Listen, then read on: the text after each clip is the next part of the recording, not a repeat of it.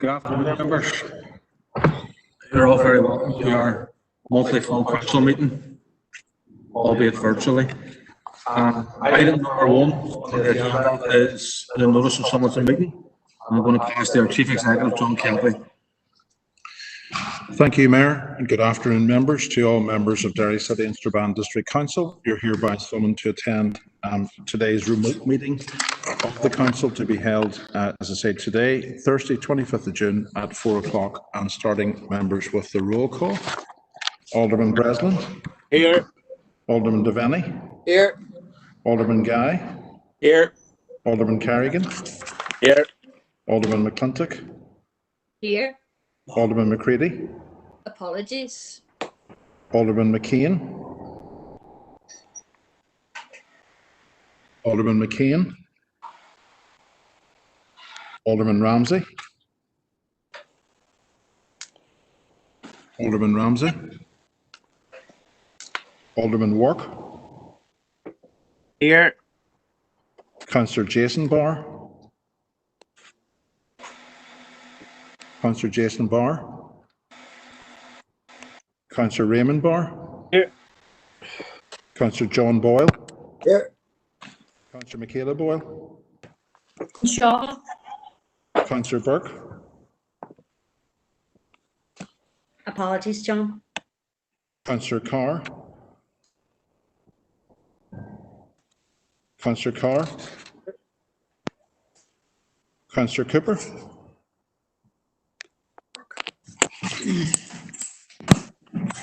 Councillor Cusick. Sorry, Councillor Cooper's here, John. Is and Yes, I've got him. I've got him. Thank you. Councillor Cusick. I see Councillor Jason Barr there as well, members. Sorry, one last time, Councillor Cusick. Okay, Councillor Dobbins. Councillor Dobbins. Councillor Donnelly. Shaw. Councillor Duffy. Shaw. Councillor Durkin. And Shaw, John. Councillor Edwards. Here, John. Councillor Farrell. Here. I saw Angela's here as well. Okay, thank you. Councillor Ferguson. Here, John. Councillor Fleming. Councillor Fleming. Councillor Gallagher. And Shaw, John. Councillor Harkin. Here. Councillor Jackson. And Shaw, John. Councillor Kelly. Councillor Kelly. Councillor Logue. Shaw, John. Councillor McCann. Here. Councillor McCluskey. Councillor I'm Hello, John. Sorry, I'm here. Thank you, Anne. Councillor McGuire. Shaw. Councillor McHugh. Shaw, John. Councillor McKeever. Councillor McKeever. Councillor McKinney. Councillor Mellon. Shaw, John. Councillor Mooney. Here, John. Riley. Here, John. And Councillor Tierney. Here, John. Okay, I see Paul Fleming there as well. And Mayor, with your indulgence, I'm just going to check again on Alderman McKeon. Alderman Ramsey.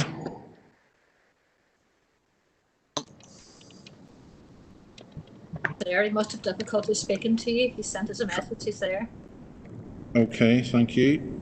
I'll put him in as present. Councillor Carr, Sean Carr. John. Thank you, Sean. Councillor Shauna Cusick. I'm here, John. Thank you, Shauna. Who else did I not get? Councillor Dan Kelly. No. And Councillor Jim McKeever. No. Thank you, Mayor. Thank you, John. Thank you, members. Members, item number 3 is the statement of remote meetings. Therefore, I would like to remind everyone who is in remote attendance that this meeting will be broadcast live via the Council's YouTube channel and will be made available for public viewing and the media. The broadcast will also be available for repeated viewing at a later date. This broadcast may be terminated or suspended in accordance with Council protocol. Members are asked, two speakers are reminded to only have their mics and cameras on while speaking at the meeting and to use the chat facility to highlight a request to speak. By participating in this meeting, you are consenting to being filmed, and the use of and storage of those images will be broadcast or for broadcasting or training purposes, and for the purpose of keeping historical records and making those records available to the public. A copy of the Council policy notice may be found on the Council's website. Thank you. Members, I'm just getting a few messages through here suggesting that there's a bit of interference, so can I just ask that people keep their mics on mute unless you're speaking, please. Members, item number 4 is declarations of members' interests, and can we have those now, please? And if any comes up throughout the meeting, please let me know. None at the moment. Members, if you can just put it on the chat if it comes up throughout the meeting, that would be much appreciated. Item number 5, members, is chairperson's business. Members, I hope that you will appreciate that we have a lot of business to get through today, and that can sometimes be difficult in this virtual setting. So I just want to remind members, those speaking or making proposals today will have 3 minutes to speak, and those responding to those proposals will in turn have 2 minutes to speak. And members, I will be trying to keep a strict rein on this to make sure that we can get through as much business today as possible. Thank you. I would also just like to make members aware that I have been contacted by Alderman McClintock in relation to the motion which has been brought here today by Alderman McCready. Alderman McCready isn't in attendance today, and that motion will not be heard at this point, and he will propose that at a later date. Members, I would also like to, members, on your behalf, express my condolences to Councillor Tina Burke, who sadly lost her father just over a week ago, and on behalf of everyone on this meeting and at Derry and Strabane District Council, I pass our condolences collectively to Tina and her family at this moment, and I would ask maybe that Councillor Duffy would relay that to Tina on our behalf. Members, 2 elected members have asked me could they raise issues under chairperson's business, which I have said yes. So I'm going to take them in the order that they have contacted me, and that is first of all Councillor Michaela Boyle. Thank you, Chair, and best wishes on your first full council meeting. Chair, thank you for allowing me to raise this issue today in relation to the serious concerns that the full board of the Regulatory and Quality Improvement Authority, RQIA, has stepped down following widespread serious concerns over the decision to scale back inspections of care homes during the pandemic crisis. It has been a tragedy for any family to deal with the death of a loved one due to COVID-19, regardless of whether they died in a home, in a hospital or in a care setting, due to all the restrictions that have been in place. However, it's no secret that people residing in care homes have accounted for more than half of the COVID-19 deaths here in the north. Care homes were abandoned, there was no testing, no PPE, and people were sent out of the hospital settings into care homes. It is vitally important for service users that rely on the RQIA to function, that they have the confidence that it will continue to function as a body going forward. Chair, my party and my party colleague, Colm Gildernew, Chair of the Health Committee, has called on the Minister of Health, Robin Swan, to bring forward urgently the independent investigation, and that the findings of that investigation are brought into the public domain as soon as possible, and to ensure that the review is fully independent throughout the process, and that the investigation cannot be allowed to be dragged out like other inquiries and investigations. And I would ask and urge Council to write to the Health Minister to request the same. Thank you, Chair.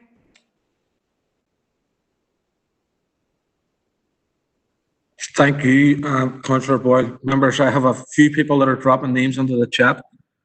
Please don't think that I'm being rude by not responding. I'm just trying to keep an eye on it. I do have on the list Councillor Sandra Duffy, Councillor Martin Riley, Councillor Sean Harkin, and Alderman Morris Devaney. Sandra, I'm just not sure whether yours is in relation to what Councillor Boyle was speaking about, but if you want to come on there now, Councillor Duffy.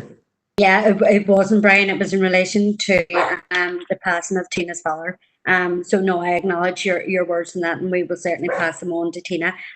Just while I have the mic, I'll second Michaela's proposal.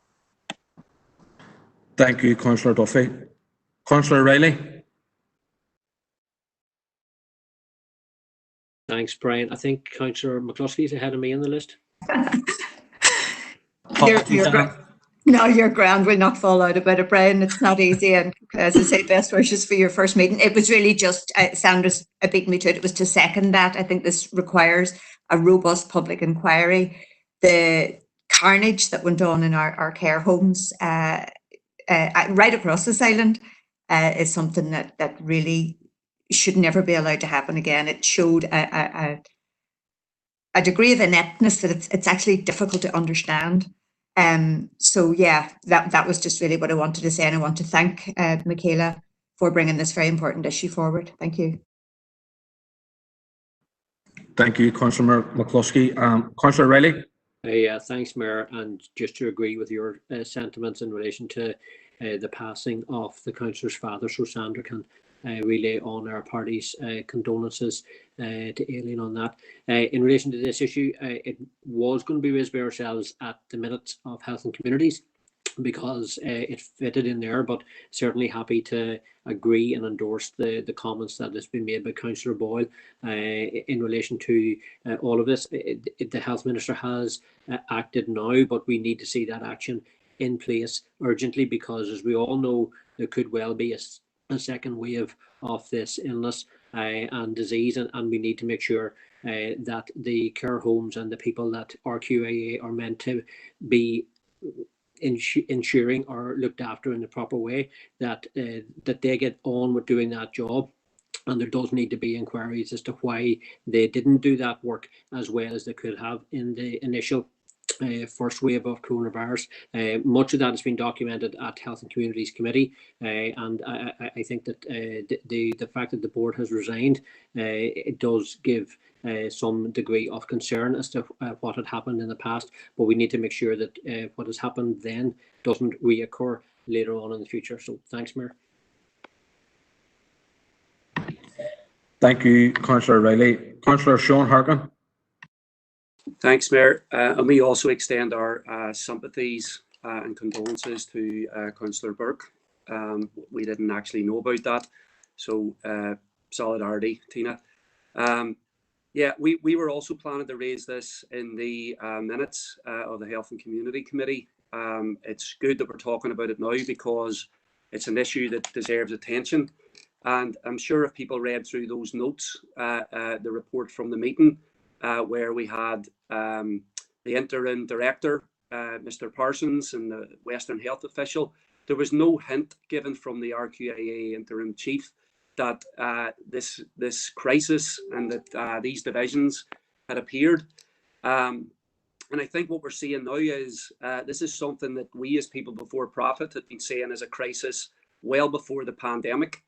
We actually forewarned that the scale of the crisis in our care homes would be fully, unfortunately, revealed during this crisis. And that's what we've seen. Anne's words are absolutely right. There's been carnage in terms of the care homes, north and south, throughout the pandemic. Residents and workers have been abandoned.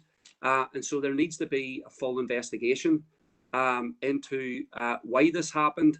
And it's, you know, I'm just repeating this because it's fact. This is not a new issue. A couple of weeks ago, a month ago, this council voted to call for the care homes to be brought into the health service. We've had rigorous discussions about the private ownership of the care homes. In fact, I've been faced with libel as a result of speaking out by one of these owners who is benefiting from, as many other care home owners are, benefiting from millions of public money being handed out as part of a bailout to the care home bosses, while the workers have to go and publicly beg for PPE, while they have to make do without sick pay, and while their wages and standards and terms and conditions have been trashed. So we have said for a long time that this system is... Councillor Harkin, I'm going to have to rush you. Yeah, I'll just finish now. We have said for a long time that this system is broken, and the parties now that are backing this motion were the very ones who told families and workers, work with the system, and this system was failing then, and it's now been demonstrated that it's a failed system. So we're backing the motion. An investigation is not going to be enough. There's going to need to be a public inquiry, and this is going to need to be a full campaign to make sure that those care homes are brought back into the health service. Thank you, Councillor Harkin. Alderman Devaney.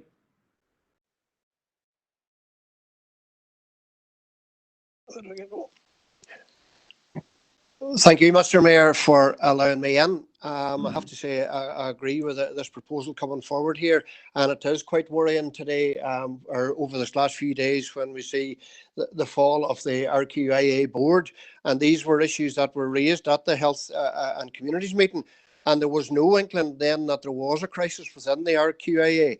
And, you know, I'm just looking at yesterday's figures. There are 44 care homes out of 483 still got cases, and also 19 suspected homes. And it is a worrying situation.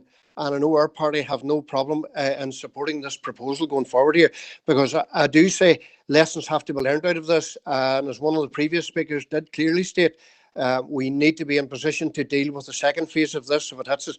But, Mr. Mayor, happy to support it. Thank you, Alderman Devaney. Members, that's all speakers that have indicated to speak on this issue. And I'm not hearing at this point any dissenting voices.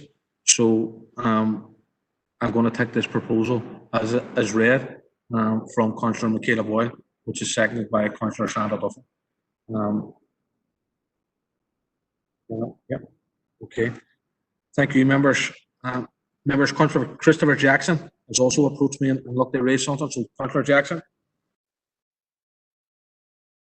Good, Mayor. Can you hear me? Yeah, we can hear you, Christopher.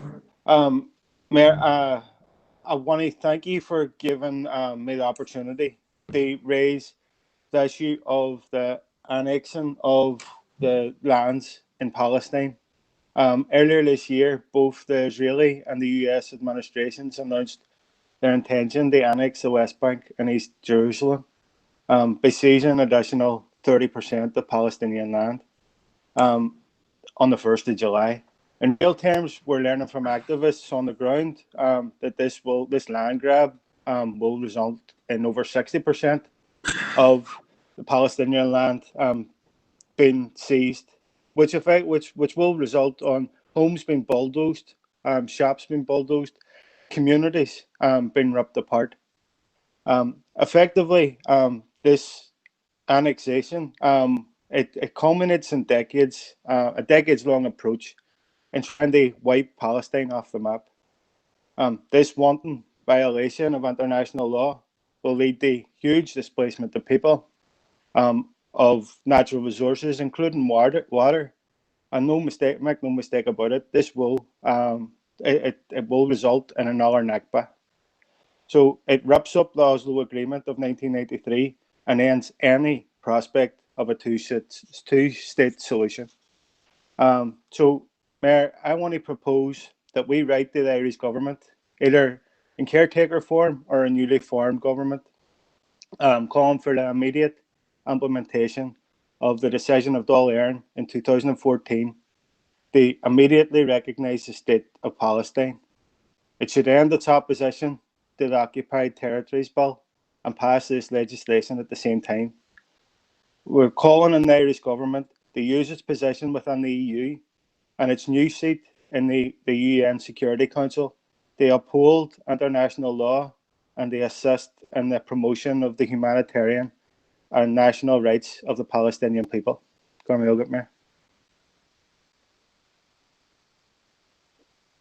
Thank you, Councillor Jackson.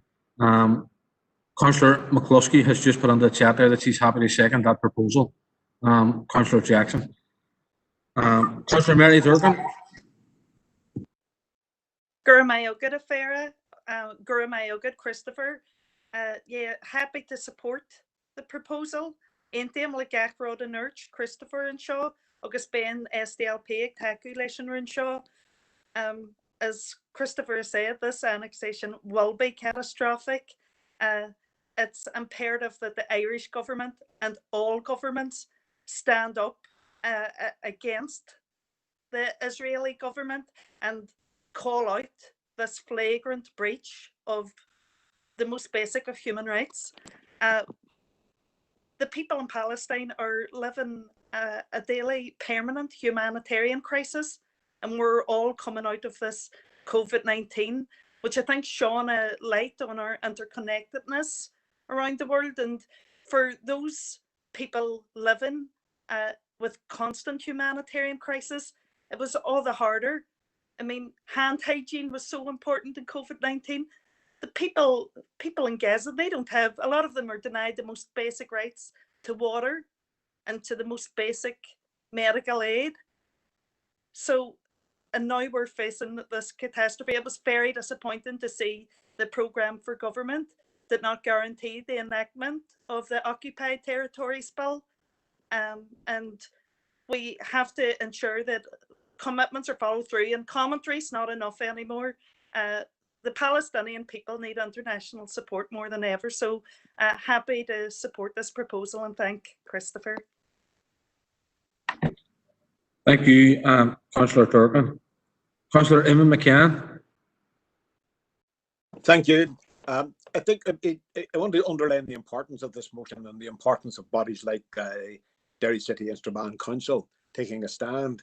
Now, it might be thought that, I mean, who's going to care? Who in the Middle East is going to care what a little council, as it would be to some people, has got to say in that matter? It matters a great deal, in fact, because for two reasons. One is that, as been mentioned, what's happening to the Palestinian people, what's being inflicted on them by Zionists at the moment, is a crime against humanity.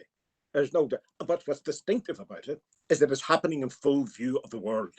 Usually when people are indulging in ethnic cleansing, killing innocent people, they deny it outright, or they try to hide it, or they produce an excuse from it. Not so with the Israelis. They're doing it sort of in the open air, full view of everybody, and the expectation that they're not going to get any grief from it. And of course, the Israeli state sort of is using all the influence it can muster right around the world to prevent criticism, largely by labeling anyone who stands up for the Palestinian people and against the ethnic cleansing of Palestinians. Anybody who does that is labeled as anti-Semitic. You know, just as, I mean, Jeremy Corbyn was labeled anti-Semitic, a man who in his record hasn't an anti-Semitic bone in his body. But when people on the right wanted to tarnish him, wanted to undermine him, what did they reach for? The anti-Semitism angle. We could go over that over and over again in the United States at the moment. Listen to what is being said by people like Alexandria Ocasio-Cortez, the Democratic leader. I mean, over and over again, the filth about anti-Semitism, being accused in effect of cheering on the Holocaust. These things have had an effect on public opinion and made an awful lot of folk a wee bit nervous about speaking out about what is happening in the Middle East, because they know that they are going to have vitriol poured upon them. And that is what makes it necessary for organizations or institutions like our own to speak out clearly on this matter. So I very much welcome Christopher's proposal, and we and People Before Profit are very happy to endorse it. Thank you, Councillor McCann. Alderman Morris Devaney. Alderman Devaney. Thank you, Chair, or Mr. Mayor, for allowing me in. I know our party are very supporter of human rights and issues, but you know, when we talk about all the issues that have been discussed by the last number of speakers, we could have noticed emotions coming on here from quite a different number of countries across the world that are in difficulty at the moment. And the issue is about this one, Mr. Mayor, as you know, some people have talked about ethnic cleansing, and you know, we in the unionist community here in the city know all about ethnic cleansing. But Mr. Mayor, on this issue, we are going to abstain on it because we're not just clear on the matter, and we would need further information. Mr. Mayor, thank you. Thank you, Alderman Devaney. Councillor Sean Harkin. Thanks, Mayor, for coming in. And I'm not going to reiterate many of the comments that have been made already. I'm in full support of them. I think it's very important that from Derry and from the district, we send a message of international solidarity, as we did with the Black Lives Matter movement. And I just want to let my colleagues know that the Ireland-Palestine Solidarity Campaign called for are organising a 2 o'clock rally at Free Derry Wall on Saturday, July 4th. It's going to be a socially distanced rally, and that I would encourage people to come and stand in solidarity with the people of Palestine. And there will be people around the world doing the same thing on the same day. So that is 2 o'clock, Saturday, July 4th at Free Derry Corner, and organised by the Ireland Palestine Solidarity Campaign. And everybody that supports the Palestinian people and wants to stand in solidarity with them is encouraged to come. Thank you, Councillor Harkin. Councillor Raymond Barr. Thank you, Mayor, for letting me in. Can you hear me? Yeah. Yeah, I can hear you, Raymond. Go ahead. Just very briefly, Mayor, I will reiterate what some people have already said. The ethnic cleansing of Palestinians continuing unabated, and still the world turns a blind eye. This is murder being perpetrated with support from the highest level, and it has to stop. So I'll be supporting the motion. Thank you. Thank you, Councillor Barr. Members, the last speaker that I have is Councillor Gary Donnelly, and I'm going to bring the debate to a close then. Councillor Donnelly. Thank you, Chair. I'll keep it short and sweet because what has to be said has already been said by other councillors. Other than I just want to express support for this and to reiterate how important this is for a people that is facing a genocidal slaughter. So I just like to add my support to it. Thank you, Councillor Donnelly. Members, again, I'm not hearing any dissenting voices, so I'm going to take the proposal from Councillor Jackson as is.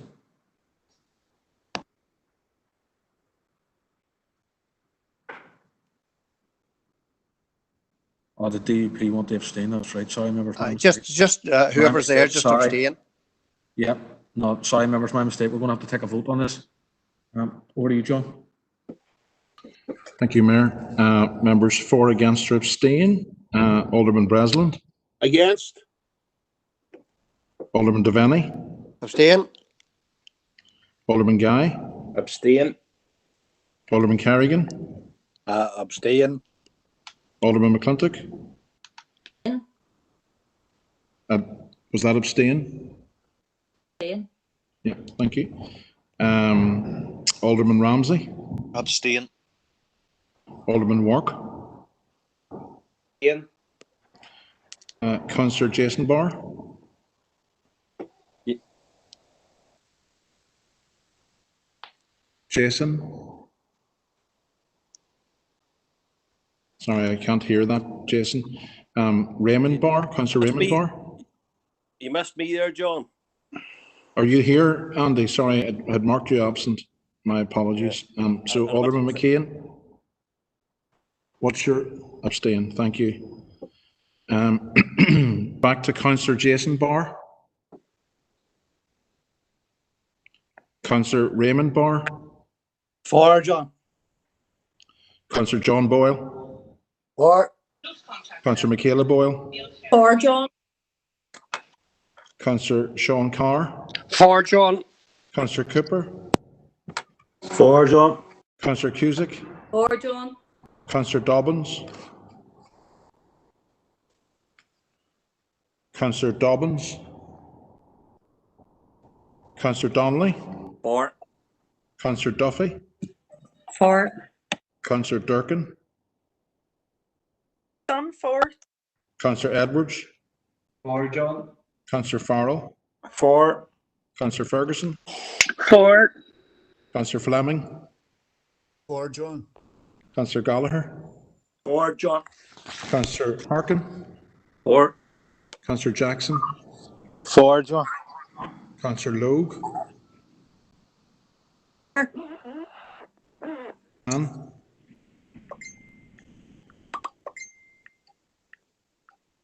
McCann? Hello? Yep. 4. 4, thank you. Councillor McCluskey?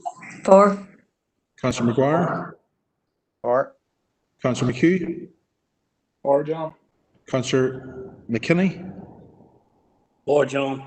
4, John. Councillor Mallon? John. Councillor Mooney? 4, John. Councillor Riley? John, I'm voting for. Councillor Jason Barr is having technical difficulties, but he's indicated in the chat box, I think, that he intends to vote for as well. I see that, thank you. I see that. Thank you. And Councillor Tierney? 4. So just give me a moment. 1, 2, 3.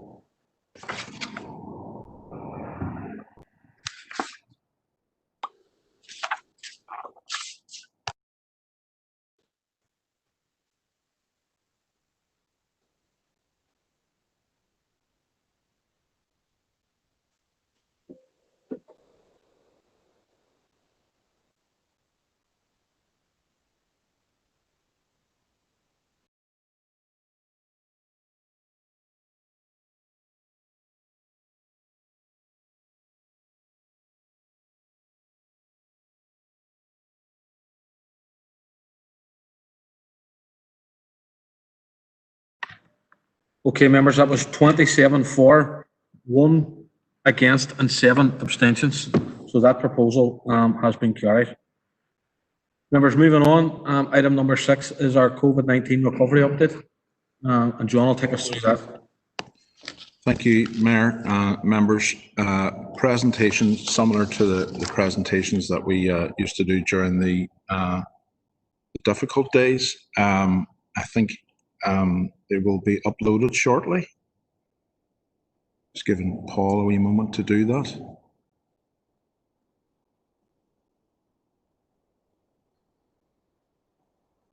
Thank you. And just moving to the first slide then, Paul. So members, various members of the senior leadership team will come in as we go through this, but just starting with the first slide and to put it into a little bit of context at the minute. Members, it's probably, this is probably one of the most challenging set of circumstances that I think any of us in council have ever faced. And we were trying to just look at this situation the other day. We're currently trying to manage the organisation in one of the biggest periods of change that we've ever witnessed, and to deliver services with things rapidly changing on a daily basis. Some services, as you know, we're trying to run as normal. Others are completely closed. Some are partially open. Some are restricted, and that situation changes almost, as I say, on a daily basis. At the same time, currently we're now trying to plan and implement operational recovery. It was to some extent, while it was a bold and good decision to go into lockdown, it was a quick one.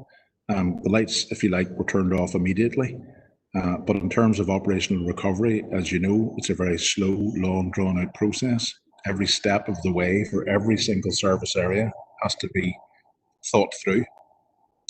In terms of our premises, every building has to be risk assessed, every room has to be risk assessed, every desk within every room has to be looked at, and we have to come up with safe systems of work for all of our staff in every single one of our premises. So as we're going to highlight today, I mean, this is a very, very big operation, and one that will continue for quite a few months ahead. At the same time, we have that wider clear focus on the future, and the requirement to ensure that we move forward the city and district in a strategic manner, with a key focus, for example, on the objectives in our strategic growth plan, in our city deal, even looking at our city and town centres at this minute in time. As we go through the presentation, we'll highlight some of the leadership we've been trying to take in that, working with a wide range of stakeholders, with the community partners, to try to chart that wider strategic direction as we go through the weeks and months ahead. And all of this is in an unusual context. On the one hand, there's a growing feeling among our ratepayers, among ourselves, among yourselves as elected members, that we're almost back to business as usual, that we're almost back to normality. But at the same time, there's an expectation that we now need to do things completely differently, that we need to introduce new approaches. And we're certainly not pushing back against that. Of course, we're always looking to do things better and to introduce new thinking and new approaches. But I'm simply trying to illustrate that all of this is happening at exactly the same time, with hugely increased demands as well on our services and on our staff and our management. And again, the context of this is the huge financial pressures and constraints. We're sitting with very constricted budgets, with a very challenging outlook for the year ahead, with an even greater and somewhat unknown financial challenge for next year, and trying to manage all of that as we proceed. And again, the perfect storm. We're trying to do that in an atmosphere of risk. It has to be said, where people are concerned about their health and safety, where we as an organisation put that at the top of our agenda, that we're constantly looking to provide some certainty for our staff in respect of that, managing the myriad of guidance that is coming at us from all sources, some of which is conflicting, and trying to strike a clear path through that. And of course, constantly always looking at our legal position, and indeed being challenged on our legal position. Frequently over the last number of weeks, we've been challenged to a greater or lesser degree on some of our interpretation of all of this. So it's a very uncertain environment. And across our staff, and indeed our wider senior leadership team and our management, again, we're trying to do this with currently still over 250 of our staff furloughed, the vast majority of our staff working in a very dispersed manner, some buildings, some in facilities, many from home, mostly working remotely. All of the challenges of trying to keep in touch and communicate, all of the technical challenges of all of that, and frankly, trying to maintain staff morale and resilience, and to, in the middle of all this, make sure that we keep a focus on the health and well-being of our staff, because ultimately, as an organisation, we pride ourselves in having a very good relationship with our unions, our staff, and looking after the health and well-being of our key asset, which are the 1,000 people who work for us. So members, it is useful, I think, today just to bring all of that together as we sit tonight in our council meeting at the end of June, attempting to do business as normal, but mindful, members, of the challenges that you face and that we certainly face as the staff of the organisation and the management of the organisation, and trying to take this organisation forward while all of these competing and conflicting demands are upon us at exactly the same time. Many of them unmeasurable, most of them changing rapidly, and trying to give direction to our staff and to our ratepayers and to our service providers and to our stakeholders, where direction doesn't exist in many occasions, and providing that certainty and that leadership as we go forward. So if we move to the second slide, then on a more positive note, to talk you through some of the recovery that we're currently working through. So in terms of civic and corporate, we're proposing this evening, members, and we've mentioned it before, that we take the first step back to physical socially distanced committee meetings from the July round of meetings, which actually starts next Tuesday with governance on June 30th. We would do that in the Guildhall, in the Chamber, where the Mayor and myself currently are, in a socially distanced fashion. And we would run all of our committee meetings for July from this room. We're obviously in recess for August, so it gives us an opportunity to see how that works. It gives us an opportunity then to make changes or amendments for coming back in September. The Mayor will recommence limited socially distanced external meetings within his parlour and the Whittaker Suite from June 29th. Both of those rooms have been risk assessed. We know the maximum capacity within them. There will be restrictions in place, but it enables a little bit of business as usual to return. We've done a lot of work across both our offices in Strand Road and Derry Road. As I said earlier, every floor, every office, every toilet, every stairwell, every lift has been risk assessed. There's a huge amount of signage that we'll put up in the next number of days. We know the maximum numbers in each room. Working currently on the 2 metre rule. Obviously, potentially, at some point that may change, but currently to the 2 metre rule. And each head of service and director then communicating with their staff arrangements to allow people to come back into work as and when needed, or if and when required, with still the majority of people working from home. Harbour House itself will be reopened from next week and will be available with restricted capacity for members and for staff from June 29th. And we'll come back to that just in a moment in terms of restricted numbers. Moving to the next slide. As I said, the majority of staff will continue to work from home, and we see that in accordance to the pathway for recovery set up by the Northern Ireland Executive as something that will continue for quite some time. But we are aware of the fact that there are quite a lot of staff who do want to come back into the office. They do want to come in for a couple of days a week at least, and we do need them to come in from time to time to pick up work and to ensure that from a health and safety perspective and a health and well-being perspective, that the staff stay in touch and are aware of exactly what's going on in the wider organisation. So we will manage that over the next number of months. And obviously, from time to time over the next number of months, we do now want to facilitate some external meetings should they be needed. We'll try again to contain those and to still work on the basis that the majority of them take place virtually. But again, from time to time, we may invite external partners into meetings in designated rooms within council buildings, again, a socially distanced method. And the Guildhall itself will have restricted public access again from July 14th, ground floor in particular, and the museum, again in line with the recommendations coming from the executive. So if we just move on, and then perhaps Aideen or Stephen will come in just to let us talk us through some of the restrictions in Harbour House, bearing in mind that you as members may want some access into that from next week.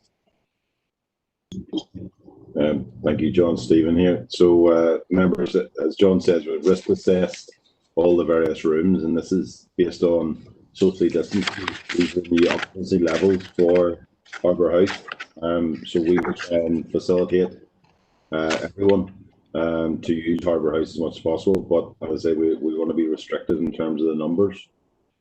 Next slide. I think we're moving, and then so in terms of the Tower Museum, again, John says it'll be reduced hours from the 14th of July to access the public. That's really to allow the first couple of weeks of July to allow the social distance meetings, and let's get used to the building again, and then let's start opening up to the public. Similarly with the Alley Arts Theatre, will also open from the 14th of July from the 11th to from 11 AM to 4 PM. In terms of the tourist office, then will be staffed, and the box office, but the cafe remains closed. It's an external provider, and they're not returning to work yet. And obviously, at this stage, there'll be no ticketed program. Next slide, please. So thanks, Stephen. If we now move to our facilities under Health and Communities and pass to Karen McFarland. Mayor members, you'll be aware that we're currently in a programme of easements as part of the COVID recovery period. And our recovery plan, particularly in terms of sport and leisure, is changing somewhat on a daily basis in terms of keeping abreast of all of that. So you'll have seen, for example, today, media interest around the transition from 2 metres to 1 metres, social distancing with restrictions. The potential of elite athletes returning, and those would be our Olympians, Paralympians, and professional sports people in terms of rugby, football and cricket. And I suppose other discussions around the return of contact sport and competitive sport. But moving forward from today, in terms of where we are at with our sports and leisure facilities, we're looking at a phased reopening, taking into account public health advice and any review of regulations. From next week, the end of June, we'll be into a phased and partial reopening of our outdoor leisure facilities, working primarily with clubs initially, and utilising guidance from Sport NI and governing bodies to frame what activity can take place.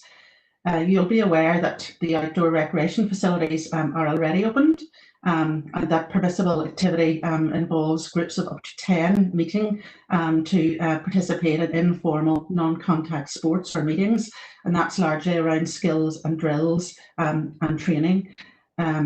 We're introducing booking procedures to control activity on our sites to ensure that the expectations are set for users as to what we expect of them and what they can expect from us.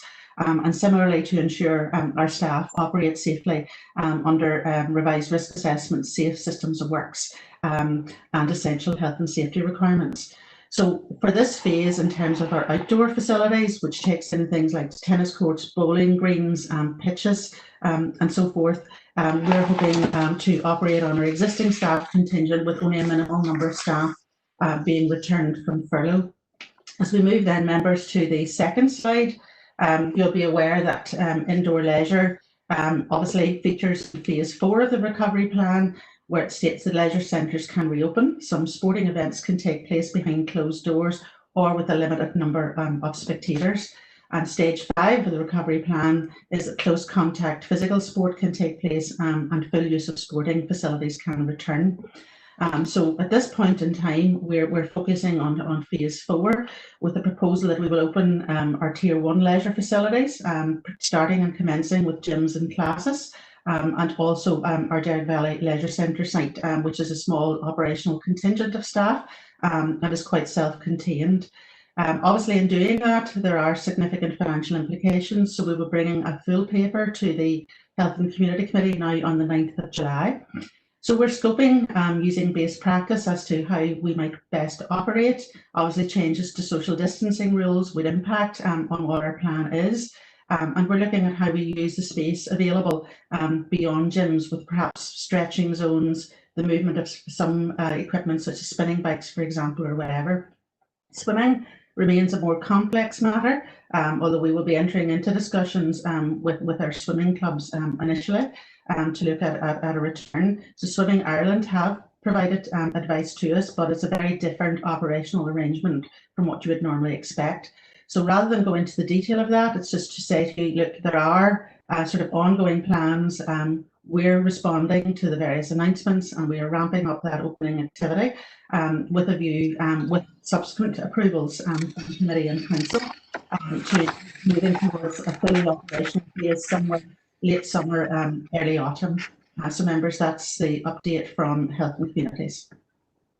Thank you, Karen McFarland. And then moving swiftly on, members, to Environment and Regeneration, and Karen Phillips. Thank you, John, and through you.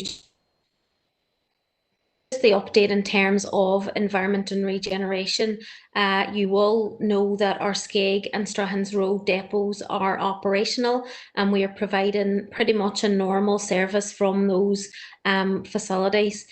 We now have 6 of our recycling centres opened, and indeed our parks remain open. We have, as you're aware, reopened all the cemeteries. And members, we intend to stand down the stewarding arrangements at City Cemetery from tomorrow evening. We believe that that has now returned to normal numbers, and indeed it's working very well there. We have 4 recycling centres which are currently closed due to social distancing and traffic management requirements, and members, we will continue to update and to review those as the weeks go on. In terms of play parks, they are currently closed. Members, we believe that information is coming through from the executive this afternoon in terms of the potential for play parks to open on the 10th of July, and members, we will consider that and move forward on that basis. If we can move on to the next slide, please. Again, in terms of parks, our play parks, we will consider how we follow the ROSPA guidance, and we will look at issues such as cleaning, hygiene, signage and guidance. Members, we are preparing already for that, and the inspections and maintenance of our play parks are ongoing at the minute. If we can move on to the next slide. In terms, John touched on, in terms of city centre and town centre recovery. John, I don't know whether you want to maybe take us through this, or if you want me to, I don't mind either way. I'm happy that you do, Karen, but maybe just to say at the outset that back to that strategic leadership piece, members, what we have done over the last couple of weeks is pull together all of those organisations who have some form of interest in either the city centre in Derry or the town centre in Strabane, to try to coordinate all of the efforts that are currently underway with regard to the reopening of both of those centres. So we've had a number of very productive meetings with the likes of both Chambers of Commerce, with the Strabane bid team, with City Centre Initiative, with businesses, shopping centre managers, with DFI, with DFC, Northwest Development Office, and all the departments of council, to try to scope and to try to coordinate in some fashion the effort that is currently being put into both centres to ensure that they are clean, that they are inviting, that they are safe, and that they become increasingly open for business. So maybe ask Karen then to take us through some of the steps that we've been working on with respect to that. Thank you, John. Organised a physical walkthrough in both Derry and Strabane with a number of stakeholders in order to identify potential physical initiatives that could mitigate risk and support agile trading, and to improve the physical environment within our city centre and town centre. We've actually drawn up a list of projects, and these are currently being assessed and prioritised by the stakeholders with a view to trying to see how many of them we can take forward in as quickly a time frame as we possibly can. Our business team have undertaken a survey of existing businesses. You may have seen some press around that recently, and we've involved council officers across the organisation working together in terms of how we actually support the recovery within our city centre and our town centre. So if we move on to the next slide, and in terms of regional government partnership, members, as John has said, we have been working with our partners in central government, in particular the Department for Communities and the Department for Infrastructure. There is the potential for Department for Communities funding to support recovery within the city centre and town centre in particular, and a business case has been prepared and submitted to the Department for Community in consideration of this funding. Areas that potentially could be funded include a Shop Local campaign, deep cleansing, street furniture, infrastructure and planting, business grant aid schemes, and an animation programme. And members, we're working very closely with DFI in terms of potential areas to trade, and also in line with the DFI Minister's initiative in order to increase walking and cycling, really to ensure that all of these coordinate together and actually dovetail into each other without any clashes, etc. And DERA has also provided additional funding for an extension to the Rural Business Grant Scheme. So I think we move on to the next slide. So, members, really today there will be a number of considerations from yourselves in terms of the Pavement Cafe licence. We have a report coming up in terms of that on the agenda today, and then we will want to consider the potential for the Walled City Market to restart on the 18th of July. Again, members, car park charging to restart on the 1st of July, and members, your permission to accept a letter of offer from the Department of Communities in terms of our application to ensure that we get that up and running and moving as quick as we possibly can. So I think that's members for this afternoon. Thank you. And with respect to the Pavement Cafe licensing, I'm looking over to Paul to see if there's a paper that is to be uploaded that members know. So perhaps Karen McFarland could speak to that, or Seamus if he's on the line, please. Thank you, John. And there we are. Thank you.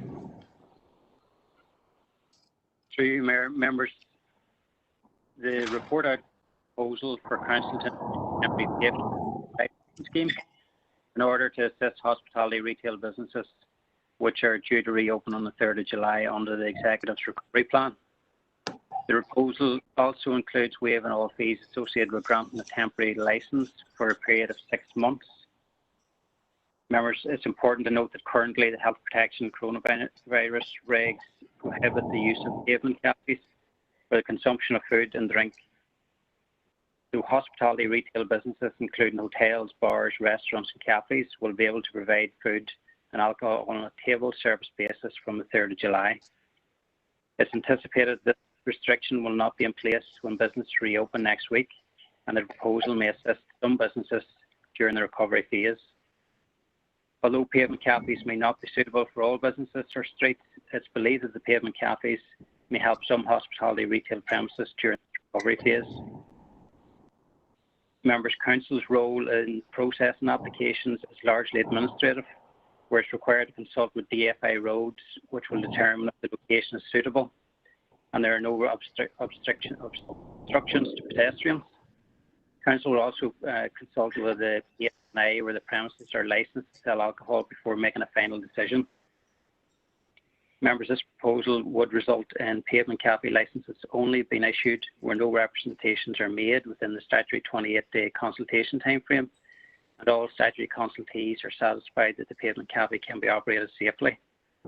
So, members, the recommendation is that Council approve the proposal to introduce the temporary pavement cafe licensing scheme and to waive all fees associated with granting a licence for a period of 6 months. Thank you, Seamus. So members, we do apologise for the late insertion of that paper, but we are trying to respond as quickly as possible to the rapidly changing circumstances and to enable businesses to trade as best they can in the city and town centre over the next couple of weeks. So this is really our only opportunity to get this before Council. If we left it to July, many businesses would suffer as a result. Just to summarise what Seamus has put before you, the Pavement Cafes Licensing Act normally requires us to consult a period of consultation of 28 days on any application received at a fee of £460. We have been working quite hard behind the scenes, liaising with other councils, consulting with the department, seeking legal advice, and looking at imaginative ways to enable that process to be accelerated, to enable businesses to avail of the potential short summer months as they reopen next week. And to summarise, what we're saying is when we get an application in for a pavement cafe, we will immediately consult with the statutory authorities. Assuming there is no key health and safety objection, the cafe will then open. We will not issue a licence until the end of the 28-day period, but neither will we take enforcement action during that period either. So we're staying within the confines of the guidance in doing that, showing some flexibility, some imagination, and enabling business to avail of that opportunity. In addition to that, members, for this 6-month period, we are proposing the waiving of the normal fee. So if we do need members, we would appreciate comments on anything we've presented today. We do need an endorsement of what we're putting before you, both in terms of the phased reopening that we've advised, and in particular, endorsement of the pavement cafes, the re-establishment of the car parking fees in line with the Department for Infrastructure's reinstatement of enforcement this week, and anything else that's in that paper to be endorsed. Thank you very much, Mayor and members. Thank you, John, and thank you very much to both yourself and your senior leadership team for a very detailed presentation that we've just received today. Members, I have a few people that have indicated that they're looking to speak. I have Councillor Martin Riley, Councillor Sandra Duffy, Councillor Eamon McCann, Councillor Angela Dobbins, Councillor Paul Gallagher, and Alderman Holly McClintock. Now, I can see that Councillor Anne McCluskey has said in the group chat that she will second Angela's proposal. Now, I can't see a proposal from Angela. I can see one from Paul Gallagher, but not Angela. But we'll come back to that. Members, before we move on to comments around the presentation that we've received, there's a recommendation here in front of us that we have to get through. Councillor Gallagher, I think, has said that he is happy to propose it. Yeah, and I just see now Councillor McCluskey is saying that she is going to second Councillor Gallagher's proposal. Members, are we happy to take that proposal and recommendation that we've just heard as read? Or is there anyone who wishes to speak on it? Okay. Councillor Dobbins, you want to speak on the proposal, on the paper that's in front of us? Thanks, Mayor. It's with regard to endorsing the pavement cafes. Is that what you're is that what you're talking about? Yes, I'm going to take comments on that and then wider comments on the presentation from members. Right. Well, if you permission to speak, I would like to make sure that the hair went up whenever John had said about the enforcement with regard to pavement cafes. Now, I had actually brought in a paper way back in the Shadow Council year with regard to pavement cafes, because it was working hand in hand with RNIB at the time. And there was grave concerns with regard to pavement cafes and its danger to those of partially sighted or no sighted people. I would like to make sure that there would be enforcement. 28 days, anybody being able to put up a cafe without license for starters, but I understand that the times that we're in. But with regard to putting up a pavement cafe, we had actually seen prior to COVID that the pavement cafes got wider and wider and wider, and that enforcement was very hard to negotiate between council and the owners of the pavement cafes. So to have no enforcement for a month, unless I have taken John up completely wrong, I would be really, really worried about that and concerned. Thank you, Mayor. Thank you, Councillor Dobbins. I'm going to ask the solicitor to come in now. Philip?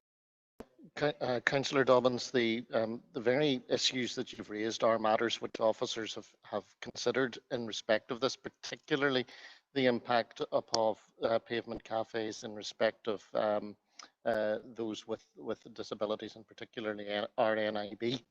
The proposal is not that there would be no enforcement of pavement cafes, but rather that initially the first step would be a consultation with DFI and PSNI.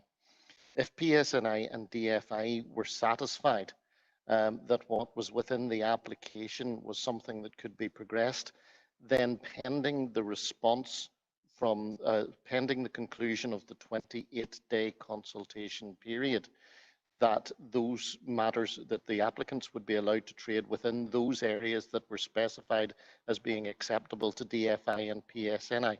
Were they to trade outside of those zones, then that would be enforced as normal. And then at the end of the consultation process, if there are responses in the consultation which believe that what has been proposed by the applicant is not acceptable or could be dangerous or something of that nature, then it is certainly possible that a license would not issue. And that would then mean that there would be enforcement of that action of that area because no license had issued. So this is really putting a brake on enforcement to a limited extent for a very limited period of time. Thank you, Philip. Thank you, Philip. I hope that clears that up for you, Councillor Dobbins. Members, I'm going to go back now and revert back to the speakers as I have seen them, because I'm noticing that a lot of you are looking to speak either on the presentation and on the paper that's before us. So I'm going to take it in order as I have seen members. So Councillor Martin Riley. Okay, thanks, Mayor, for letting me in, and I was keen to speak on both the presentation and then touch on the pavements issue as well. In relation to the overall presentation, thanks to John and all the officers for talking us through it. We know that at the end of June, we're now looking at the recovery phase. It's great to be at that stage, and I'm happy with all the various recommendations that are there in the recovery phase to go ahead, as well as the one that has been just touched on in terms of the pavement trading. I do share Councillor Dobbins' concerns about the need for people who are limited mobility or poor sight, that they need to be given consideration. In fairness to the Department of Infrastructure, I think they made that clear in their correspondence through to the council. But I do think that we need to show that flexibility and that opportunity for businesses to be able to trade in a different way, in a different environment than has been the case before. So I think that if I welcome Philip's clarification on that point, and I'm happy with the recommendations that are there, both throughout the entire presentation and then on that particular point at the end.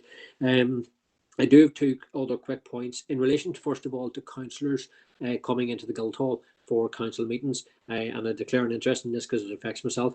But for those councillors, or indeed councillors who have members of their family who are shielding, what's the arrangements for those citizens who still want to partake in the meetings but can't attend and because they'll be in breach of the shielding guidance? Has that been given consideration by the officers? In relation to the recovery phase, well, as I said earlier, it's great that we're at that stage, but we're also conscious we need to factor in preparations for any second wave that might occur in the future. So when we're winding down some of the mechanisms and procedures that were put in place during phase one, can we ensure that we don't put them away and then not be in a position to reactivate them quickly should it be required? Hopefully we won't need it, but if we are in a position where we have to reactivate during any second wave, we need to be ready to do so quite quickly. We can't expect the ratepayer or the citizens to deal with a second wave and the council not be prepared for that. And the final point, Mayor, I had is in relation to correspondence I've received. I know that this group has been in contact with a number of elected members. It's a local charity who are a radio station in our council area. They, as a local charity, are finding it, just like many other charities, are finding it very difficult to keep themselves afloat at this stage. And I'm wondering, given that what they are asking for is a relatively small amount of money, four-figure sum, they have had difficulties trying to reach through to the Department for Communities with the charity element of the Department for Communities. So through your office, would you be able to meet with them and relevant officers to see if there's a way forward that the council could assist them in securing funding from the relevant government bodies? Thank you. Thank you, Councillor Riley. Can I just confirm it's me you want to meet with them with relevant officers? Yeah, I think that it would be appropriate as mayor if you were able to meet with the charity and see what way the council can assist them in terms of correspondence through to central government. I know they had applied to Ofcom, given that the radio licence is relevant to Ofcom, but if the council are able to try and assist them and point them in the right direction, that would be useful at this stage. Thank you. Yeah, Councillor Riley, I'm happy to take that on. And in relation to some of the other points that you've raised, I'm going to pass to Chief Executive and he'll address some of them. Thank you. John? Thanks, Mayor. Thanks, Councillor Riley. And obviously, if you pass that correspondence on, we can arrange it through the Mayor's office. The other 2 points in terms of reactivation, if we're in that situation, let's hope we're not. But certainly we will be doing a lessons learned at the end of this process. I think a lot of what we did extremely well. But I do take your point. Everything we do, we have to appraise what went well, what didn't go well, and that will hopefully inform us for the future. And hopefully we won't have to reactivate any of those controls, but we need to be prepared, as you rightly say. In relation to physical attendance at committee and council, it's always going to be difficult, this one. We have talked before about a hybrid situation. Hybrid situation is extremely technically challenging and costly. What we're recommending at the moment is that if members of a particular committee have a difficulty in attending physically, if you could make that known to me personally as soon as possible, and then we'll assess whether or not we can make some arrangements. So, for example, if it was one member in a committee, we might be able to do something that would work. If it's 3 or 4 members in a committee, it may simply not work, and we may have to revert to a virtual committee if that's the case. So it's very hard to draw up a sort of set of guidance until we know the personal circumstances of members. So what I would say, members, is the intention from today is to try to reintroduce physical socially distanced committees and full council at the end of July. If members on those committees want to think about that and email me or contact me personally with their own individual circumstances, we can look to see if they can be accommodated. If there are a lot of members who are uncomfortable with that in any particular committee, we might have to change. But the purpose of doing this now in July is to see if we can iron out some of these issues so that when we get to September, when we are probably still in, we most certainly will be, in some form of social distancing, that we get as many of these problems sort of dealt with and we try to tease out solutions to them during the summer months. Thank you, John. Councillor Duffy. Thank you, Mayor, for allowing me in, and I did as well. I wanted to comment on both the paper and the presentation as well. I just want to make a comment before I go any further. As somebody who is partially sighted, I would ask that people not make proposals in the chat box. I can't read it, and I just don't think it's fair. So if we're going to be talking about making sure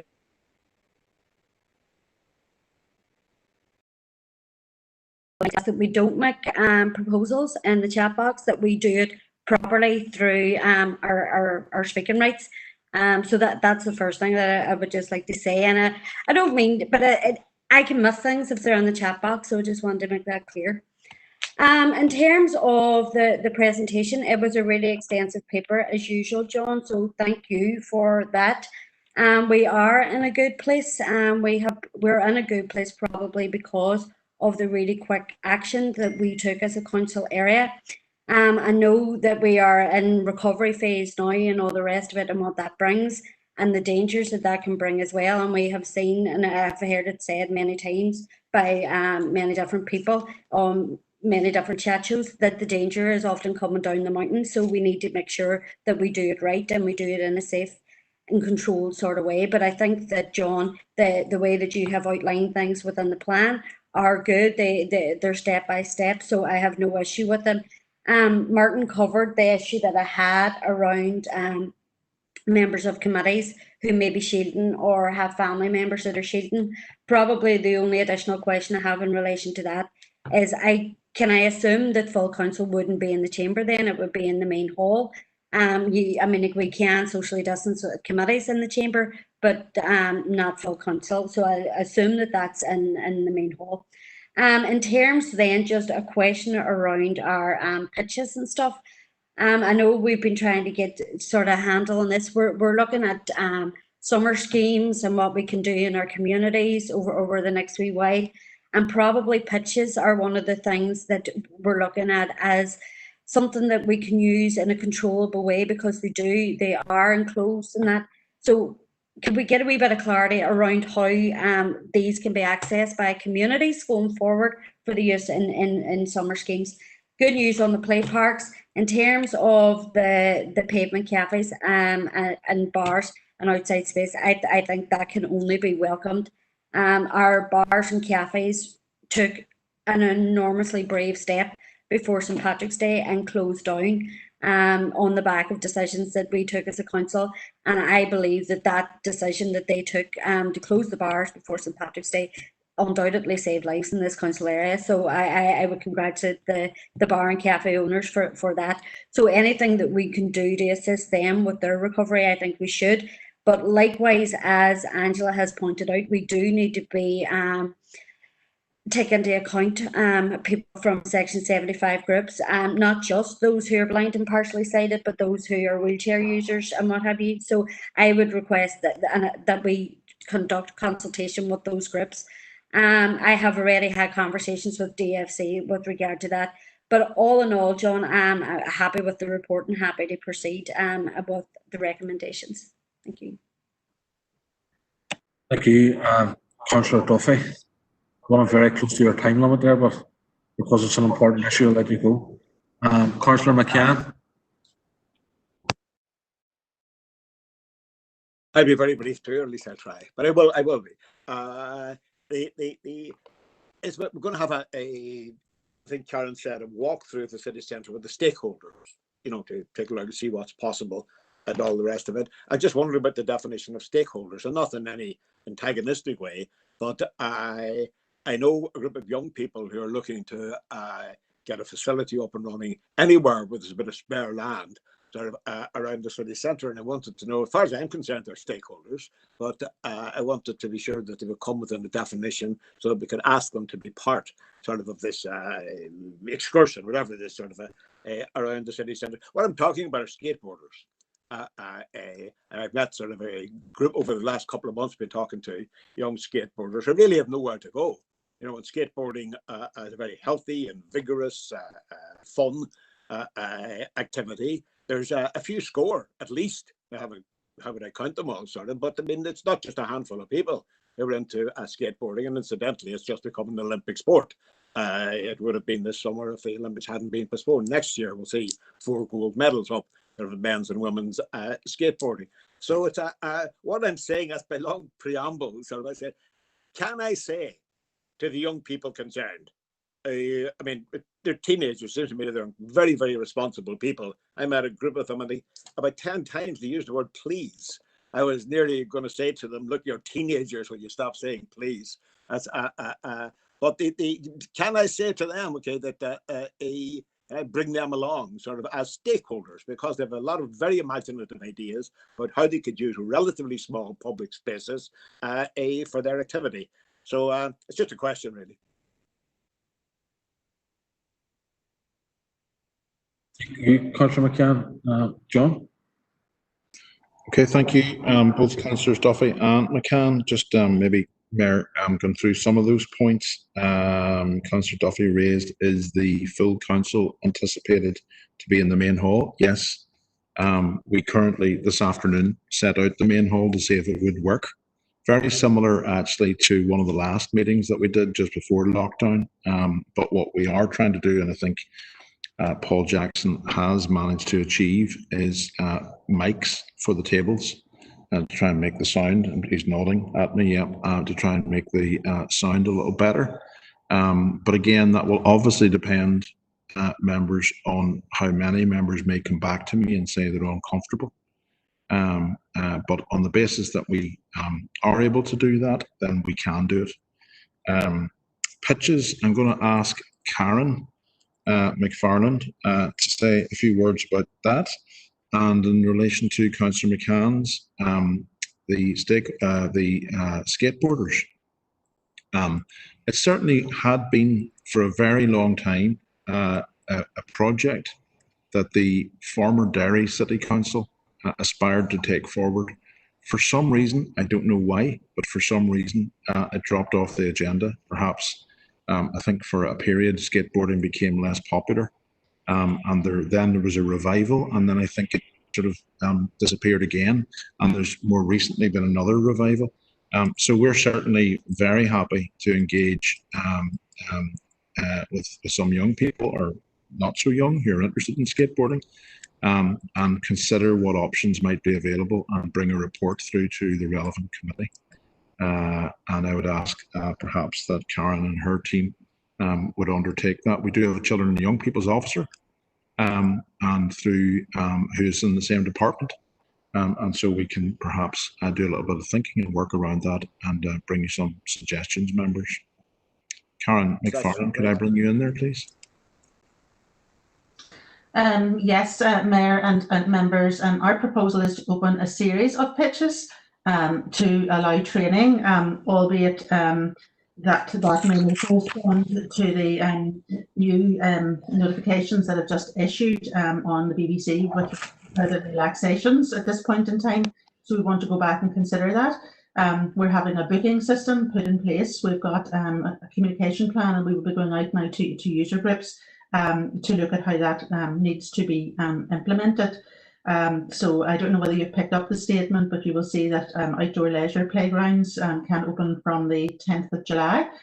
So that would include our MUGAs. We have treated playgrounds and MUGAs as being similar, albeit that we still have our health and safety assessments to do in regard to that.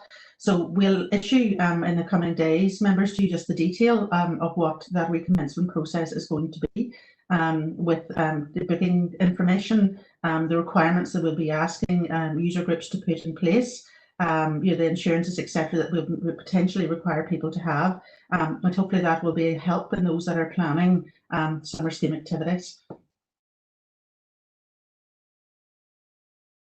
Thank you, Karen and John.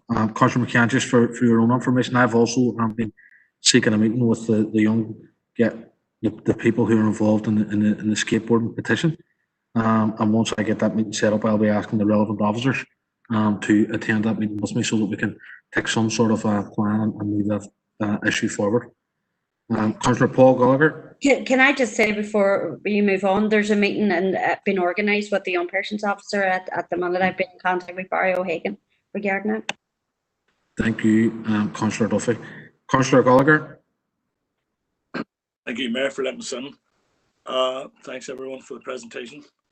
And it seems like we're starting to normalise, which is a good thing. And I think that the sooner we get back to our leisure, and I know we're talking about and the tiers around elite sport and the difference between elite sport and amateur sport and our leisure centres, but I think that as soon as it's practically safe and as soon as it's possible, we should also be concentrating on a lot of the amateur stuff and the fitnesses classes and the gyms, because I think it's very important for people who have been locked away in a sense of self-lockdown for months on end, and it's very important for their mental health and their physical health. So the sooner we get that back, the better. So well done everyone who's working on that. Just on regards to the DFC recovery projects and the possibility of funding, I believe that there's a possibility of around £1 million that's getting targeted, and I would like to hope to get some assurances that, and I know this may be like a bid process, an application process, and some conversations around first come first serve, but that there would be some per capita allocations, i.e. Strabane versus Derry, rather than if some people maybe come late to the process, that they find that the money's all gone and Strabane could potentially get left out. Just in regarding the cafes and that paper, very happy to propose it. And as people may remember, this came up before, and I'm very much argued on the fact that there shouldn't be a fee. And I welcome the waiver of a fee. And at a later date, I'll probably argue that the waiver continues. And I'll tell you why. One, I appreciate the waiver now, because what we as a council collectively need to do is and we've had some discussions on this, is to secure the rate space for these small businesses that has seen fallen through the floor in recent months. And if this decline continues, then we may have no businesses in order to get a business rate into the future and the next couple of years. So it's very important that we support businesses, and that we know around the restrictions that this will curtail businesses of trying to maximise their profit margins. So if this goes some way of doing it, I think that can be beneficial. And it will also provide a healthier environment for people who wish to meet and eat outside, which, as we're told, is a safer place. So I think that this proposal coming forward is very beneficial at getting the businesses back to normal. So thank you, Chair. Thank you, Councillor Gallagher. Alderman McClintock.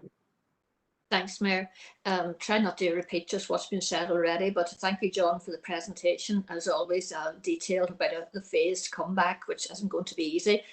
Much of what I was going to say about the cafes has been said. I absolutely agree with Councillor Dobbins about those who are visually or mobility issues.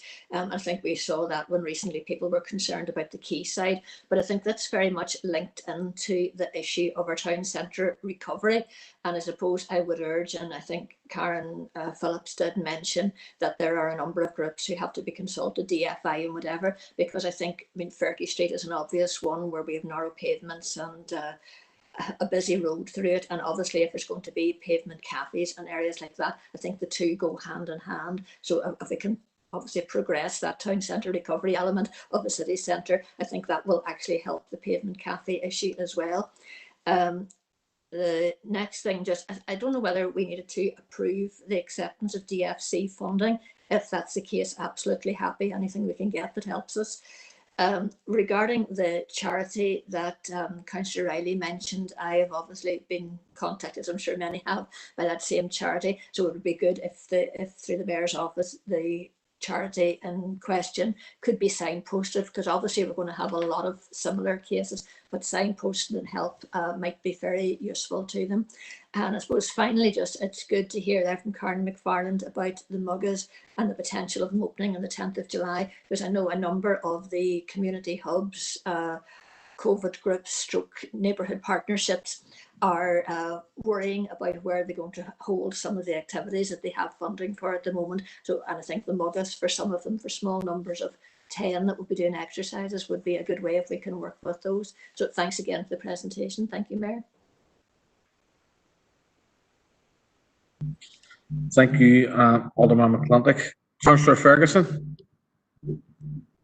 Thank you, Mayor, and thank you, John and the team, for the presentation. Now, I'll not keep it too long. My question was answered with Councillor Riley about members shielding and coming to committee.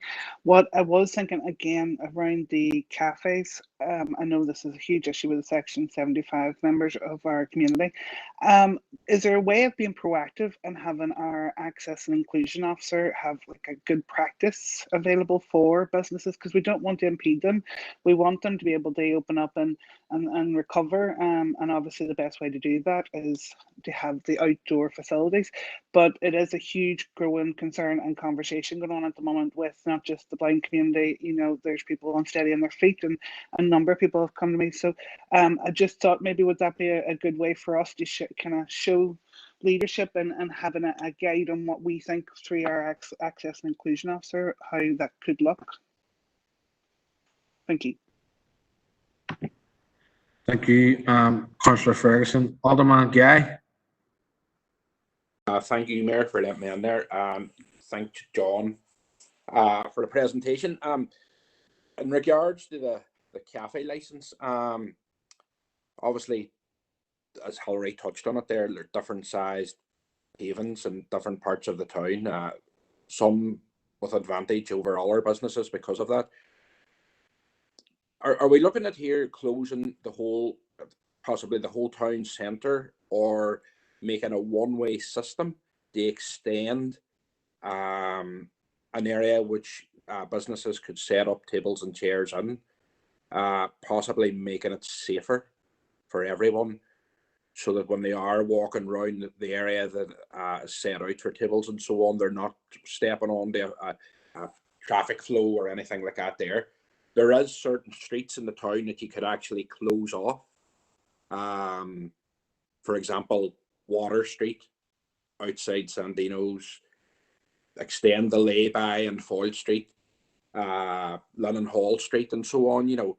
But I think we could work around it and still have a one-way system around the actual city centre within the walled city. And it's something to be looked at there, you know. Okay, that's everything. Thanks, Mayor. Thank you, Alderman Guy. Members, I have two further indicated speakers, Councillor Mellon and Councillor Harkin. Apologies, Councillor Harkin, I must have missed you indicating above, but you're now on the list. If any other member wishes to speak on the presentation or on the paper, can you please let me know? Councillor Mellon. Thank you, Brian. Media. Hi. I'm just 2 points around, one around the play parks. I know we're waiting on regulations to come down before we can actually go into more detail on it. But has council considered how they would implement the capacity structures for play parks? As there merit on contacting the local partnerships around booking systems, or the ability, I know Hilary had said, around other organisations and groups depending on the use of it for activities throughout the summer? Are they being consulted, or is that an idea the council has thought about for the use of the play parks within that start of the opening times? So that was just a question. And again, I just wanted to make the point around the skateboarding. I know that has become an issue, particularly in the past few weeks. I know Claire, for the Children and Young Persons worker, had been working alongside other council staff on the Children and Young People survey for play places and hangout spaces throughout the city and district. And that consultation was due to close in April, but it is still open. I just checked the website there. There is options there for young people to go on, have their say, as Playboard NI is in conjunction with it. So I would advise, when young people are coming to ourselves, or that if we're meeting up with young people in their groups, that we can even go through that survey with them, and we can be promoting it so that they can have their say within that structure, and for it to be brought back then with their voices being heard within it. Thank you. Thank you, Councillor Mellon. Councillor Harkin. Thanks, Mayor. Yeah, thanks for the report, and again, thanks for the work getting us through this crisis. And obviously, we all want to return to normality, but things are not going to go back to normal. And I think that, I mean, I am very concerned at.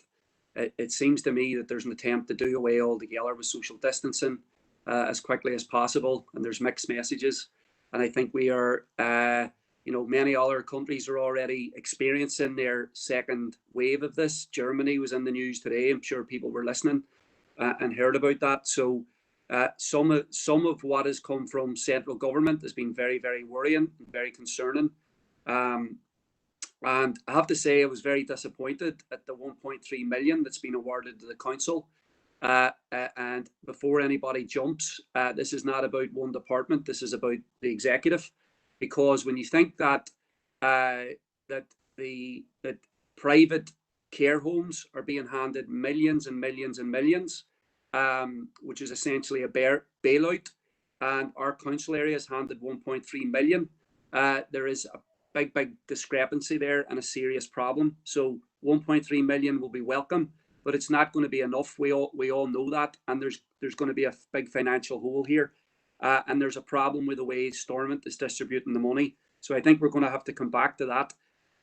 On the cafes, I think we want to see a vibrant city centre. We want to make sure that it's safe, and we know that it's many of the smaller and smallest businesses, people who are self-employed, that have had the most difficulty accessing any of the relief programs. So, you know, I think that this is a good step, as long as we make sure that our pavements don't become no-go areas for people with disabilities. And I think that that's absolutely important. So we should make sure that we do a consultation with organisations representing those with disabilities. I was very interested in what Karen said about the return to sporting activities. And I want to point out some issues. I have serious concerns, and I think they should be a concern to everybody in the district. And it points to me to double standards. And I'm sure people are aware, because we're going to discuss it again, about the Black Lives Matter protest, about the distribution of fines and threats of prosecutions and so on. There is a facility that is operating in the city. It's not in my constituency or my ward. It is a private business. It announced it was opening up in May. It's been open to the public. Hundreds and hundreds of people have been there since the first week of June. And it's full contact sport. It's a private organisation. Belongs to, is my understanding, a very important corporate entity in the city. Councillor Harkin, can you wind it up there, please? Yeah, and as far as I know, there's been no police officers knocking at their door. There's been no PSNI turning up. And just so people who didn't see it, those young skateboarders were dispersed by the PSNI in Everything Square. And so there's a serious issue here of double standards, where the council's doing one thing and some private companies believe that they can act with impunity. There's no consequences. There's no PSNI. There's no fines. And this is going to have to be looked into. There are serious legal issues here, but there's also a message that small businesses have contacted me and asked, how is this happening? We're going by the regulations. Why are some businesses able to do what they want? Councillor Harkin, I'm going to have to ask you to bring your remarks to a close. So I'll finish there. I think people who know about this, and many people will, understand exactly what I'm saying, and it's clear that nothing's being done. Thank you, Councillor Harkin. The last speaker that I have on this is Councillor John Boyle. Councillor Boyle. Thank you, Mayor. It is brief, but actually it was something I was thinking about myself throughout the presentation, and Alderman Guy briefly mentioned it. I'm not entirely sure if it will be actioned or indeed thought about further, but I do believe that we should be imaginative, and we should imagine and examine ways that we might be able to introduce road closures or partial road closures to enable cafes, bars, restaurants who employ so many thousands across the city and district to continue on, particularly now obviously coming into the summer months, and hopefully where the weather might be a wee bit better than sometimes it can be in summer. But I genuinely do believe that there's an opportunity there as well. I don't want to be prescriptive. I'm not going to say which areas I believe might be suitable for that, but I think we as a council should examine ways in which that can be done, given that those powers actually have been, or some degree of those powers have been vested in councils, if I'm not mistaken. Thinking back to the closure of the road alongside the foil during the Clipper events and stuff like that. So if it can be done there, it may well be done maybe to a lesser extent in other town centres and village centres, etc. So I think it is something to look at. I think I would like to propose that we do. If Alderman Guy was suggesting that as a proposal, I'd certainly happily second that. Thank you, Councillor Boyle. Councillor Guy, as I look back on just a short thing, come on, Councillor Guy. Just coming on there, thanks, Mayor, for letting me on. You know, we're all talking about Section 75 and the problems we basically cafes on pavements. Take the chairs off the pavements and put them on the road, and all those people can walk freely around the footpaths as it is, you know. Sort of does away with that there, like, you know. But I'm happy enough to propose that we do look at the pedestrianisation for these winter months anyway. The health business is out reopening. I know here we don't get the weather for it, but you know, it's definitely something to consider. Thanks, Mayor.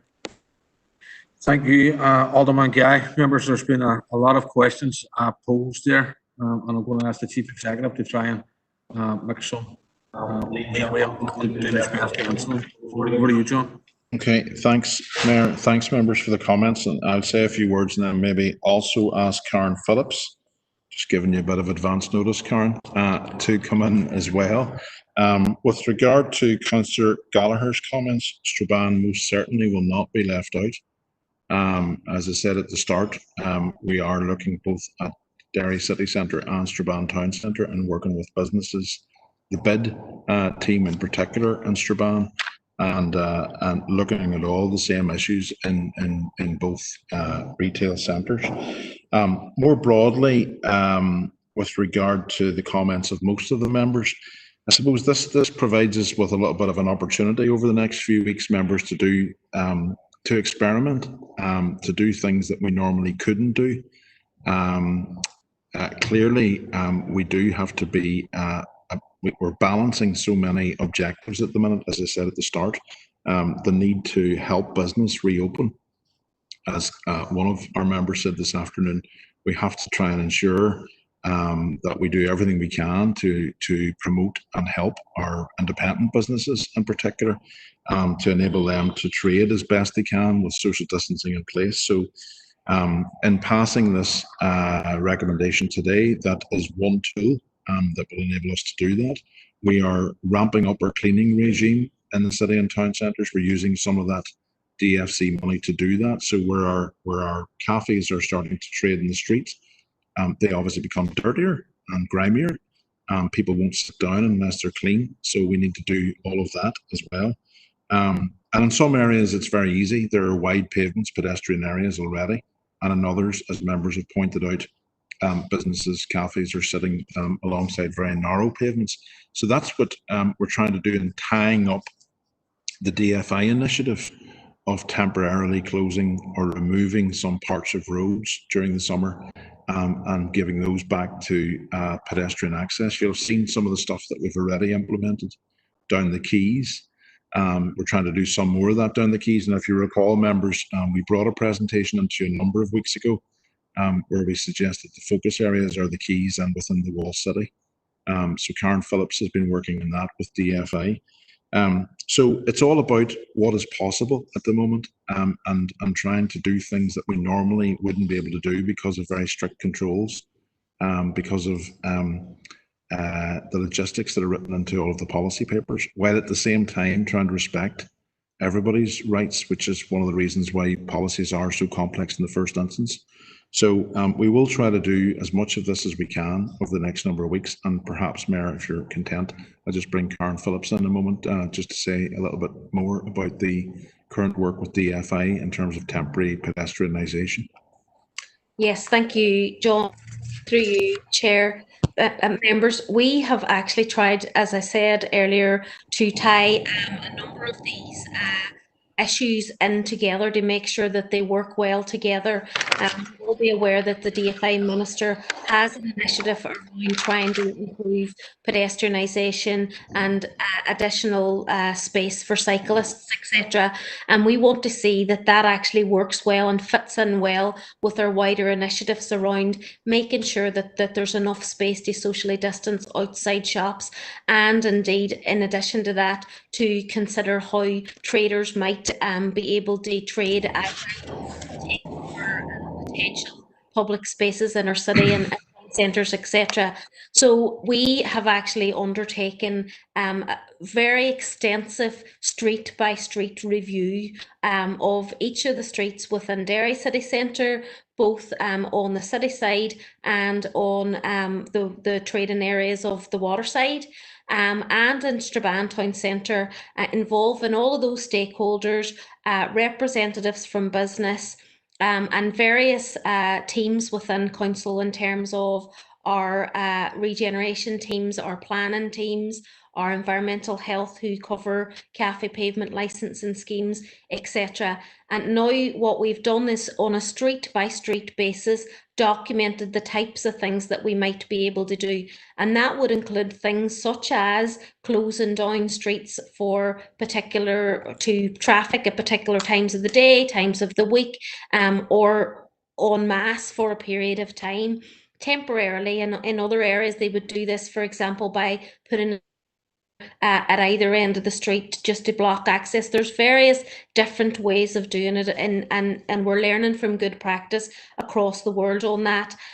We are also looking at other measures such as, what additional street furniture might assist business, might also assist members of the public who want to be able to dwell in the town centre, but some businesses may not be able to accommodate them because of social distancing. Things such as improving the physical environment of the city and the town centre as well. Are there small improvements that we can actually take forward? How potentially could we animate the streets in our city and town centre to try and encourage it and make it a more welcoming place? So as you can imagine, members, we've had a massive, huge range of potential initiatives come forward as a result of that.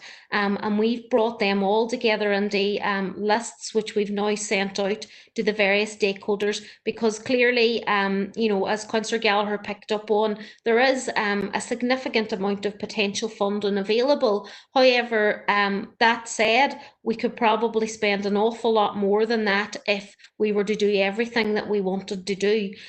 So we are in the process of trying to actually refine the lists, prioritise them, see what works best, and then we will be able to very quickly come back to yourselves and advise you what is possible. We will also look for other opportunities for funding through central government and any other sources of funding that we may be able to access, in terms of making sure that we do as much as is possible. And as John had said, this will enable us to try out things that might benefit in terms of our long-term development of the city centre and Strabane Town Centre, in line with our more strategic vision for the city expansion and development and Strabane Town Centre development. So I hope that gives you some reassurance that we've done a significant amount of work to date to try and actually look at all of these issues. And we're at the stage now where the stakeholders are actually considering what's the most practical aspects. And indeed, members, we're not going to get every single one right perfectly on the first time. We recognise that this is all about agility and trying to actually try things. And if they don't work and there's issues or there's concerns, then we will relook at it again in a partnership way with all of our stakeholders. And so hopefully we'll see some changes come into force very, very quickly. So I hope that helps members in terms of the work that we've been doing.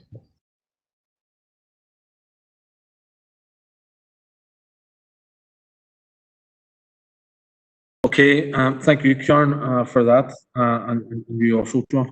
Members, there's been quite a lot of information that has gone through the presentation, and obviously the paper that Seamus has taken us through. So can I get a proposer and a seconder for all of that?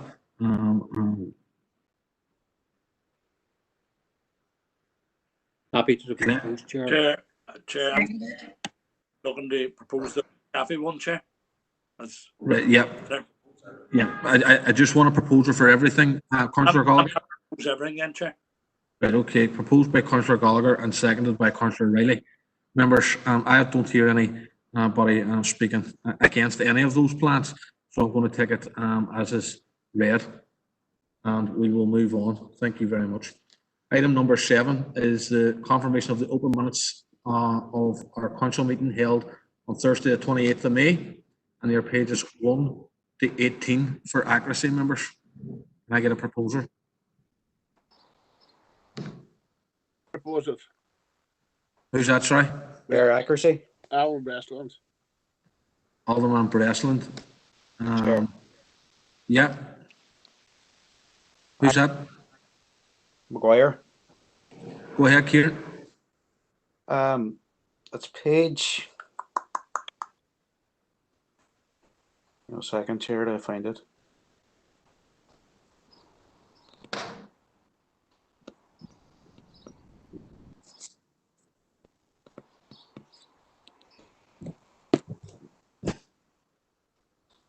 Yeah, Chair, page 14. Yeah. It's where I asked to write to the finance minister.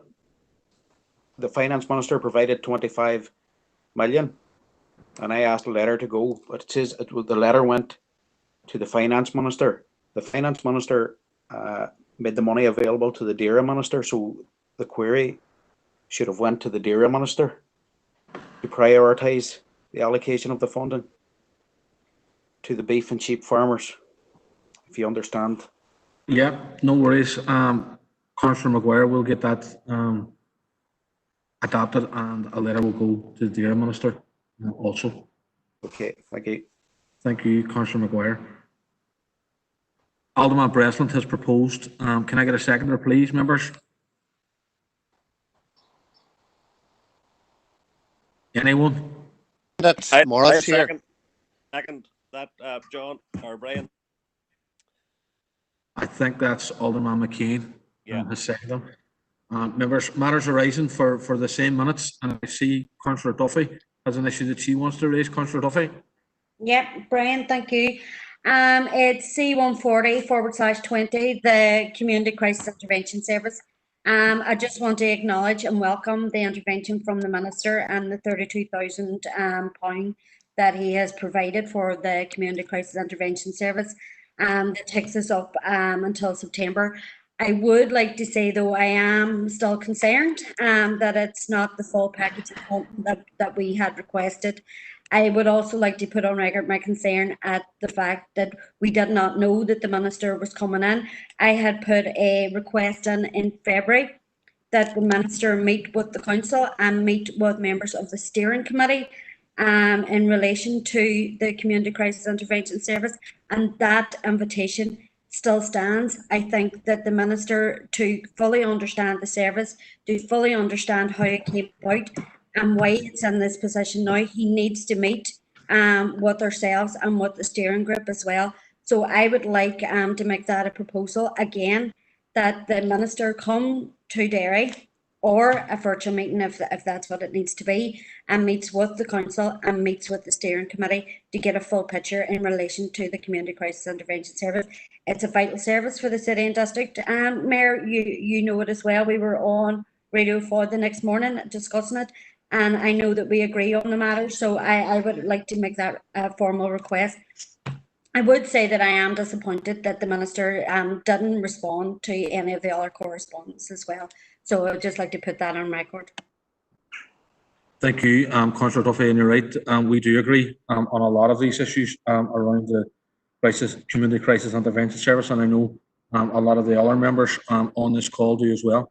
I would just like to point out that the Minister's arrival last week was beyond Council's control, and that's obviously, I note your disappointment, but that's obviously something that you'll have to take up with the Minister's office. I agree that we should welcome the money that he has brought. In fairness to the Minister, when I spoke to him at the Community Crisis Intervention Service when he was here, he seemed to be well across the detail of the service and how much we valued the service within the City and District. I wouldn't be against having another meeting with him, and I told him very clearly that while we welcomed his money and his commitment to extend the project for 3 months, that we wouldn't and I certainly wouldn't be committing that we wouldn't be going back to him looking for more before September. But I appreciate that your disappointment and the fact that you want that raised again, and I'm happy that is action for you, Councillor Duffy. I have a number of speakers who want to come on here. I have Alderman Kerrigan, Councillor Harkin, Councillor McCain and Councillor Riley. Can I just make sure before I invite each of you in that it's on the same subject as Councillor Duffy has raised? Alderman Kerrigan, is it on the Community Crisis Intervention Service?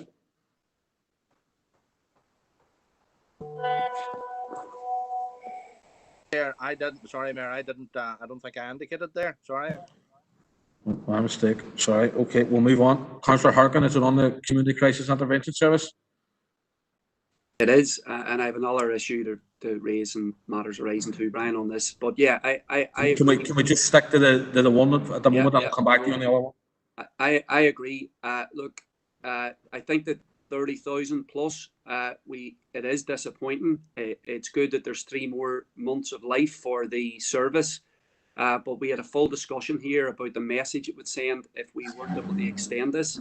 And I think that again, this is about the executive taking responsibility here, and it's disappointing in terms of money. And I'll bring up when we had the discussion in the Health and Community Committee about the amount of money that is being given to private care home facilities who actually have money. They have tremendous reserves and profits. We're talking millions here. So 30,000 is a small amount of money for a very, very important service. I just think we are going to have to continue to demand that the department and the executive treat this with the seriousness that people in the district treat it. So it's disappointing that there wasn't a bigger commitment, because the message seems to be it's 3 more months and that's it, and then it's the council's responsibility. And we know that the finances of the councils and our council isn't in great shape. So I do think that we have to demand that the health department look at this again, and that we have to make sure that the executive sees this as something that is a very important funding issue for the city and for the district. Thank you, Councillor Harkin. Members, it was remiss of me also to point out that I agree that this project is, in my opinion, cross-departmental. I met with Extern earlier this week, and as an action coming out of that meeting, I have written to the Ministers for Communities, the Minister for Justice, and the Minister for Infrastructure, and asked for a meeting in relation to the possibility of further funding opportunities for this service. And once I get a response, members, I will keep you all updated. Councillor Alderman McKean. Thank you, Mayor, for letting me in. And I think maybe Councillor Duffy has been a wee bit harsh on the Minister.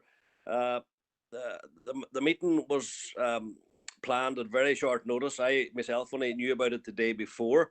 Mayor, you were at the meeting yourself. I thought it was a very informative meeting, and I can assure you that the Minister is well up to speed and supportive of the community crisis service and the city and area. And we had a very in-depth meeting and worthwhile meeting, and as the Mayor has already alluded to, that the Minister has stated that needs to be across all departments, and I think his words were as incumbent that the council find the funding for this service.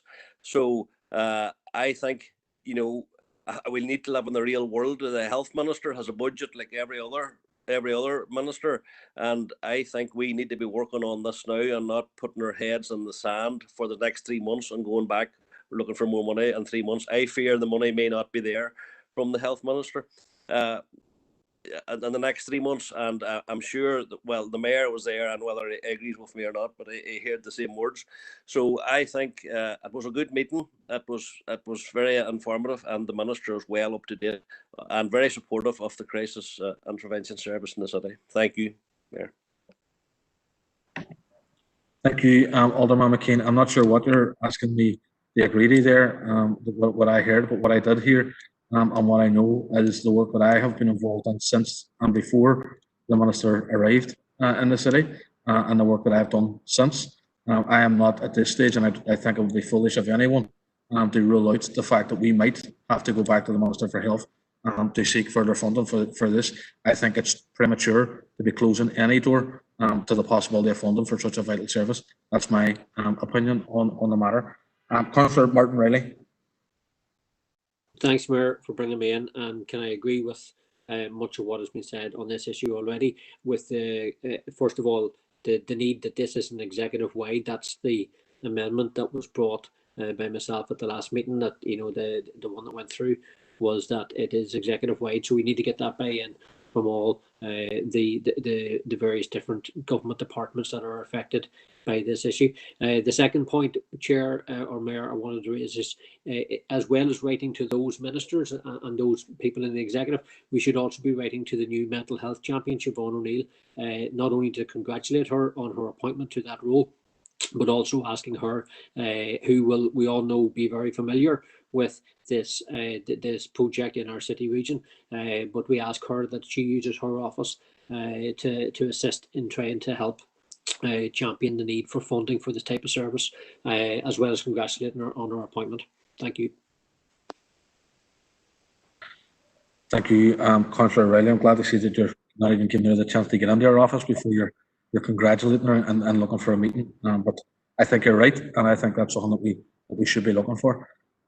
Councillor Duffy has indicated that she wants to come back. And Sandra, is it on this issue, Sandra, or something else? This issue, Brian. Go ahead.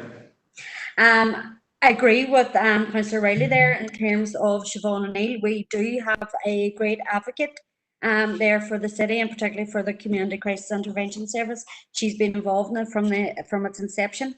I have to say I welcome the Minister's knowledge and interest in the Community Crisis Intervention Service, if that's what Alderman McKean is saying. But I would like to say I do disagree. I think that it is a Department of Health issue.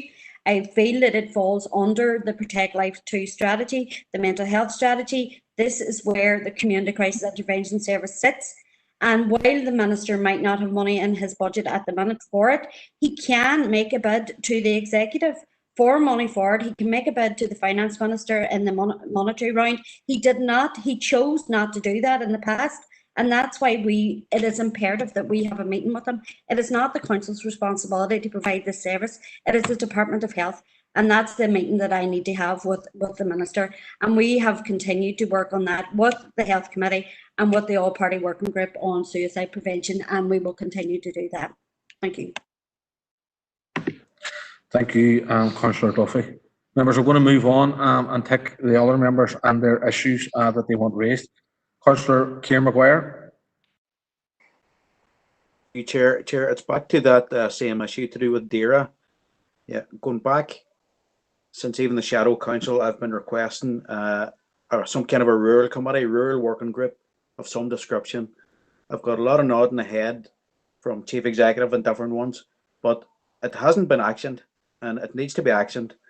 There's been a lot of issues coming to me, even from COVID, and like the self-employed support scheme for farmers and different things. Never has we had nowhere to go looking for information. But if it was other types of businesses, we have a direct line to DFA and DFC civil servants, but we get no information at all from DAERA and those in need. So I would like to know, where is that the setting up of that working group or committee or whatever it is?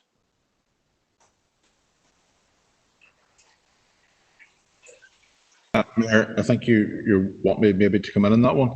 I think, sorry, Councillor Maguire, I don't have the minutes of when that was considered way back, but I do recall that it was a decision of Council not to take forward a committee. There was discussion in and around a working group. I'll go back and look to see what the recommendation was at the time and how we might take that forward. Thank you, John. Councillor Sean Harkin. Thanks, Chair. It was C141/20, C142/20. These were two motions passed at the last full council. One was on care homes, the other was on a all-Ireland NHS public health strategy. Can I request that both those motions be circulated to local councils across the north and south?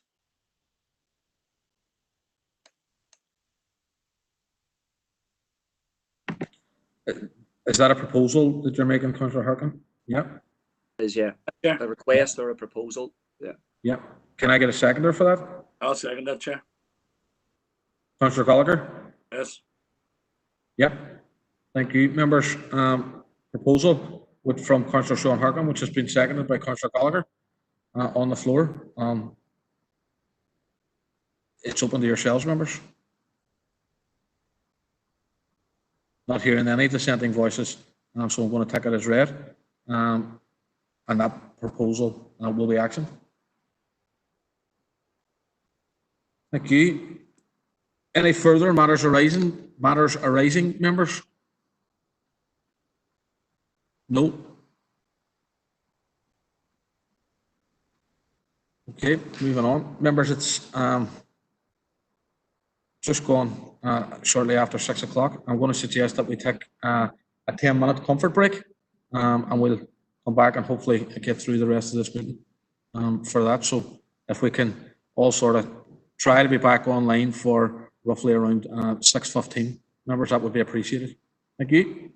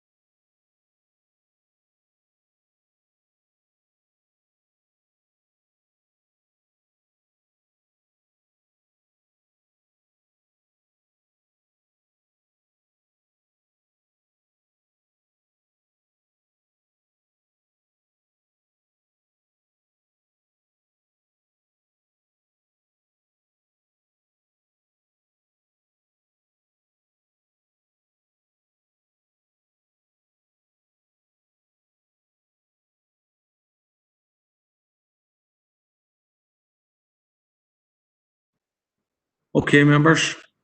Hope everyone is back at their laptop and ready, or computer and ready to go.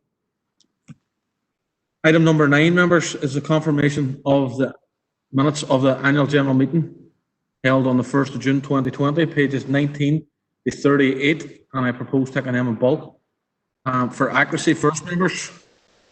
Proposed. Who's that? Sandra. Members, can I just ask that if you are proposing minutes that you give your name as well, please? I'll second that, Brian John Boyle. Thank you. Proposed by Councillor Duffy and seconded by Councillor Boyle. Matters arising from the same pages, 19 to 38, members? None. Thank you. Confirmation of the minutes of the special meeting of Derry City and Strabane District Council held Monday the 8th of June, pages 39 to 56. Proposer and seconder, please. Propose that, Sean Mooney. Thank you, Sean. Yeah, I'll second it, Anne McCluskey. Thank you, Anne. And matters arising for the same pages, members? Brian, can I come in there, please? Councillor Duffy. Could I just make a change? And it's a change, I'm not sure it is on the minutes, but it's the management committee of Dove House. I would like to change Tina Burke to Councillor Mickey Cooper. Thank you. Thank you, Councillor Duffy. Councillor Donnelly, page 40, accuracy. Yeah, Councillor Donnelly. Thank you, Chair. Chair, in that it has me down as abstaining. I didn't abstain, Chair. I voted for it. I don't know what happened, or it didn't come across, but. Okay, Councillor Donnelly, we'll get that changed. I'm sure you appreciate that it sometimes can be difficult online here, but we'll get that changed. Councillor Donnelly, thank you. Thank you. Members, item 11 is the adoption of the open minutes of the following committees, and we're starting with the Governance and Strategic Planning Committee, pages 57 to 66. For accuracy, please. I propose it, Alan Breslin. Thank you, Alderman Breslin. Alderman Guy, is yours on accuracy or matters arising? Just matters arising, Brian. I'll say okay. That there. Right, okay, thank you. Those are proposed by Alderman Breslin and Alderman Guy. Matters arising now for the same pages. Alderman Guy, do you want to come on there? Yes, thank you, Mayor. It's GSP 73-20 in regards to the HRC at Glendermot Road. Are we any near to an opening on that, whether it be part-time basis in the evening from 5:30 onwards? And in connection with that, the large brown bins in the Lisney-Galvin wider area touching on Kilfennan, if they were rolled out, it would actually cut down a brave lot of people actually going to the HRCs as well, because you find at this time of the year it's really only that they're doing it. But a lot of people calling for HRC to be opened at some time, even for a few hours in the evening, would satisfy people at the minute. Thanks, Chair, for that, man. Thank you, Alderman Guy. Chief Executive, John Kelby. Yeah, thank you, Mayor, and thank you, Alderman Guy. I'm actually going to ask Karen Phillips to come in, but just to say, members, that we are trying very hard to come up with an operational management system for Glendermot Road. It is a particular challenge. The requirement for queuing has caused, or the necessity to queue has caused a lot of problems there, and we are trying to look creatively at how to deal with it. There is going to be a situation with some of our facilities members that we simply can't return to business as normal until we are COVID-free. But nonetheless, we're trying to creatively look at this. I'll ask Karen to update on where we're at with it, please. Yeah, and thank you. Through you, Chair, we have been working to try and come up with a solution for Glendemert Road. We actually had a system designed and pretty much ready to give to the Health and Safety Executive. However, we've been advised just in the last day or so that a couple, or one in particular, of the neighbouring businesses is due now to open again on Monday. So what we have been doing is liaising with that business to try and consider the impact on the centre, and then we will assess that on Monday with a view to sending something to the Health and Safety Executive by the end of Monday if possible. Now we hope that we will be able to come up with a solution that's both workable and that the Health and Safety Executive are happy with by the end of next week. That's our plan at the minute. And certainly, members, I understand the frustration. And we're also, in terms of phase 2 of the brown bins, we're working through getting as many of those out the door as we possibly can in as quick a time as possible. You'll be aware we did put out about 14,000, and we're in the process of getting the next lot out as quickly as we possibly can. And we'll be able to update members at the special E&R committee on the 6th of July further. Thank you. Thank you, Karen, for that, and John also. Alderman Gay, I hope that answers your question. Members, 11B is the monthly Business and Culture Committee, held on the 9th of June, pages 67 to 80 for accuracy. Proposer and seconder, please. Yeah, I'm happy to propose that, Brian and McCluskey. Thank you, Anne. Seconder, please, members. Brian, it's Alderman Work. Thank you, Alderman Work. Members, matters arising. I see Councillor Donnelly is looking to raise a matter under matters arising in business and culture. Councillor Donnelly. Thank you, Chair. Chair, it's on page 69 and it's regarding the group Unity of Purpose. Chair, there is a connection with councillors and this group. Well, some councillors, some council officers, and what it is, you know, I'm just not sure.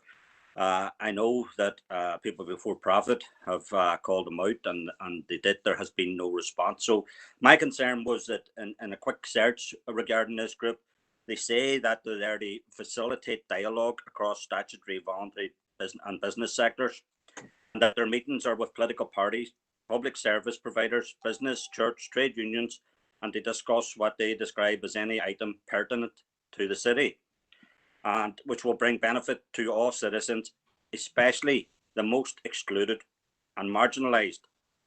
Now, Chair, my understanding of this group is that does not happen, that they're very, very selective on what they do and what they say. And, you know, there's been a lot of things that's happened in this city over the time that this group has been about, and they have issued no statements. Issues like employment, the lack of infrastructure, austerity, cuts, poverty, universal credit, state violence, violence against children, both under the care of the state and religious institutions, Bloody Sunday inquiries, the whole issue of PSNI inclusion, the historical inquiries team. This group has said absolutely nothing. And my concern, Chair, is that they're not accountable. They don't respond.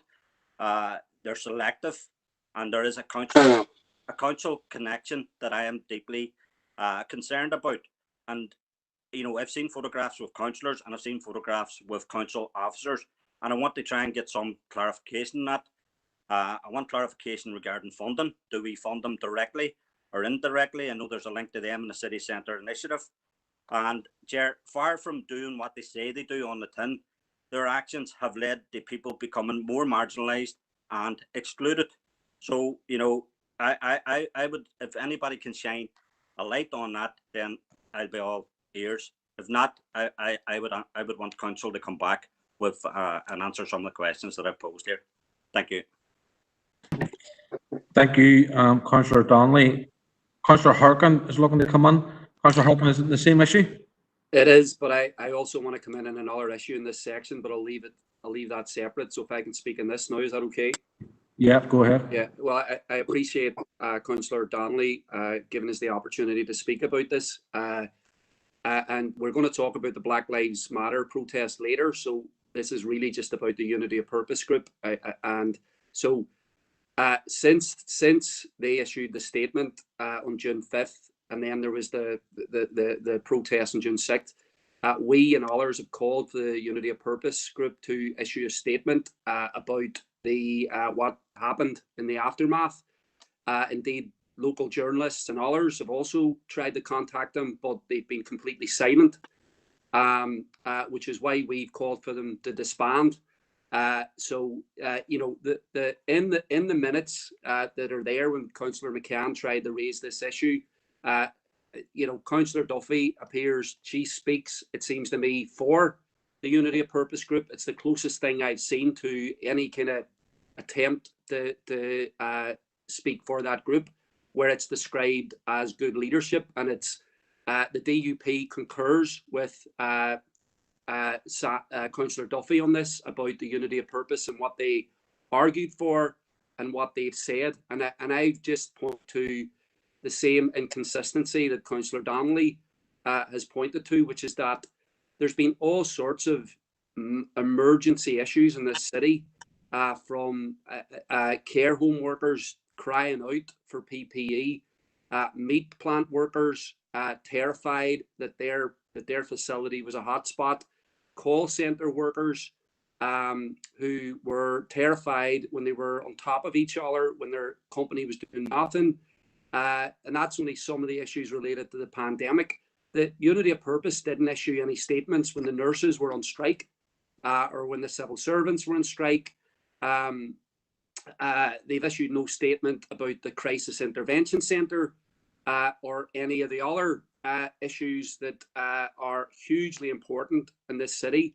And since they issued that statement about the Black Lives Matter movement, and then there was a lot of people fined in Derry. There's been prosecution notices, people of colour. They haven't said anything. So this is it's bizarre, but it's also completely unacceptable. So I think that you know, as a council, Councillor Harker, once again, I'm going to have to ask you to bring your remarks to a close, please. I mean, I've made my point, but I think that we need to, I think as a council, we have to say that, you know, the questions that Councillor Gallagher, Councillor Donnelly asked, I think are pertinent questions. Thank you, Councillor Harkin. I have two other members on the list, Councillor McCann and Councillor Duffy. I'm assuming Councillor Duffy's is on this topic. Councillor McCann's is yours on this topic as well. Yes. Go ahead, Councillor McCann. Well, as I said, I think this is a fairly serious issue.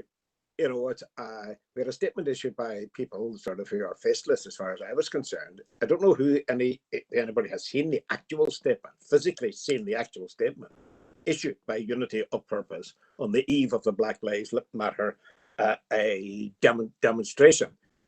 It said that it reflected MPs, plural it said, MLAs, councillors, etc., business interests or whatever, a list of people, but not a single name. Now, I've been around for a long time here. I can't remember an occasion when people issued a statement purporting to be a statement on behalf of a number of organisations, but no single individual, you know, has placed their name on it. Nor did any or any political party rush out afterwards to say that they were at a meeting which was endorsed and so forth. A number of among the questions which occur to me are, you know, does this group have a policy document that we can look at? Does it have a constitution? Does it have a set of aims or a mission statement? Because if we don't see that, we're unable to work out in what way did opposition to the Black Lives Matter demonstration come within their remit? How so? Could somebody explain that? You know, it's and it's all this. Well, I won't go into the list of them. Sort of, we're looking sort of for problems that our city has had over sort of the recent months and years. You know, we're I find it remarkable, sort of, and we should know better than anybody, maybe, and I'm not being one-sided in this, that the whole question sort of the control and restriction of protest demonstrations and other demonstrations of one kind or another conflict over these matters are not new in Derry, going on in all our lifetimes, you know, sort of, and suddenly for somebody to come in and use this and say, I'll come back to this sort of later. There's other very, very questionable aspects of the way this whole thing was handled. But I'll leave that there now with those questions. Who are these people? What's their mandate? What's their constitution? Where's their mission statement? Why did nobody sign? If so many people, this broad consensus of the great and the good of our area, all assented to this thing, as it seems to be the case, why was there no name appended to it? Why wasn't there a voice on Radio 5 or a face sort of on the BBC or Ulster Television? You know, there's something dodgy about this whole thing, and I would like to know why. Thank you, Councillor McCann. Councillor Duffy.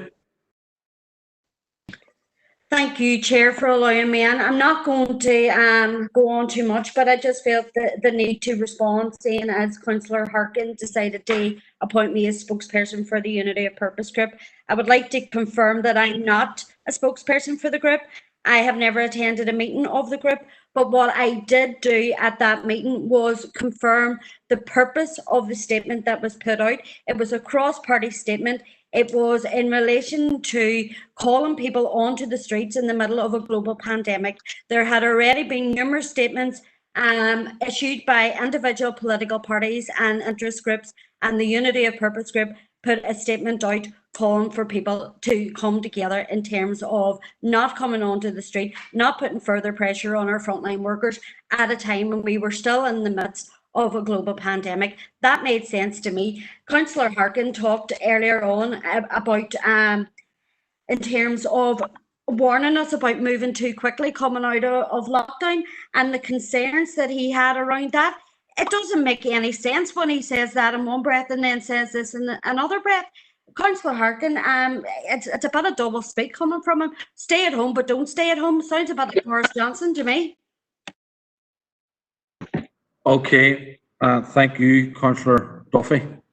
Members, I certainly have heard frustration from all of those speakers, and I'm sure that will be noted.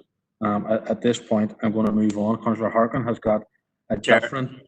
Yeah. Chair, I asked a number of questions, and you know, it's not about you noting our frustration. I asked questions, very specific questions. What's the connection?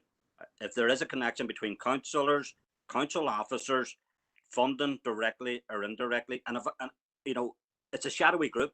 Nobody knows. You know, people say, "Oh, I'm not a member of that organisation." But if we can't, then I would propose that council does a report into the connections between council, councillors, and to this group. Because when we, you know, we have to declare interests, and we have to declare, well, we're part of organisations that's looking to, you know, change public opinion. And I think that all councillors and council officers, the same rules should apply to all.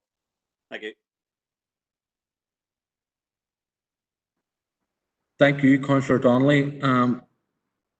Councillor Donnelly, you've made a proposal that council carry out a report into connections between council, corporate, and the Unity of Purpose group. Is that right? My position is that if council officers... I don't want your position. I want your proposal. Well, what I'm saying to you, Chair, if you're not giving me answers, or if council officials who appeared in photographs, if they can't explain, then I'm asking for a report. So I'm giving the opportunity for those people to explain their position, and if they can't or won't, then I'm asking for a report. Right. So you're asking, your proposal is that you want a report. So you're saying that there's nobody to explain it then? If that's a position, I'm proposing that we. I second that, Eamon McCann, Councillor McCann. I second that. You second the proposal for a report. Okay. I'll put that to the floor, members.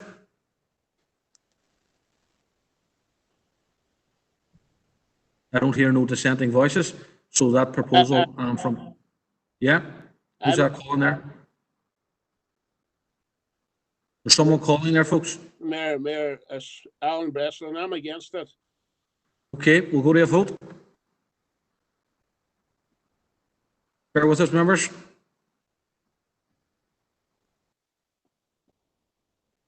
Sorry, thanks, Mayor. Can the vote be recorded? The vote's a roll call, so it will be recorded. Okay, Mayor. So 4 against or abstain for the proposal. Alderman Breslin.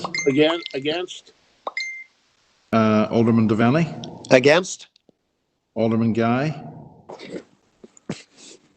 Are we just asking, can we more clarity on what we're asking for here? Just bringing a proposal forward to basically identify what this group is and who's on this group. Is that what we're asking?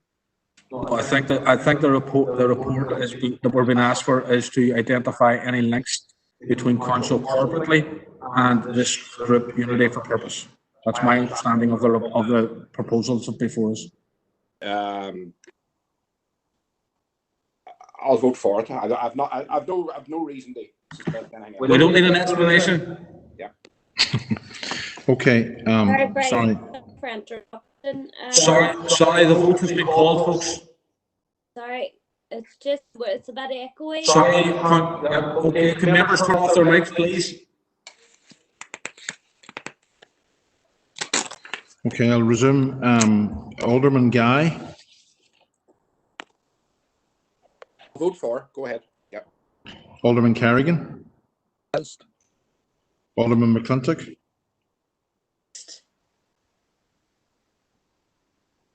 Alderman McClintock. Against, John. Alderman McKeon. For, John. Alderman Ramsey. Against. Alderman Wark. Against, John. Councillor Jason Barr. For.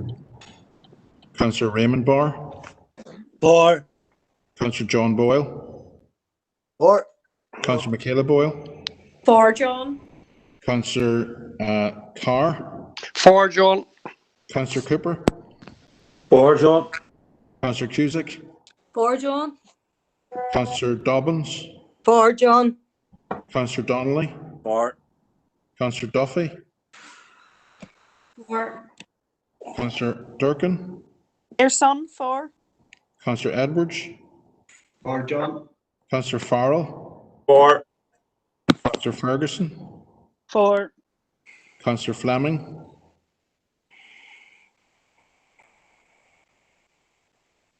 Councillor Fleming. John. Councillor Gallagher. John. Was that 4, Councillor Gallagher? For. Yeah, thank you. Councillor Harkin. For. Councillor Jackson. For. Councillor Logue. Councillor Logue. For, John. Councillor McCann. For. Councillor McCluskey. For. Councillor McGuire. Councillor McGuire. All right. Councillor McHugh. John. Sorry, Councillor McHugh. For, John. Thank you. Councillor McKinney. For, John. Councillor Mellon. For. Councillor Mooney. John. Councillor Riley. For, John. And Councillor Tierney. For, John. Thank you. Thank you. Members, just bear with us and we'll come back to you with the result of the vote.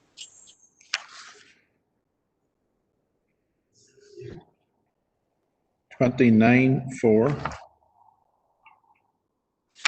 6 against, no abstentions. Just reminding members that silence is not recorded as an abstention. Thank you.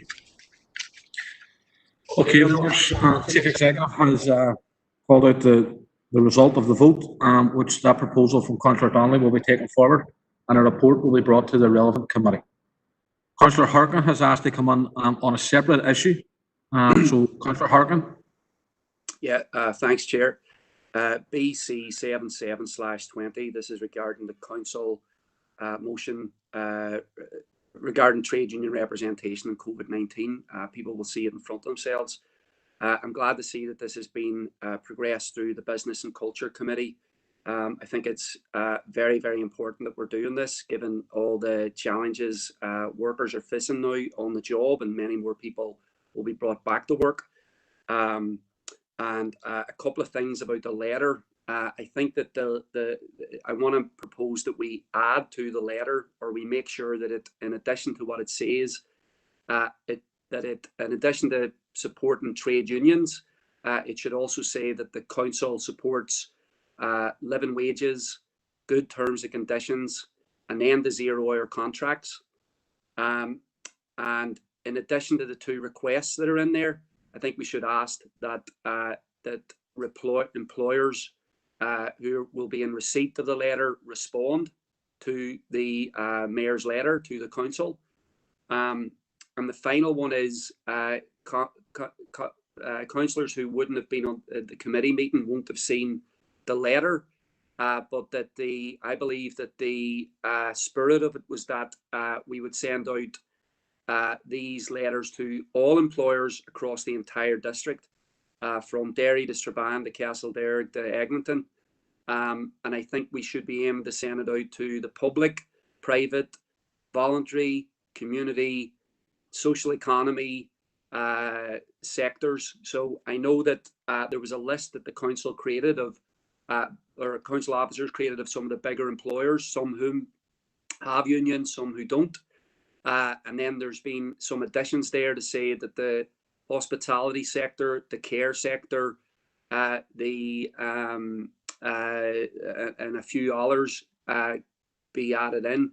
But I think we have to have a more a wider remit in terms of this should be going out to, for example, the Western Trust, because it's not the case that, and I'm not singling out the Western Trust, but even where unions are permitted, it's not the case that they are well tolerated. If you go and talk to many union activists, that there can be harassment of union members, and it's not the case that even unionized employers or workplaces where there's unions will facilitate meetings for their workers.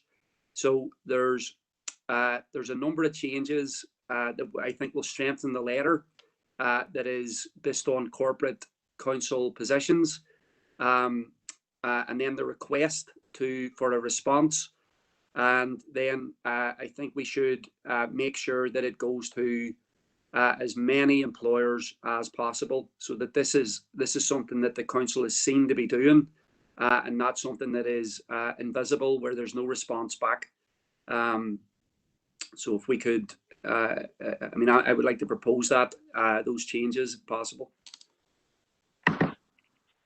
Okay, Councillor Harkin, thank you for that. Obviously, that's a proposal, so we're going to need a seconder for Councillor Harkin's proposal, members. I second it. You hear me? Sorry. Eamon? Yes, indeed. Yes, indeed. Yep, okay.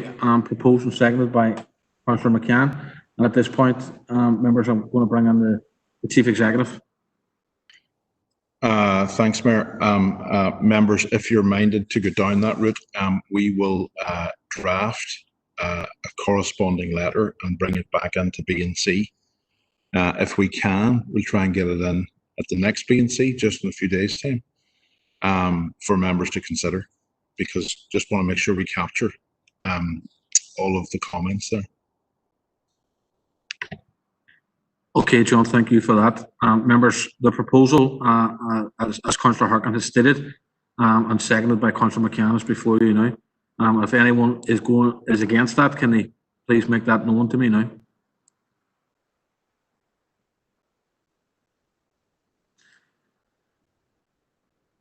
I don't think so, so I'm going to take that proposal as is read. Thank you, Councillor Harkin. Members, moving on to item 11C is the monthly Environment and Regeneration Committee held on Wednesday the 10th of June, pages 81 to 92.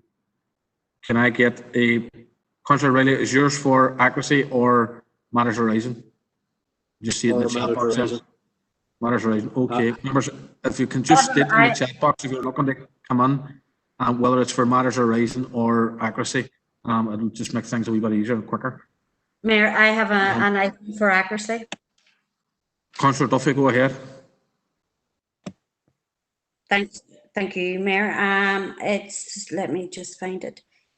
There was a lot on that day. ER 93/20 in terms of the allocation of funding from Department of Communities. It's just a matter of accuracy. At this point, I want to come back in matters arising on it as well. But she clarified the council had bid for £2 million funding with the other 11 councils from a £20 million pot. That's not actually what I had said. I had said that while council had hoped to receive £2 million funding, they had bid for 1.5 million from that £20 million DFC pot. So just for accuracy around that, I didn't say we bid for 2 million from that pot. Will be amended that will be amended as is stated. Can I get a proposer and seconder for those minutes of environment and regeneration, page 81 to 92? Proposed, David Ramsey. Thank you, Alderman Ramsey. Seconder, please, members. Brian. Who's that, sorry?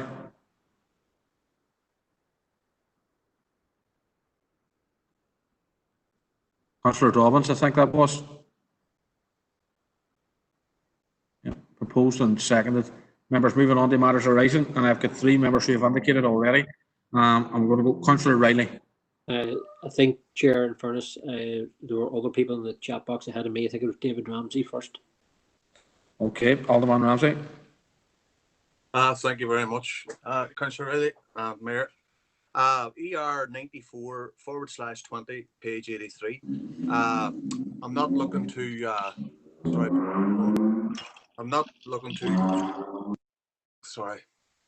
have a discussion on this today. It's reference, obviously, we're having a special meeting to do with our waste issues, and it's come to our attention that there are some members of staff have had their mobile phones removed from them while at work. So it's just to give a heads up to the officers that will be obviously seeking answers to why and how and whatever at this special meeting. So it's just so it can be added on to matters arising, or sorry, the business schedule for that day. Thank you. Okay, Alderman Ramsey, your point is noted. Councillor Riley.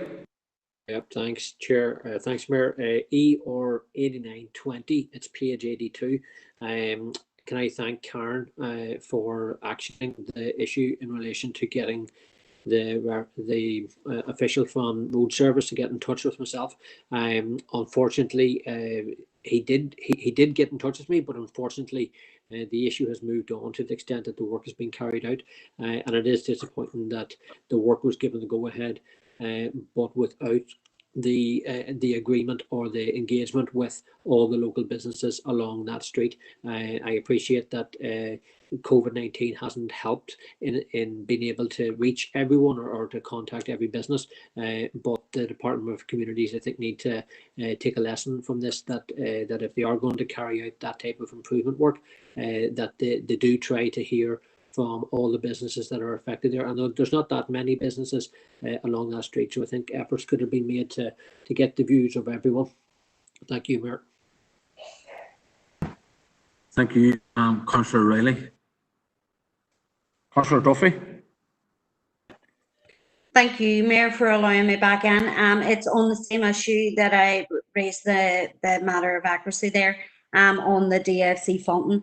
I was just hoping that if Alfie is on the line, Alfie could confirm for us the information in terms of what I provided there, of what those bids were. Alfie did provide me that information in an email, and I know that that particular week when things were announced, there was some misinformation put out on social media and on Radio Foil in relation to what funding we had bid for and what funding we had received. And I think it's vitally important that the matter is cleared up and there's clarity for the public, because I know that a lot of the public felt that they were being shortchanged. So if Alfie could clarify that for us now at this point, that would be great. Yeah, Alfie. Yeah, thank you, Mayor.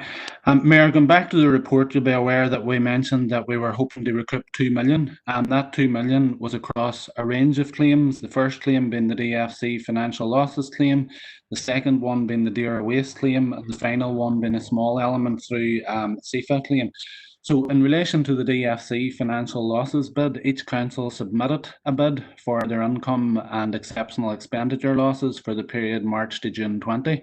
Each council will obviously have to stand over those bids in due course for audit.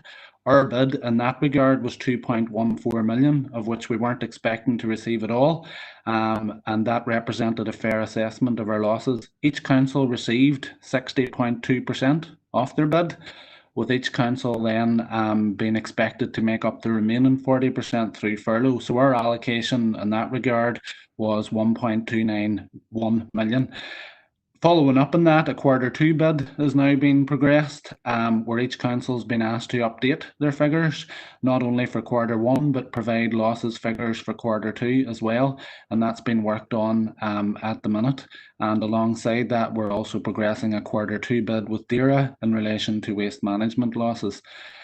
So I hope that clarifies, members. The 2 million was across those 3 claims, and we would hope certainly to exceed that target now that Q2 bids are being pursued.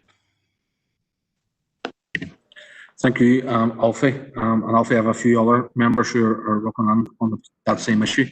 And the first, Councillor Paul Gallagher. You, Mayor, for letting us in.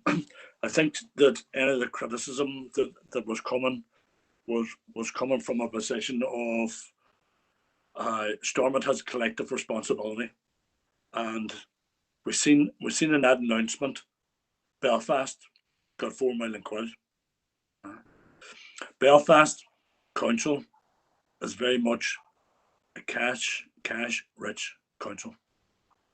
Do you see the 4 million quid they got? It'll make no impact on them. It'll go into their reserves. Do you see the money that we got? 1.2. It will go some way. But do you see when we talked about over the last 3-4 months, we have used all our reserves. So the 1.2 and the criticism was about impact that Stormont could have made, and says, let's talk about impact. What councils were impacted most? And one of the most is this council. This council, the issue is not about what council bid for. The issue is about equity. And the equity is this council was hit far harder than those cash rich ones, and we should have got far more of the pot. 1.2 will only go into our debt. Belfast 4 million will go into their reserves and their cash rich and their rates and their buildings, where the civil service are all situated in Belfast, and they get a big cash rate income on a yearly basis. Our income, our base rate has been shattered, and we need more money than what the allocation that we got. And yes, I was criticising it, and yes, I'm going to continue to criticise it, because we need equity, and we didn't get it. Thank you, Chair. Thank you, Councillor Gallagher. Councillor Martin Riley. Chair, for letting me in again. Can I thank Alfie for the additional information that he's provided, but also point out, and I touched on this in the meeting at ENR as well, we made a bid. We didn't get all of that money. We got a good chunk of it. We got, if my figures are right, we got just under the 2 million. We got 1.9 if you add up the money from the Department for Community Scheme, the monies from DERA, and the monies from SEFA. But it's not the full allocation of what we had sought. Monies came over from the Treasury to the Executive. There was in the region of £50 million came over for local government. Only 20 million of that has made its way to the local government councils. So in terms of the process around this, we need to make sure, and we will always stand up and make the case for our council area to get its fair share from the Stormont Executive. Given the history of the rate support grant, which happened prior to the COVID-19 outbreak, councillors in our council area are right and understandably frustrated at how the system of allocation of monies to local councils from the Executive has happened in the past. So we have every right and reason to be continuing to ask that the executive look at our council area as a place that needs the full allocation of the monies that we are looking for. And this first round of allocation has left us short, and we do need to keep the pressure on to get the full allocation. Thank you. Councillor Riley. Councillor Cooper. Thanks, Mayor. Well, just in terms of what has been referred to around the social media and what was said in Radio Foil, there was figures being bandied about that we've been undersold, that it's due to sometimes £700,000 in terms of those bids because of the inaccurate information that was being put across, and what Alfie has clarified there again. We'll hopefully put that to bed. But I mean, what Martin Riley has said there around we still have been undersold in terms of what we were allocated. Each council, and Alfie I think has referred to this, each council finance officer put on figures that have to be audited. Oops.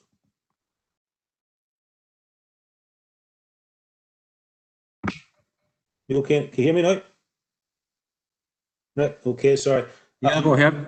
Right. Sorry. So I don't know much about was heard or not. So just in terms of what it was recently put across around the social media, you know, there was figures there of £700,000 that we were being sold short on, and that was misinformation. And Alfie has cleared up a lot of that now in terms of saying what we bid for. What Martin has said there around the fact we're still sold short, you know, Alfie made the point that each council finance officer has to put on figures that will be audited by the auditor in due course. And Alfie, in terms of figures he put forward, I'm confident that we can stand over that. All our council finance officers will have to account for the figures they submitted themselves, and that's the approach in terms of the DFC making assessments. They were presented with figures that will have to be audited in due course. But in terms of the second bid, and coming to all of this, in terms of us about the money we need, you know, I would, and I've said it to Alfie, you know, it's very clear that we should be more potentially ambitious in terms of what we ask for in Q2, that we can still stand over. But we have, compared to other councils, we have major issues. The fact that we're a bit more prudent in our approach up until now in the last few years has probably helped us, but that shouldn't be a reason why we don't ask for what we should be fairly allocated. And we have to also be mindful at the same time that the other end of this process, when the auditor comes in, we'll be shown in the best possible light that we asked for what we should have been given, whether it's a Q1, Q2, or even further down the line. Other councils may have to have issues with that, and we'll leave it at that. Thank you. Thank you, Councillor Cooper. Member, got someone calling there? No. Members, 11D is the monthly Health and Community Committee held on the 11th of June 2020, pages 93 to 124. For accuracy, can I get a proposer and a seconder? I'll propose that, Brian. Mayor. I'll second as Morris here. I think that was Raymond Barr and Morris Devaney. Yeah. Matters arising on this Health and Communities Committee. There is a motion before us today from Councillor McCann, which I believe has been dealt with at the Health and Communities Committee. So if members are wishing, and I have sought legal advice on this, members, if members are wishing to discuss that, it would need to be discussed at this point now. So I'm just going to throw that open to you. Councillor Donnelly has an issue that he wants to raise on other matters arising, and I think Councillor Harkin has also. So Councillor Donnelly. Thank you, Chair. Chair, it's just regarding remarks that I made regarding the PCSP about the amount of funding that we give it, hundreds of thousands of pounds. My personal views, wasting money when there's other, you know, we heard about the Crisis Intervention Centre and stuff like that, but I directed some remarks at Councillor Riley, and he missed them because of technical difficulties. So I just want to reiterate that and update and afford Councillor Riley an opportunity to respond. It was about a number of attacks on children by PSNI. One child was arrested, assaulted, has learning difficulties, taken to Strand Road. His mother was, despite pleading with him that her son had difficulties, was refused entry. Since that, and only within the last couple of days, I've been contacted by another 2 mothers from Reagan whose homes were raided. In one instance, there were 7 Land Rovers and 2 cars. One of these children, the mother again told them that there's social and emotional learning difficulties. That was ignored, and the young mom, during one of the raids, a young 15-year-old was rammed up against the inside of a bathroom door and forcibly had a phone taken from him, despite telling them that it wasn't the phone that they were looking for, that it was no longer there. In another raid, a young girl, a teenager who's in remission from a serious illness, also had a phone taken, despite telling them that it wasn't the phone that they were looking for. So as a result of these incidents and the previous incident, a number of youth workers and community leaders have put together a report, and they furnished that report to the Free State Government, the Children's Commissioner, the Department of Foreign Affairs, the NIO, including sent to the PSNI and the International Committee for Red Cross. That is the type of activity that happens in areas such as Craigan, where the police force, the PSNI, institutionally discriminates against working class people in these areas. So I just want to put that to Conor O'Reilly, saying that he didn't have an opportunity to respond at the last Health and Communities. Thanks. Thank you, Councillor Donnelly. Members, there's someone with their mic on and we can hear a wee bit of overlap in there, so if I could just ask members who aren't speaking to keep their mics on mute. Councillor Riley, I'm going to afford you the opportunity to respond there. Thank you, Chair, and thanks to Councillor Donnelly for raising the issues. I had technical issues on the day of Health and Community, so I missed what he said on that occasion. He didn't raise any of these issues with me subsequently to that until now, which is fair enough. But could I ask that in the same way as he has just listed a number of organisations and governments that he is that a paper has been provided to, that paper, to my knowledge, hasn't been provided to me as chair of PCSP. So could he encourage those that have sent that document to send it to me as chair of PCSP so I can give it consideration, because I haven't seen that report that he refers to. In relation to the points he's making about the conduct of officers, that should be reported to the police ombudsman, which is there to carry out investigations into the conduct of officers. So that's my response in relation to the points that are there. So if Councillor Donnelly wants to forward any report through to myself directly or through to the PCSP manager, it'll be received and given every consideration. Thank you. Thank you, Councillor Riley, and I'm sure Councillor Donnelly will endeavour to get that report to you. Thank you. Councillor Harkin, on a separate issue.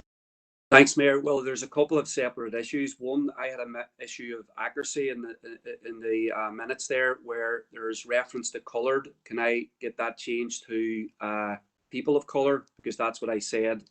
There's 2 references to it in the minutes. If that's okay. We'll get that changed. Yeah, and then so I think you said that Councillor McCann's motion wouldn't be coming to the floor based on legal advice, and I would certainly disagree with that. I think that the scope of Councillor McCann's motion is much wider than what was discussed at the Health and Community Committee, and in fact, I think it would be an injustice if, given what's happened in Derry and Belfast, given the impact on the Black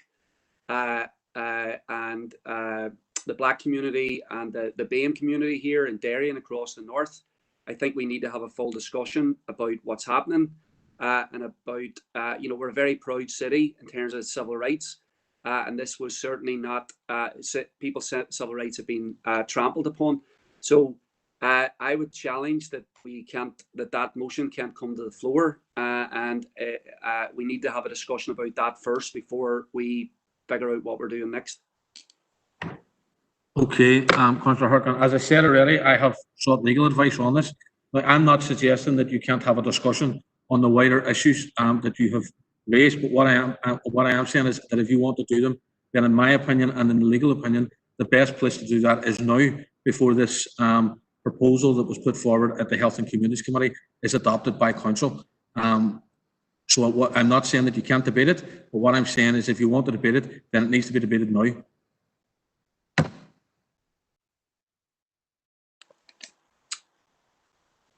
Can we get the legal opinion about why that's the case? Yes, you can. Mayor, the position simply is that the same matter cannot be discussed twice at the same meeting. The ask, which is contained within the Health and Communities minutes, the motion that was put forward thereby, Sean Harkin, is essentially the same ask as is contained within Councillor McCann's motion. Can't discuss it twice, so if this is passed at Health and Communities, then there's no further opportunity to discuss it at the same meeting. But as you've outlined, Mayor, there is an opportunity to discuss it now, so there is no disadvantage to anybody arising out of this. Can I come back there? Thank you, Philip. Yeah, go ahead, Councillor Harkin. So I suppose we're going to have the discussion one way or another, and that's fine. Yeah, can I just be clear that are you going now to speak to the motion, or are you still challenging the legal opinion? I'm challenging the legal opinion because the legal opinion is that the ask is the same, and the ask is not the same, because if you look at the motion that Councillor McCann makes, in the final paragraph, there is a number of requests or calls, and they're not the same as the ones that were passed at the Health and Community Committee. I think that the way to solve this would be to say that Councillor McCann can amend his motion to take out the call for fines and prosecutions to be dropped, which is the only one where there's overlap, and then that means that the same requests or calls or asks wouldn't be made in the either motions.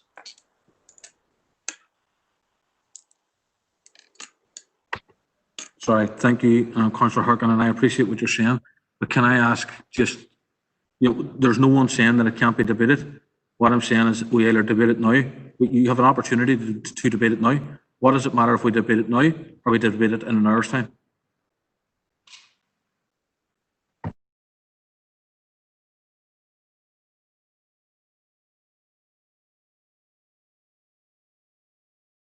I mean, I'm just asking for legal clarification because there's a motion in. It's in the packet. It wasn't rejected at the time, and that I have offered a way to solve the issue of not duplicating calls.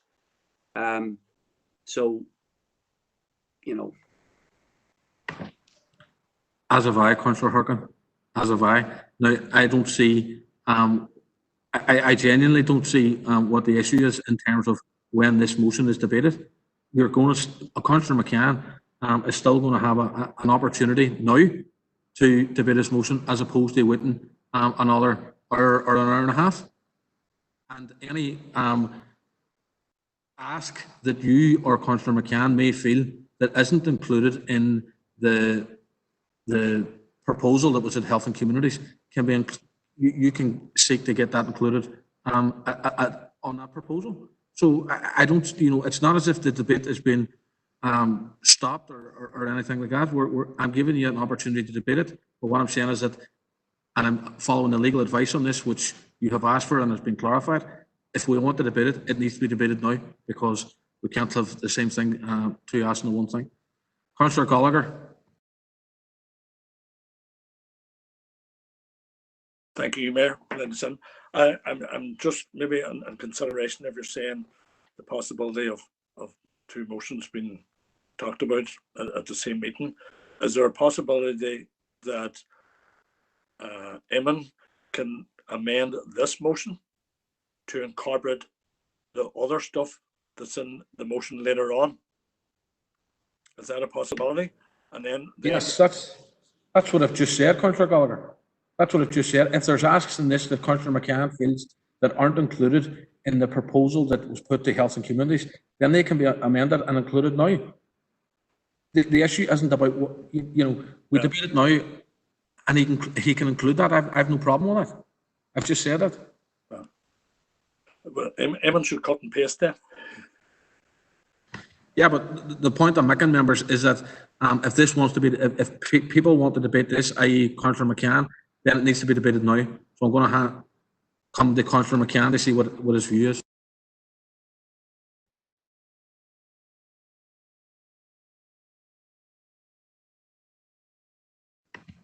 Councillor McCann, are you online there?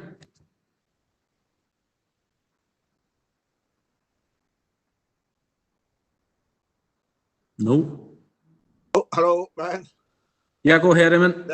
To be honest with you, I have to confess that the reason sort of I was scrambling about there is that I don't have the motion in front of me or the minutes from the committee. And that's to do with the fact that I have a banjaxed computer, which Curry's wasn't able to fix for me last night. But I mean, I'm quite happy to make sort of the broad points that I was making in it, but I'm conscious of the fact that if we wait, I will have, I hope, sort of the actual motion in front of me. I don't have a wording in front of me, but I know the main points that I wanted to make, and I'm quite happy to make them.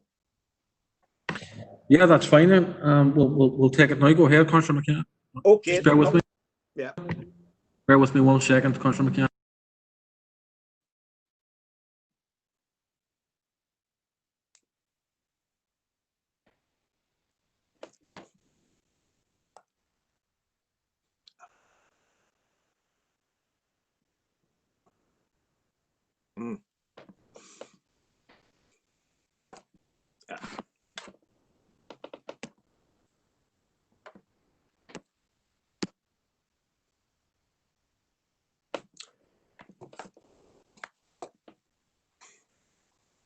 Okay, I see it now. I can make my points here.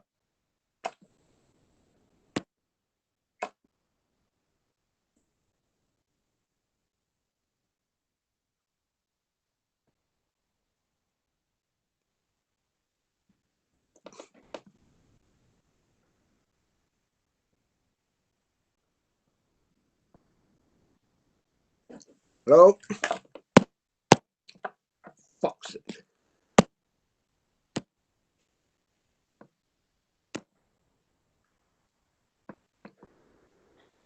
Apologies, members. I was just seeking further clarification and advice.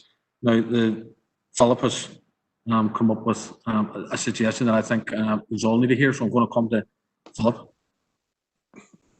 Chair, the issue in relation to this is that we can't discuss the same issue twice, and if Councillor McCann's in a position where he would have some difficulty discussing the motion at this stage, then what we can do is that we can get the health and community minutes approved apart from this item, and then we'll deal with the entirety of the matter at the end of the meeting when we deal with Councillor McCann's notice of motion under the agenda. Okay. Philip, thanks for that. Are members agreeable to that suggestion? I'm happy. Philip was very kindly, I think, taking into account my confusion a few moments ago. I'm quite happy to go on and make the points that I wanted to make. If that's okay. I'm also quite happy to wait for an hour and a half either. Okay, Councillor McCann, we'll take it now. So right. If you want to go ahead. Thank you, Councillor McCann.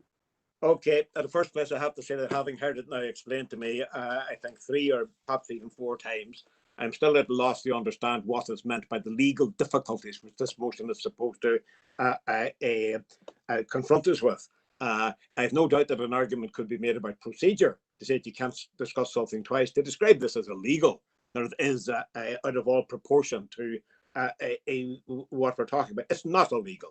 And speaking about it, I am not doing anything illegal. If somebody wants to say, well, those words were redundant, or they were contained in another motion, let them say it. But stop telling me what's the law and what's not. The law is not engaged here at all. The law was, however, engaged on the 6th of June and engaged directly. And the first thing I want to say is this, and I refer that in that motion to Minister Long, and her description of what she believed happened. I think we are entitled to an explanation as to how it came about that at 11 p.m. on the evening of June 5th, the law was, at least the application of the law was changed so as to facilitate the intervention of the PSNI in the Black Lives Matter demonstrations in Belfast and in Derry. We need an explanation. How on earth did that come about? What a strange time to be issuing edicts to do with the application of the law. I also want to say in relation to this, and the so I don't believe that there is an innocent explanation for that. I think that what happened was that there were discussions somewhere at Stormont or in Belfast or what before this was announced, and I believe almost certainly the PSNI was involved in those discussions. So I'm asking again, what's going on here? This issue. I also sort of believe that we should be saying that the organizers of the Black Lives Matter protests were absolutely within their rights. I know it's been said, oh, it was irresponsible or contradictory for people who are in favor of social distancing, then also to be in favor of these demonstrations. Point number one, the efforts that were taken by the mainly young organizers of the Black Lives Matter protests, I think, were exemplary in the way they tried to organize social distancing. Now, you look at any of the pictures from the Belfast demonstration, and it'll be unlike anything that you've seen. It's serried ranks of people, sort of standing, almost as if they were a military formation, sort of standing sort of so many meters from one another. They are to be commended for that. They were a credit to Derry and a credit to themselves in what they did. And I finally want to say this, that if it's constantly said that, as you mentioned, sort of, well, you know, sort of it's all to do with COVID-19 and so forth. You shouldn't have asked it. It's a contradiction. No, it is not. We have two pandemics in this world at the moment. We have a pandemic of COVID-19.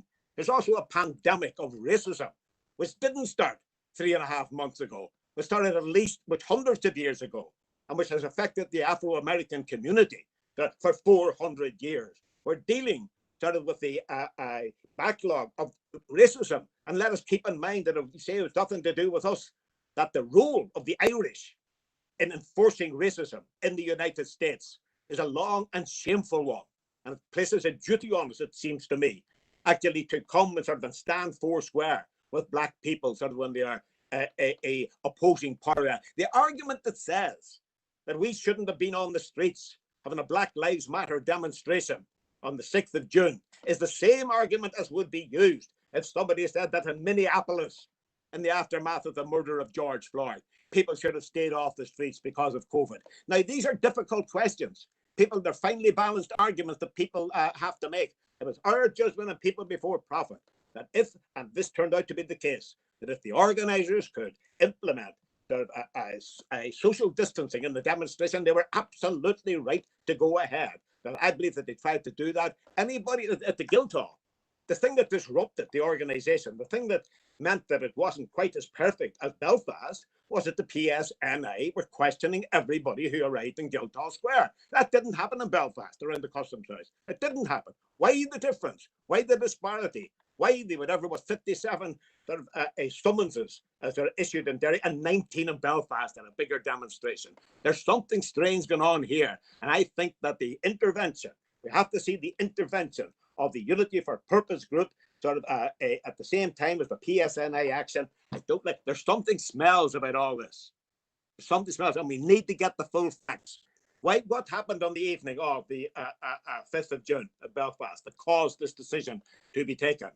How can we believe it was aimed at anything other than the Black Lives Matter movement? Well, we have problems, you know, about marching and assembling sort of in this society we've had for many years. But suddenly, as Black Lives Matter, organised by young migrant people that are in the north of Ireland, and they're suddenly worse than anybody else if you have to intervene with them. So I mean, that people say we didn't support it because of COVID and all that. Well, they're entitled to their view, and I'm not going to argue with them. But you know, we've been dealing with people like that for many, many years. We support your struggle. We're 100% with you. Stand foursquare, etc., etc., etc. Just not now, not here. Some other time when conditions are better. No, this had to be done. We had no control over the timing of the murder of Mr. Floyd. We had no control over the time of the global upsurge of protest that followed it. It was right that we took part in that. It was right that we identified ourselves sort of with the oppressed of the world rather than with sort of oppressive forces, sort of whether it's in the United States or here or anywhere else. I think I defend the demonstrations, and I think that the big questions still remain to be answered. How come that happened on the evening of the 5th? Keep answering that. Does anybody have an idea? Councillor McCann, can I ask you to bring the remarks to a close, please? Thank you. A few speakers on this, members. Alderman Ramsey.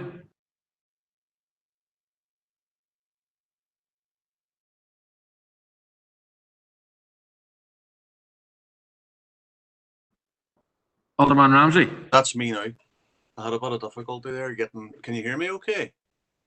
Yeah, go ahead. Right. Okay.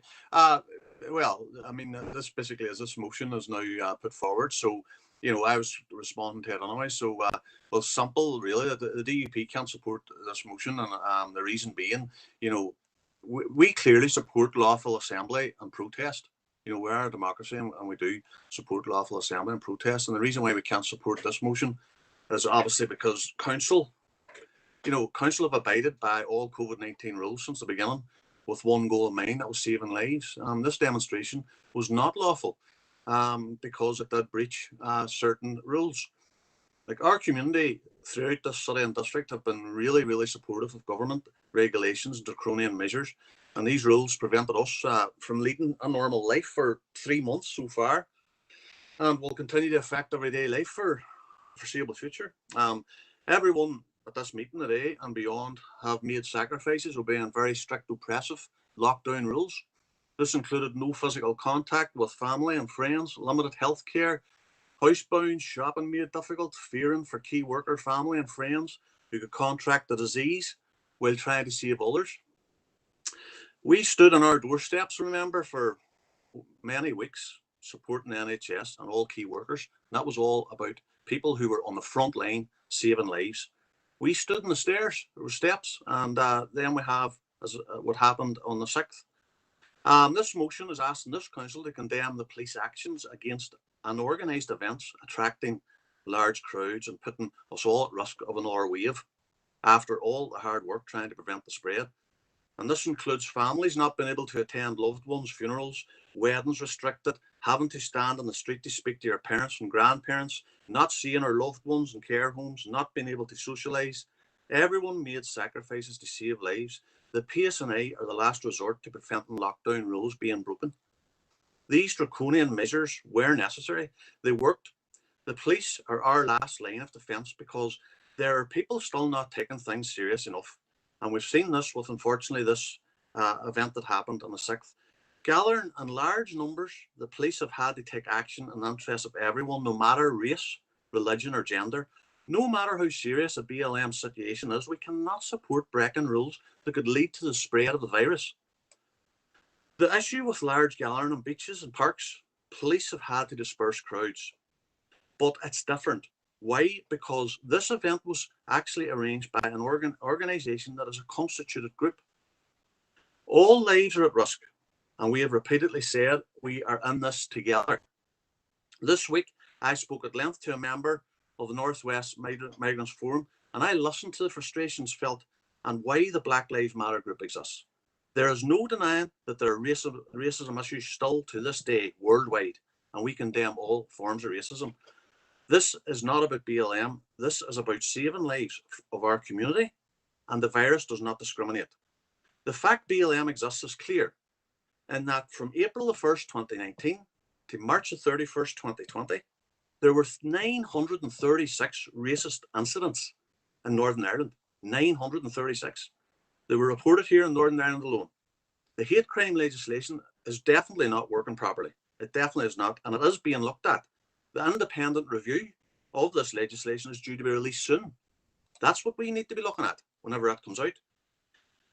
To condemn our last line of defence against the spread of this killer virus is wrong, and the law is the law, and we must listen if we want to. Alderman Ramsey, can I ask you to bring your remarks to a close, please? Yeah. I deal with the facts, and I'm glad I spoke to Lillian and the Northwest Migrants Forum this week and sent me some facts and figures. But I do have a question. I do have a question through yourself, Mayor, for Councillor McCann. Does he condemn the looting, rioting, vandalising of our historic monuments, assaults on white people, and also does he condemn Sean King for his attack on the Christian? Alderman Ramsey, please bring your remarks to a close. Christianity is a multi-race faith, and how has that anything to do with BLM? All lives matter to this council. Thank you, Mayor. Thank you, Alderman Ramsey. Just because of the way we're dealing with this particular proposal out of Health and Communities, I'm going to bring Philip on just to lay it out. Philip? Members, Councillor McCann is correct. This is essentially a procedural matter, and from a procedural point of view, can I just point out, members, that currently What is on the floor is the recommendation from the Health and Communities Committee. So if Councillor McCann is wishing to amend the recommendation from the Health and Communities Committee to reflect the wording of his motion, that would need to be formally proposed and seconded and then voted on in due course. Thank you, Philip. So members, there we have it. If Councillor McCann is looking to amend the proposal at Health and Communities, we need a proposer and seconder for that.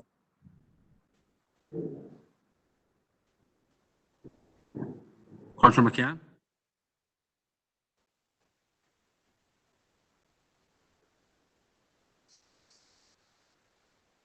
Okay. Councillor Ferguson?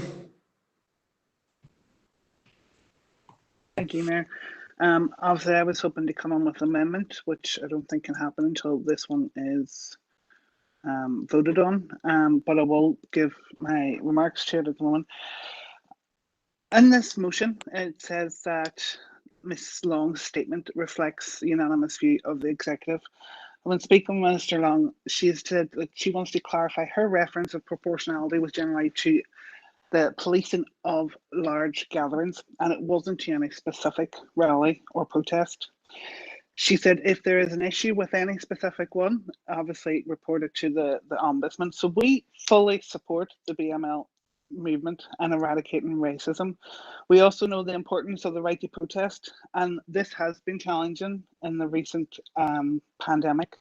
We also condemn the violence with the rioting, and recently there was, I know Councillor McCann refers to beaches, there was a police officer attacked on a beach because trying to break up a large gathering. So we condemn those actions and any violence towards any person in the PSNI.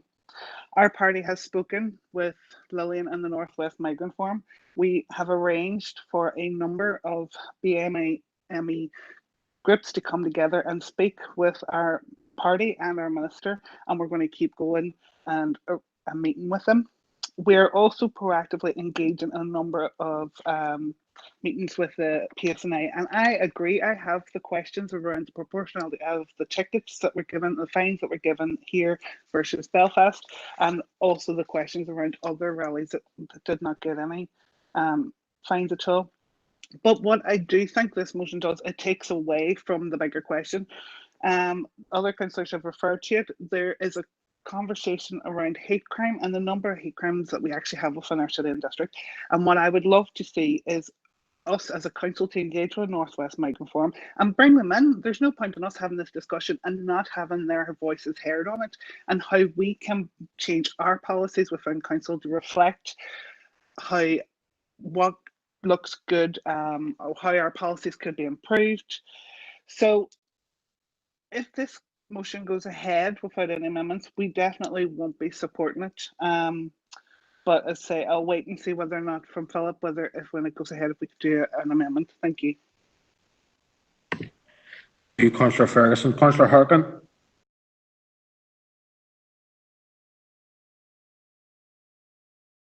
Thanks, Mayor. I believe Eamon wants to come in, but so I don't know if you want to, on the issue that you asked about in terms of the his amending the committee motion. Do you want to deal with that now, or do you want to? No, I have a list of speakers here. I'm going to take the list of speakers and then I'm going to come back to Councillor McCann.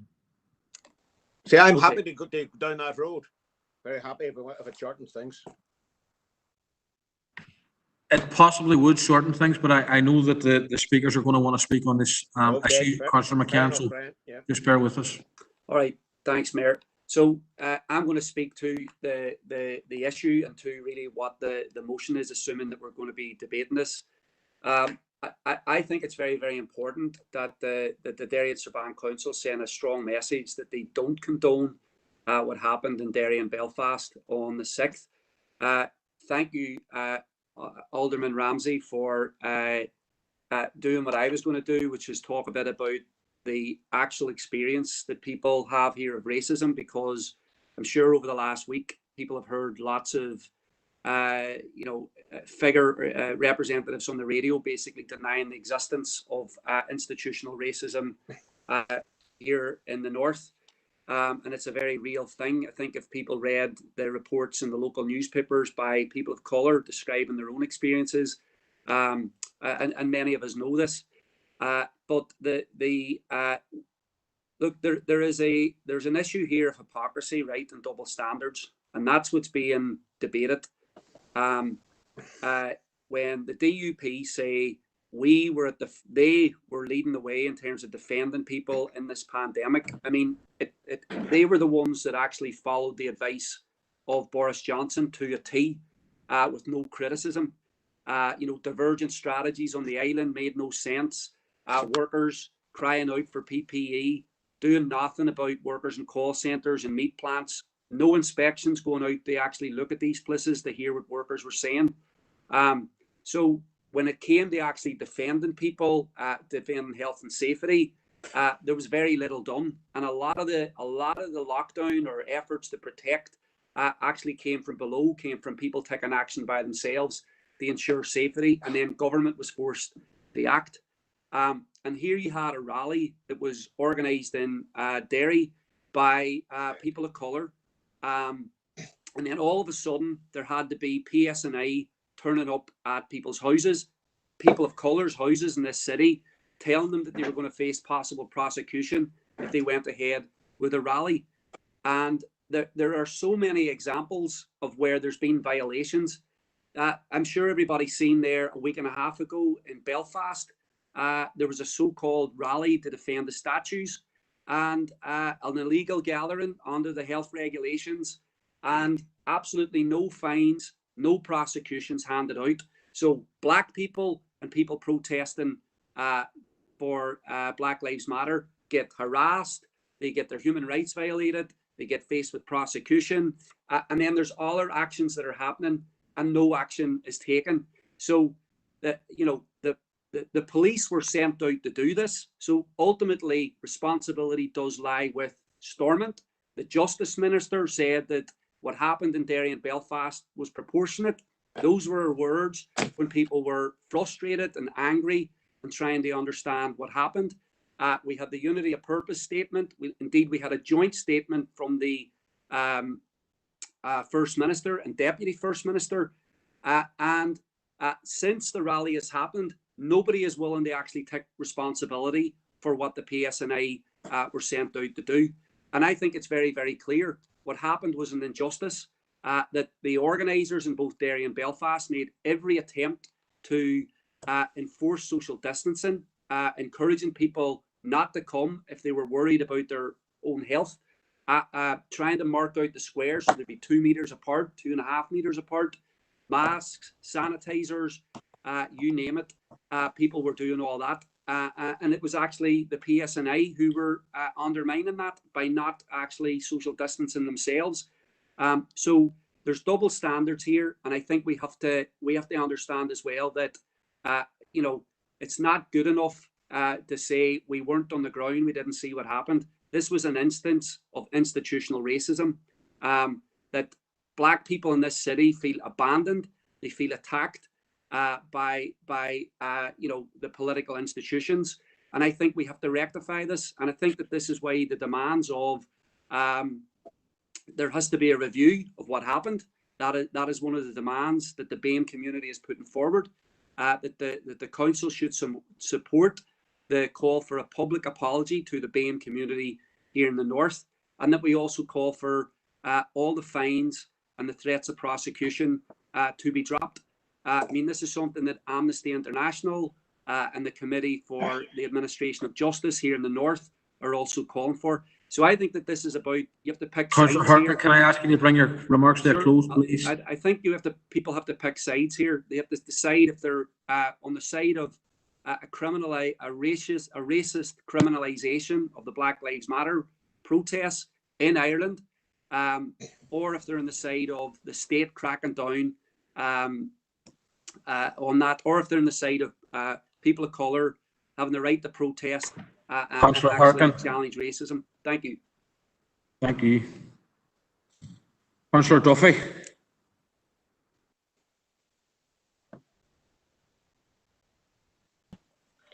Thank you, Mayor, for allowing me in. Yeah, like everyone else, I was absolutely appalled and disgusted at the brutal murder of George Floyd and the events that followed it in America.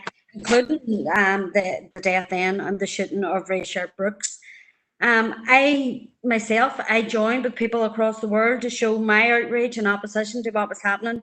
I took part in online protests and fundraisers over the last number of weeks. In ordinary circumstances, I would have been on the streets. It was actually on the day of the protest. I watched the live streams and what the feeling of, should I be there? So I understand what's being said, and I understand the difficulties people have around it. But at the end of the day, these weren't ordinary circumstances. We're still, and still are, in the middle of a pandemic. And while restrictions are now being released and they're being eased, we're still not in a position where we're allowing mass gatherings. And anyone that has been watching the news lately will see what has happened as a result of high-profile tennis players thinking that they can get round legislation that's there. It's in place to keep us safe. So we're seeing that. I understand that people had a real dilemma in attempting to stay safe and socially distance at the same time while showing their solidarity with the victims of police brutality and racism in America. So I absolutely understand that. And it was really clear for me watching the live streaming from the Guildhall Square that people were trying to social distance. There's absolutely no doubt about that. But I would, however, say that we do need to see consistency in the approach by the police. And when they're dealing with large crowds that were breaching COVID legislation, I know that people are frustrated with the large crowds that they have seen queuing outside shops, on beaches, even in our own community, some of the stuff that's going on. So we know the frustrations that people have around the actions of the police. We, as a party, have met with the police now on a number of occasions since the 6th of June. We have challenged them around their actions. We have challenged them as well around what happened then the following week in Belfast with the protest there where they went to protect the statues and no fines were given out. So we have had all these conversations with the police and we have questioned them and we have held them to account. We know that we need to have confidence that the police will operate in a consistent, responsible and proportionate manner. That's what we've told them, and there's no excuse for anything different. But I will say this with a note of caution, that calling people onto the streets in the middle of a pandemic is not the right thing to do. We can't clap for our frontline workers on a Thursday night and then go on the streets on a Saturday where we put in danger sending more people their way. And this was said to me by NHS workers. So this is stuff that we do have to take account of as well. The double standards comments coming from Councillor Harkin are quite strange, with his rewriting of offence and the call for a shutdown and then calling for people to come onto the street. So I just don't accept that coming from Councillor Harkin, to be honest. And when he talks about statements coming from the First Minister and the Deputy First Minister, yes, they put out a statement. It was in line with the legislation that was there in terms of COVID. Absolutely, they were right to put out that statement. And then just in terms of a parting comment, it's funny, Eamon McCann's comments about supporting the struggle, but just not yet.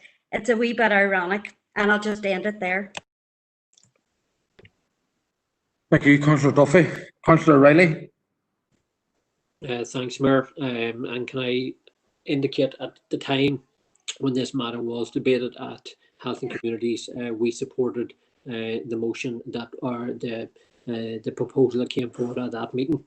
I think that if we look at the debate we've just had, a lot of the time it's been about our own process, it's been about our own internal party politicking, and it hasn't been enough about George Floyd, Richard Brooks, and all the many others that have lost their lives at the hands of police brutality, and what happened in the United States did kickstart a global protest, and I understand and indeed felt as exact same as what other councils have indicated about the fact that we stood in solidarity with the people that were protesting, but felt that it wasn't the right thing to do to bring people out onto the streets in that way during the COVID pandemic. Many people struggled with the internal turmoil about, should I go to this rally or should I not? Because they didn't want to put themselves at risk, they didn't want to put their loved ones at risk, but they also felt the need to show in a way that mattered that they did care about George Floyd and the way that he'd been treated. Indeed, many people use online media to demonstrate that support, and that's the way that myself and many others of my party colleagues acted on the Saturday. In relation to where we're at in terms of this motion that's in front of us, I'd say a couple of things. Our party MP for Foyle, party leader, has made his views known on it, not just on radio, but to the PSNI Chief Constable. Our MLA Mark H. Durkin raised this matter in the Assembly the following day. It came up at the PCSP.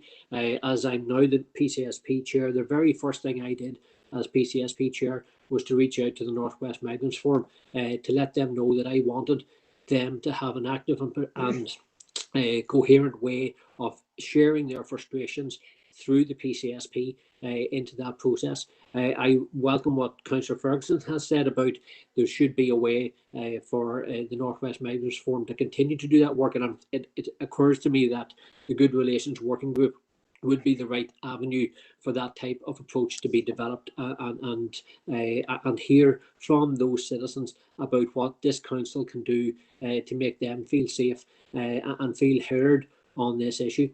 It already has been pointed out about the hate crime legislation being there, and all too often people who are the victim of hate crime don't get the prosecution that they want. So there are ways that we can work with the PSNI to try and drive up the level of prosecutions and in turn stamp out that type of hate crime. So the Health and Communities Committee did debate this. We supported the motion that came forward from Councillor Harkin at that time, and I feel that the right thing to do here is to focus on how best we can shape our council to hear from the likes of the Northwest Migrants Forum, and I'm conscious that they're not the only organisation in our council area that are leading on this issue. There are other people in the Strabane area who do similar work, and this council should be reaching out to all of them through all its various different organs to ensure that those people of colour feel that the council is here for them and acting on their behalf, just as we are for every other citizen. Thank you, Mayor. Thank you, Councillor Riley. Councillor Donnelly. Chair, thank you. Chair, there's no doubt that there's serious issues here with racism. A number of months ago, I was in the local newspaper along with two dairy mullers regarding their children being subjected to racist abuse. But, you know, and I get where this motion's coming from Councillor McCann, but for me, it doesn't go far enough. You know, we can condemn, and this is not an attack or a criticism of Emma McCann or people before profit, but the reality is that the society that we live in, the state that we live in, has been built on hatred. It has been built on injustice. It's been built along the lines of sectarianism, and whilst that state is in place, then, you know, there's no chance that we can build a just society. You know, it's calling for an apology. Yes, there should be an apology, but they will apologize if it's tactically right. If they're caught with their trousers down, they will apologize. It means absolutely nothing. Nothing. The only way that we can move forward is to dismantle this state. You can't have justice within a state that was built along on top of an injustice. We have a sectarian parliament, we have a sectarian police force, we have a judicial system, diplomat courts, we have a sectarian prison service. So we can't build on rotten foundations, and that's I was at the demonstration. I was one of two councillors that was there. I support that struggle, but unfortunately, and again, it's not a criticism of Councillor McCann, I don't believe that by tinkering at the ages of this state that we will get justice for anybody. Thank you. Thank you, Councillor Donnelly. Members, that's all the indicated speakers that I have. And I'm going to go back to Councillor McCann. Councillor McCann is, I don't know whether you were online whenever the city solicitor had outlined it, but for this to be taken forward, we need a proposer and seconder. Okay, I thought I had already indicated I was proposing it, but maybe not. Well, we just did it officially proposed. Yeah. Yep. Okay, I so do, yeah. Yep. So Okay, can we get a seconder?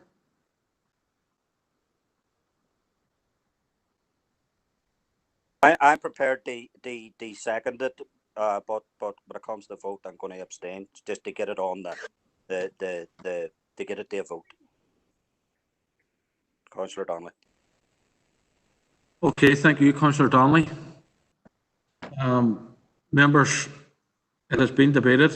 Can I, am I allowed to say a couple of words, sort of in summing up, as it were? Summing up, yes, Councillor McCann, yeah. Okay, I'll just make 2 points. 2 minutes. Okay, yeah. First, I mean, somebody has said I approve of the attacks on statues and so forth. I mean, insofar as that's referred to the attacks on, statues of racists and others, like in Bristol and elsewhere and in London, but especially in the United States. Absolutely, absolutely. I believe that statues of slave owners should be torn from their pedestals, and as happened in Bristol, just thrown into the river. After all, what the Black Lives Matter movement is about, and what the events of the recent months have been about, is precisely a fight against the legacy of slavery. That's what's happening.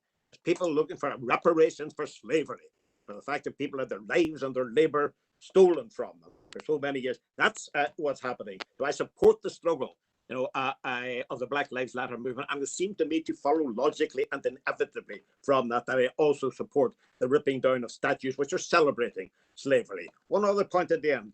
Councillor Duffy said it's a bit ironic to hear Emma McCann talking about a contradiction and supporting struggle. No, it is not. No, it is not. Clear implication of what she is saying is that if I didn't support the armed struggle waged by Republicans, then I wasn't supporting a struggle at all. Absolutely, I argued this. I think she may well know from the very outset that nothing was going to come out of the armed struggle commensurate with the pain and death which was going to be put into it. I was right about that. I never supported her armed struggle, or not her armed struggle, the Provost armed struggle, and I repeat that now. I've been saying that for half a century. I don't support that struggle. I support the genuine struggle of the mass of the people, of the Irish people, against sectarianism, against imperialism, against capitalism, and all those things. I'm not opting out of struggle. I'm opting out of the phony struggle, which has cost us so much death and pain and misery here in the north of Ireland. That's my position.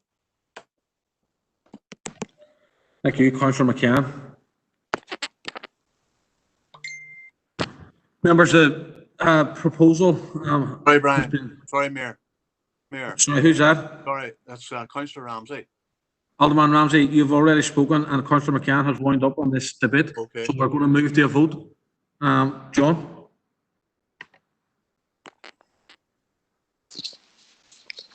Thank you, Mayor. Alderman Breslin? Against. Alderman Devaney? Against. Alderman Guy? Against. Alderman Carrigan? Against. Alderman McClintock? Against. Alderman McCain? Against. Alderman Ramsey? Against. Alderman Wark? Alderman Wark, is that against? One against.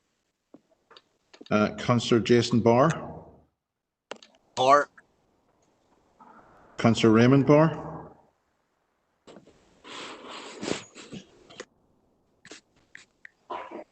Councillor Raymond Barr? For John. Councillor John Boyle? For. Councillor Michaela Boyle? For. Councillor Carr? John. Sorry, Sean? For. Thank you. Councillor Cooper?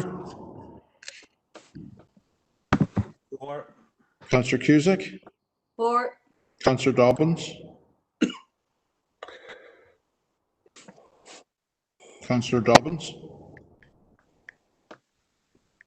Councillor Donnelly? Councillor Donnelly?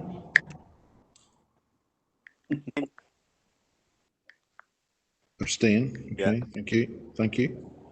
Councillor Duffy? For. Councillor Durkin?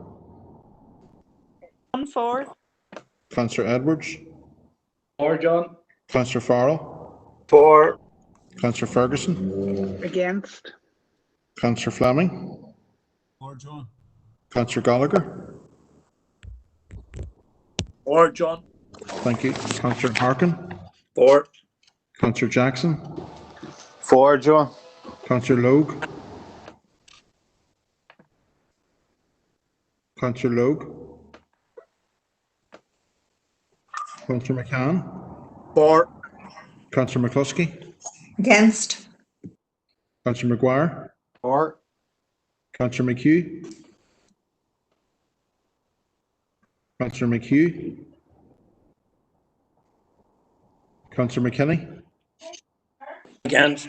Against. Councillor Mellon, For John. Councillor Mooney, For John. Councillor Riley, For John. Councillor Tiernan, For John. And just to point out, Councillor Logue and Councillor McHugh have also indicated in the chat box that they're voting for. Councillor Logue and Yes, John, and McHugh. for. Yeah, Thank you, Councillor Logue. Thank you, Councillor McHugh.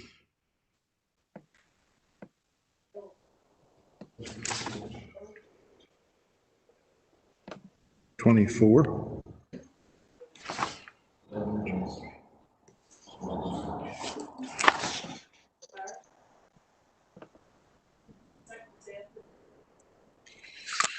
(24) for, 11 against, 1 abstention. You're 24. Yeah. 24 for.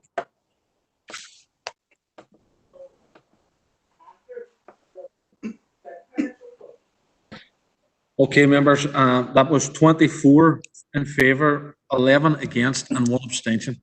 So that proposal by Councillor McCann will be carried forward. Thank you.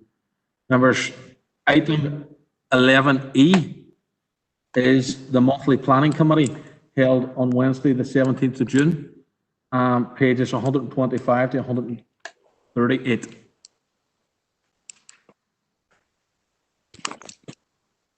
Can I get a proposal and seconder for accuracy, please? Proposal, Chair John Boyle. I'll second it. Alan Breslin. There we go. And matters arising, members?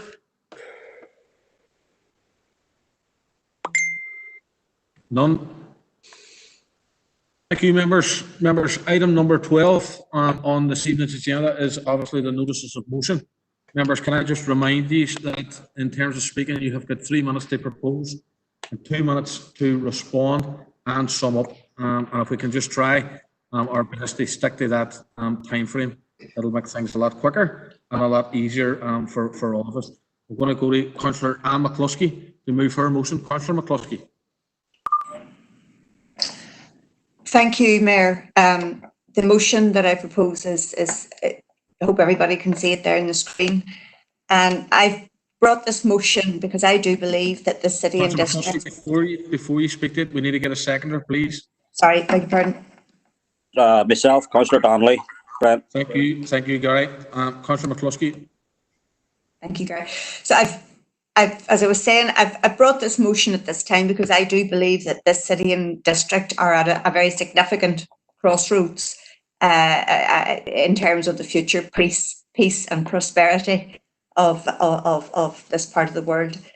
And we know that a university is one of the key economic drivers, and the unjust decision taken 6 decades ago not to locate the second university of the North in Derry was a catalyst for the civil rights movement and all that ensued after that. And it is also that decision influences the life of the people of this town in every way to this very day. We know Derry has levels of unemployment which are 70% above the Northern Ireland average. We know that there's higher youth emigration, 40% above the average here. That's higher in university graduates. We know there's huge levels of economic inactivity, and 1 in 3 of every people who is economically inactive has a long-term medical condition. So Derry is not a priority for government, and bizarrely, we were better off under direct rule than we have been under devolution. So now we have on the horizon this city deal, which is the first significant pot of money that is coming from central government, from Westminster and from the Stormont Executive, specifically earmarked for the needs of this town. And I want to acknowledge at this point brilliant, sterling work which has been done by the council, the chief executive and the team in working through all of this. So the match funding is mandatory, it's not discretionary. But we now know that about 40% of that total pot of money is going to come under the control of Ulster University. The graduate school is the flagship project, and it was first mooted in 2003, and this is now 2000. Well, we're not getting delivery even in 2021. Ms O'Neill in May announced that it was going ahead, and then the First Minister Arlene Foster said that the risks have to be examined. So we've been examining risks now for 2 decades, and it looks as if the delivery of this is not going to happen. I want to remind you of a motion that came before this council in February, an amendment to, I think it was an SDLP motion. The amendment was brought that we demanded firm commitments that the location, the opening of the graduate medical entry school for opening in September 2021, for the location of the health and science faculty at McGee and the allocation of the new nursing posts, and also firm steps towards the creation of 10,000 student places by 2030. And that should these actions not occur, that the council would, with the governance and strategic planning and the Northwest Development Regional Development Group, would move forward to find alternative providers. So the medical school, it looks like is not going to happen. Certainly not for 2021, and possibly, we just don't know, and there's no commitment to ongoing funding. The consultation around the location of the health science thing has been stalled. Again, I haven't been able to find out why. And even with 10,000 students, Derry is still massively underrepresented. Belfast has 46,000 students, we have 3,500. And if that isn't systemic discrimination, I don't know what is. Now, post-lockdown, the university sector is in big trouble. Even those institutions with relatively healthy balance sheets, the big Oxfords and Cambridges and stuff like that, they're looking at massive cuts in funding, massive cuts in investment and student numbers from overseas, and all of these things that unfortunately, and we've talked about this before, now make universities into businesses. But we have University of Ulster spent more than £350 million in a Belfast campus. It's over time, over budget, significantly in debt. The job of Vice-Chancellor, 300,000 quid a year, has been advertised, and it talks about his commitment to Belfast, this person who's going to get this post. The 10,000 medical students in Derry are not mentioned. And I am concerned that the university are going to be in control of a significant amount of this once-in-a-lifetime money for Derry, and after decades of neglect and discrimination.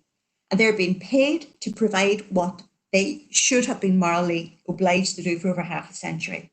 And then, under cover of lockdown, Stormont approved £126 million of a loan, an unsecured loan, to the UU to plug a gap in funding for the Belfast project. And I've sent a Freedom of Information request about 6 weeks ago to find out who was at that meeting, what was discussed, and how this was, who was there whenever this was decided. And I've been unable to get answers for that. Belfast City Deal was not asked to contribute to the UU campus in York Road. And the 126 million loan that the Stormont executive given is bigger than the sum that the Assembly is awarding to our entire city region as part of the City Deal. So, and the City Deal money is to improve our transport network, built heritage, digital infrastructure, research development, workforce, youth opportunity, Uncle Tom Cobley and all. We are not, it's just not going to scratch the surface of it. So the denial of third level provision in the city and district ensures the continuance of all of the things that we grapple with as a council day and daily, all the wrong side of league tables of economic and social well-being. We need a standalone university. Derry and Strabane District Council, in allocating City Deal funding, needs to move ahead without the shackles of the University of Ulster, because Derry will never be their priority. And always Coleraines and now increasingly Belfast claims will trump Derry. And we know that massive students go to institutions you know, that so that we need our own control over our own student numbers.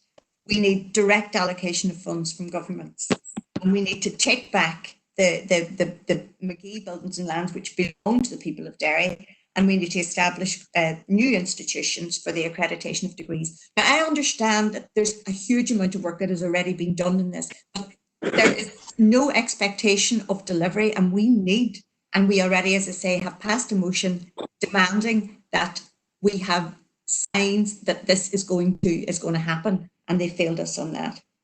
None of this is going to be easy, but there is. Councillor McCluskey, can I ask you to bring your remarks to a close, please? Without local control and accountability, we're going to be throwing good money after bad and using our city deal to bolster institutions which have shown no commitment to our people.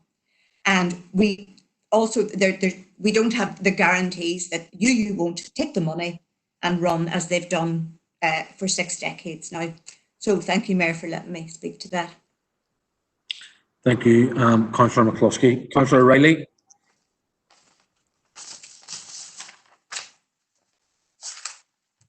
Thank you, Mayor, for letting me in, and thank you to Councillor McCluskey for tabling this motion and putting it on the agenda for today's debate. Can I also thank council officers in relation to the recent City Deal Working Group meeting that we had, where we did have a good conversation about the history of the City Deal throughout this council area over a number of years, and indeed then the up-to-date position as to where now, and the partnership approach that is required for that city deal.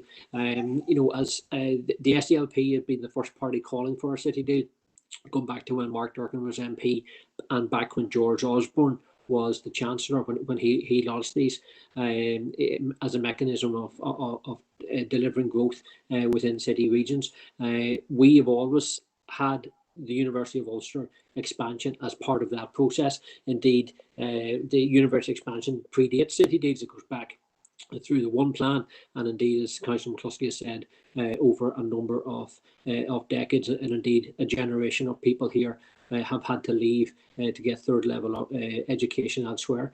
We're conscious that even with the Mazen cap in place, there can't be any growth of universities with the Mazen cap in place at the moment, so that needs to be addressed by the executive. Mayor, while understanding the frustration that Councillor McCluskey has outlined about how this city feels that it has been underutilised as a place of learning, and that the executive does need to invest in third level education in our city and region, we feel that the 2 paragraphs that Councillor McCluskey has tabled are actually in conflict with each other. We can't on the one hand say that we oppose the release of any and all funds to the University of Ulster, but at the same time ask that the executive invest in new institutions in the city here. So I've tabled an amendment which I think the committee section have in advance, because I sent it through to them there before the meeting started. And my amendment is that we would delete out the first paragraph, keep the entire second paragraph of Councillor McCluskey's motion, and then add a third paragraph. So, the Mayor, I'll allow the committee section just to put that amendment on the screen, and then I'll pause and then speak to the amendment, if that's okay, Mayor. Yeah, and while they're doing that, Councillor Riley, can I get a seconder for your amendment, please?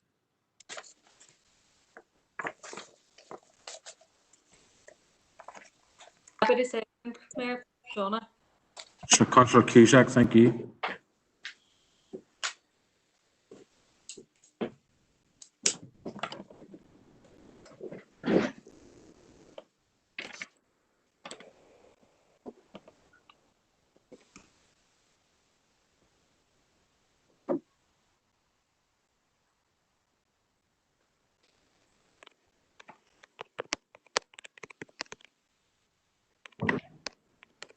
Councillor Riley, Teresa's just indicating that she hasn't received it. Yeah, I'd copied it to the city solicitor, so I can. Yeah, just wait 1 second. Yeah, I can cut and paste it into the chat box if that's handy, or whatever's the quickest, easiest way. Paul, you've got 3.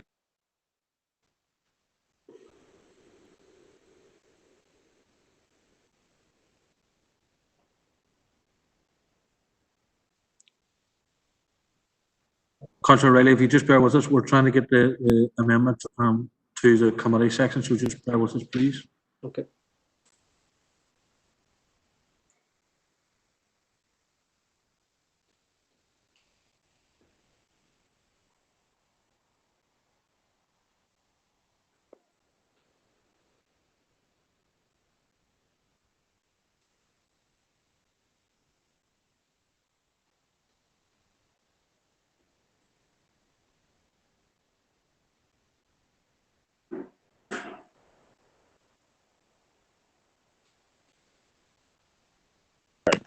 Can I clarify? Is it I've possible? emailed that through to you, Teresa, so you should be just able to cut and paste it in there. It's just last email you. Martins. There you are. Yep, there's the amendment in front of you, members. Councillor Donnelly, were you looking to say something? Questioning the sort of the validity of seconding something before it was actually put up, but it's up now. So I'm sure Councillor Cusack was probably aware of it anyway. Councillor Riley? Yeah, thanks, Mayor. So to speak to the amendment, as I said, I think that it's important that we retain part of what Councillor McCluskey has indicated, because we would share in the SDLP the view that if the Stormont executive is to loan monies to the University of Ulster for expansion in North Belfast, that a similar financial support package should be made available for education here in our city. So we don't have an issue with that. And indeed, the third paragraph that I've added, which is in red on the screen, would be that this council recognises that the proposed city deal funding to University of Ulster is central not only to the graduate entry medical school, but to other job generating projects such as Sidra and Carl. The reason why is that we wanted that in is because city deal is not just about university expansion in terms of student numbers. Obviously, that's a very big part of it, and the graduate entry medical school is the first step in albeit a small step, but a first step in that direction. But the city deal is also about investing and attracting well-paid jobs to our city region. So that's why we feel that it's important that with this motion, when we are talking about city deals, that we reflect the fact that investment in the university also has dividends to pay in relation to well-paid, high-quality jobs that our city and region is crying out for. So, Mayor, I'm conscious that we are all pressed for time, and I'm probably going over the 3 minutes, but happy to put the amendment to the floor and to thank Councillor McCluskey for raising this as a matter for discussion today. Thank you. Thank you, Councillor Riley. Members, I have 2 further indicated speakers, Councillor Cooper and Councillor Gallagher, and I then have Councillor Devaney on the amendment. Councillor Cooper, do you want to address the amendment? And the same question to yourself, Councillor Gallagher. I'll address the amendment, Mayor, and actually I'm going to propose an addition to it as opposed to an amendment. So I'll put that in the chat box in a wee second and let Councillor Riley advise whether he's happy to bring that in as an addition and his amendment. And I'll explain the logic for the addition now in a second. I mean, we all share the frustration in terms of the loan, in terms of the University of Ulster's lackadaisical approach up until now in terms of allowing the Belfast campus to end up where it is. All of that's well rehearsed within these, in the chamber, but in terms of all of the members here, and the medical school in particular, you know, in terms of getting that over the line is a key, and that's the starting point for this conversation as far as I'm concerned. Councillor McCluskey's coming on here and saying, looks like it's not going to happen. That's Councillor McCluskey's view. She can say that. Not my view. It's not our party's view. And as far as we're concerned, that work is progressing on that in good speed. But the key element here, number one, in terms of the study deal monies, part of those monies are for the medical school. That's a key point. And the medical school, in terms of its development, is under Ulster University's remit as we speak. There's no other institution that's come forward to offer the medical school in terms of establishing it, apart from Ulster. We all know that. And the other point is in this motion, is in terms of the first part of Councillor McCluskey's motion, it is about city deal. She's not referring to wider expansion. She is talking about city deal. And in terms of City Deal, all our projects, and Councillor Riley has it on here about the Carlin Sidra projects, they were also university proposals to the British government in terms of the City Deal research elements. They were put forward by the Ulster University. There was nothing stopping any other academic institution, whether it was Queen's or even institutions down south, bidding for money to actually allow some of those projects or some other projects to be established here. Nobody came forward. So this whole thing around, you know, an independent university, new university, all of that, and Councillor McCloskey acknowledged that's going to take a long time to develop if we went down that road. The point is, in terms of these City Deal monies, and they are time bound as far as we're concerned, not going to sit there forever. They needed proposals to be brought forward. The only institution brought those proposals forward was Ulster. And this is a key point, it's a key problem in terms of anybody saying another institution should be provided with the money they use to spend that money. Nobody else came forward and offered proposals. And that's a key point, because we have to work with what's on the table. And Ulster went forward with those proposals. They were seen to be viable by the British government, and they've been accepted within the package, within the City Deal overall package. And that's where we are. It's as simple as that. That's where we are. So we can't get away from that. There's no getting away from it at all. So that's an absolutely key point, which, you know, coming on here and saying, you know, we need all sorts of other providers to be making provision for a university expansion, and there's all sorts of other areas where a university could expand into. There's no doubt about that. This proposal is focused on City Deal monies. Ulster bid for those monies. Ulster got them. Nobody else came forward. That's a key point we have to make. Now, in terms of the addition to Councillor Riley's, I'm just going to put it on the chat box here. Councillor Cooper, can you just hold on? I want to deal with the amendment that's on the floor first of all, and we'll have a vote, and then we'll come to yours if you don't mind. If you want to do it in that way, if that's the way you want to do it, I wasn't sure in terms of the procedure here around just adding to it in terms of through these Zoom meetings, but in terms of what Councillor Riley has proposed around the amendment, we are content, because of the logic that's been provided by myself and by himself as well, that we can't end up in a position where we basically throw out the baby with the bathwater. In terms of these City Deal monies, these projects are on the table because they are the projects that have been put forward, and in particular the medical school. And Councillor McCloskey and all of her acknowledgement in the past around our issues with locums and all of the problems we all know, it's all well rehearsed as well.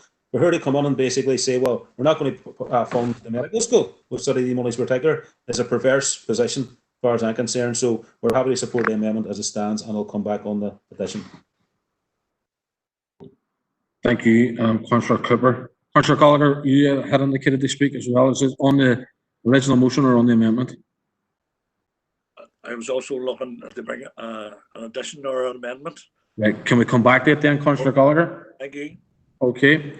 Alderman Devaney. Thank you, Mayor, for allowing me in. And I have to say, we fully support the amendment here. If the proposal that came from Councillor McCloskey here, we would have been opposing it.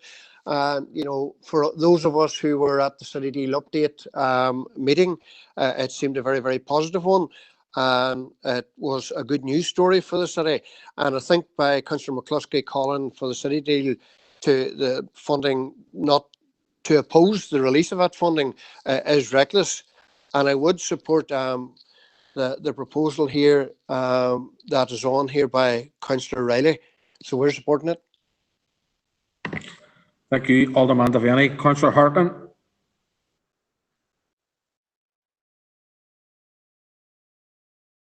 Thanks, Chair. I was looking to speak more generally, so these are on the amendments, so I'll put myself down the list. Thanks.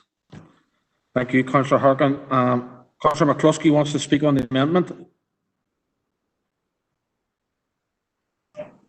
Yeah,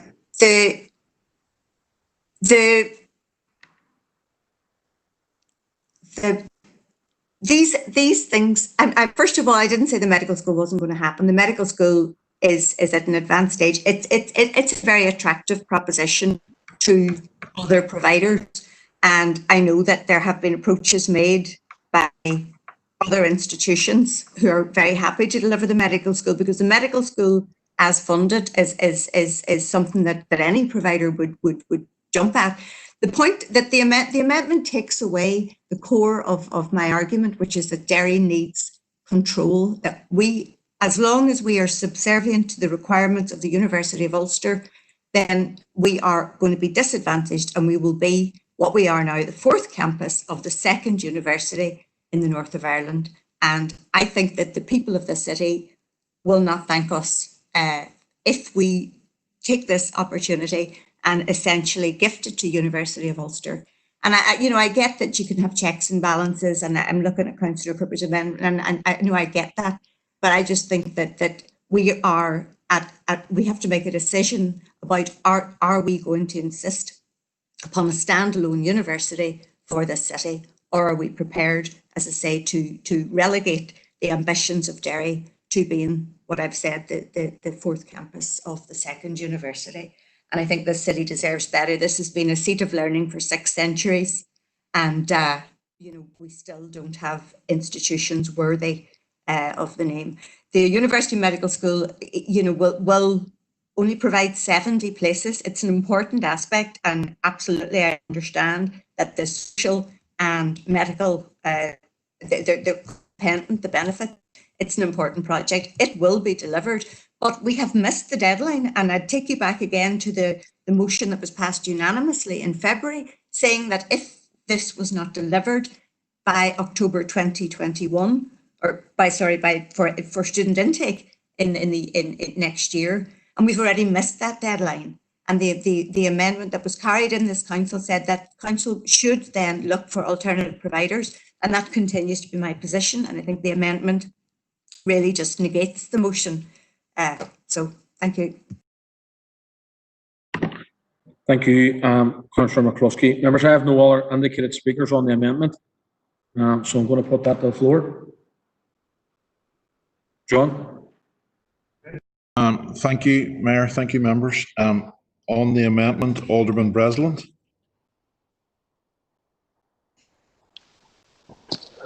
For the amendment. For, thank you. Alderman Devaney. For. Alderman Guy. For. Alderman Carrigan. For. Alderman McCulloch. For. Alderman McCain. For. Alderman Ramsey. For. Alderman Wark. For. Councillor Jason Barr. For. Councillor Raymond Barr. For. Councillor John Boyle. For. Councillor Michaela Boyle. Sorry, Councillor Michaela Boyle. For John. Councillor Carr. For. Councillor Cooper. For. Councillor Cusack. For. Councillor Dobbins. For. Councillor Donnelly. Councillor Donnelly. Against. Councillor Duffy. For. Councillor Durkin. Councillor Durkin. For, sorry. Councillor Edwards. For John. Councillor Farrell. For. Councillor Ferguson. For. Councillor Fleming. For John. Councillor Gallagher. Sorry, Councillor Gallagher. Abstain. Councillor Harkin. For. Councillor Jackson. For. Councillor Logue. Councillor Logue. Councillor McCann. For Sorry, John. thank you. Thank you, Councillor Logue. Councillor McCann. Councillor McCann. Councillor McCluskey. That's against. Councillor Maguire. Councillor Maguire. Councillor McHugh. For John. Councillor McKinney. For John. Councillor Mellon. For John. Councillor Mooney. For John. Councillor Riley. For John. Councillor Tierney. For John.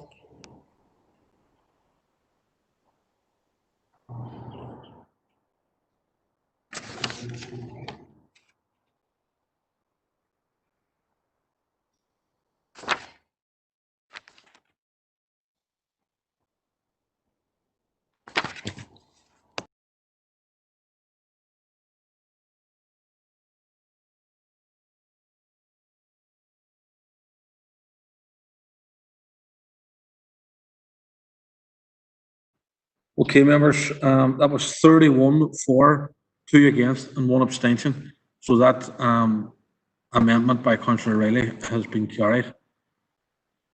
Now, I know that there's a couple more amendments to this motion, or additions, as they might want to call them.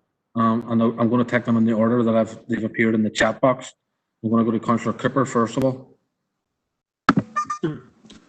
Thanks, Mayor.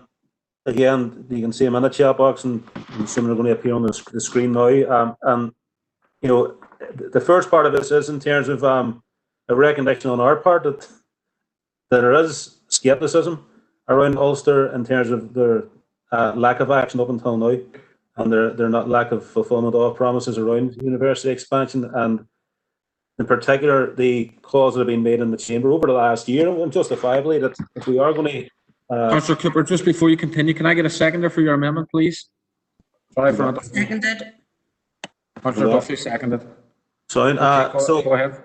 Yeah, so I mean, the first part of that is based on the scepticism that has been there in the chamber from across the board in terms of the lack of action up until now by Ulster, and the fear then that would see potentially the development of projects for East City Deal that could be moved elsewhere. And that's why, and I have used the word guarantee, and in terms of how the British government, who are awarding this funding, or Ulster University, are able to action that guarantee, that is up to them to explain in one sense. We can't as a council dictate that in one sense, but we would be seeking from our perspective very, very solid commitments and shining a light on the fact that this money this funding in terms of projects has to remain here and using that to hold them to account in due course. So that's the logic of that first section, and has been raised previously in the chamber, obviously.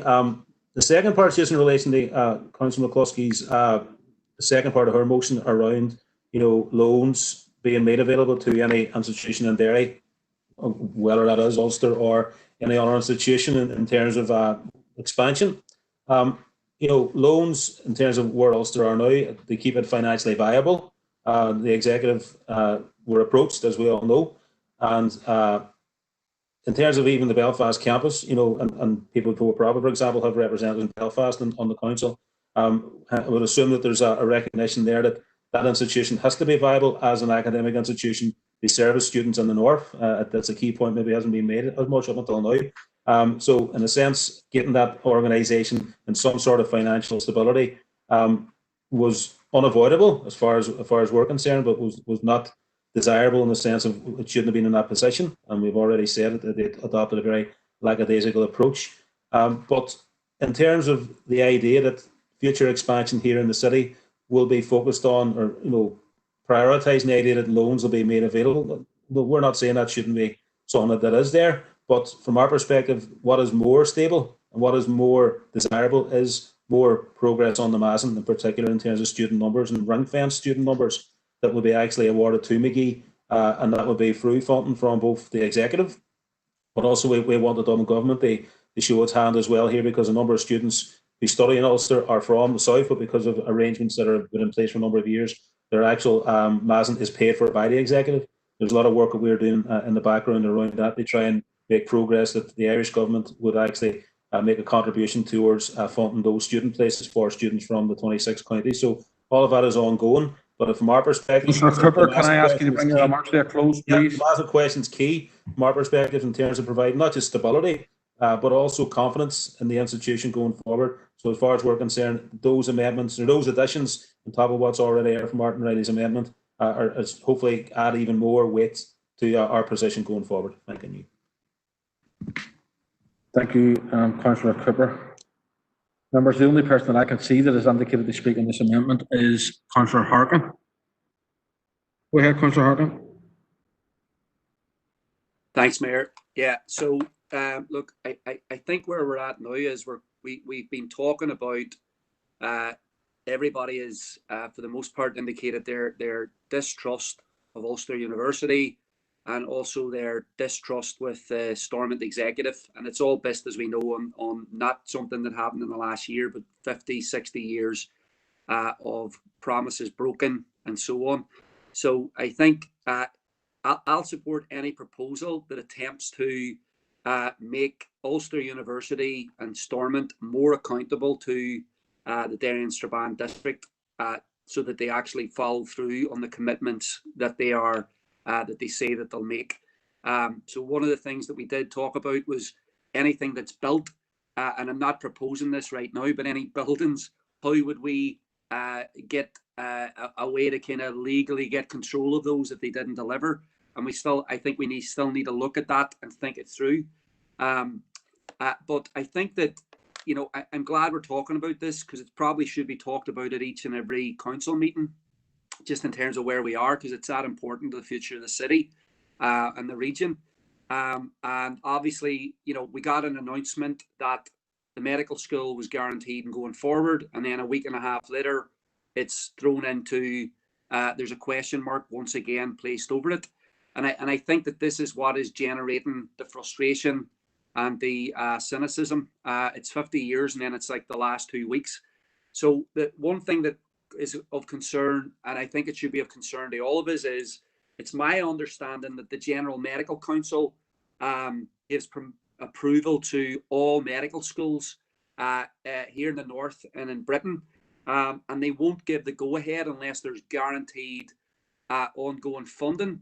And it's my understanding now that there is only 1 year of funding that has been set aside by Richard Pengelly, or guaranteed, and that there's no commitment from the Department of Health and no insurances that there's going to be Councillor Harkin, can I ask you to bring your remarks to a Yeah. close, please? Yeah, that there's no commitment to ongoing funding, and I just find that this is another potential pitfall that is undermining the real and great work that a lot of people who share a vision for what the university can look like. Thank you, Councillor Harkin. Councillor Riley. Thanks, Mayor. Just to formally support the amendment that has been put down by Councillor Cooper. It actually strengthens my own amendment in relation to the fact that it talks about ensuring that those projects like Sidra and Card are developed and are permanently based here in our city. So happy enough with the further amendment that's coming forward now. Thank you. Thank you, Councillor Riley. Councillor Donnelly. Chair, thank you. Chair, look, you know, I hear people talking about not trusting you. You know, there's a lot more people than the Ulster University that shouldn't be trusted. Stormont bailed out the UU in Belfast before providing an ironclad commitment to the Northwest or obtaining any guarantees from UU on either medical school or any university expansion in the Northwest. You know, given the fact recently the council recently made outrageous claims that there was 40,000 full-time higher education third level students in the Northwest, and then the fact that it tried to stand over and justify them remarks demonstrates, you know, an unhealthy relationship with the providers. Council, in my view, has been unreliable on the issue, and we need more clarity, we need balance, and we need accountability in the process. You know, some could argue that council were more dynamic in the pursuit of university provision 60 years ago than we are today. Collectively, council, you know, I think we basically should be ashamed that we have allowed Stormont and the UU to dismantle and take away even the meagre provision that this city had. You know, it ultimately saddles the city with the lowest proportional level of regional provision on this island and probably in Britain. The 85 million on offer, it isn't going to do a job. It's not going to get us the 10,000 students that this city and region needs. And, you know, whilst this happens, we're just going to continue to suffer economically, not just now, but in another 60 years if we don't get some form of parity of provision. And, you know, it's not surprising that in some recent surveys that up to 90% of our young people see that they don't have a future in this area. Councillor Donnelly, can I ask you to bring your remarks to a close, please? That's what I have to say on this. But is it possible they put and see what the culture calls the council demands on the British government and Ulster University to guarantee? That would be a further amendment, Councillor Donnelly. which was I'm we'll do happy, this one at the everybody moment. change that wording down, so I'm happy wants to change that word, I have no issue with that, if that, I can propose that my amendment, is changed from calls to demands, I have no issue with that whatsoever.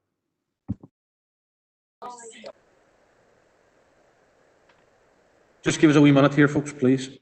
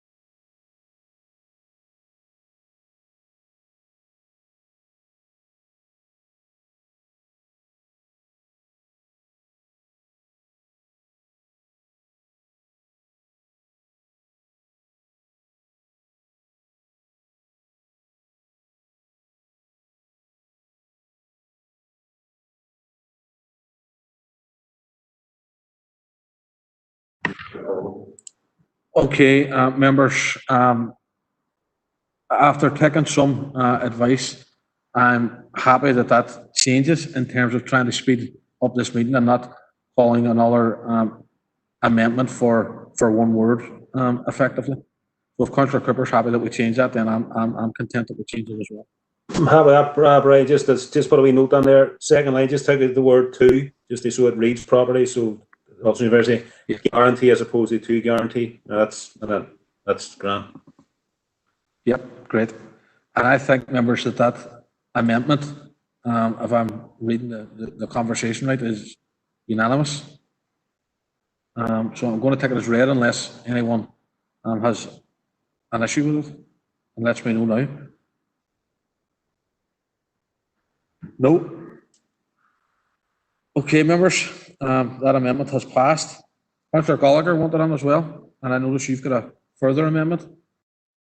So before you speak on it, can I get a seconder for it, please?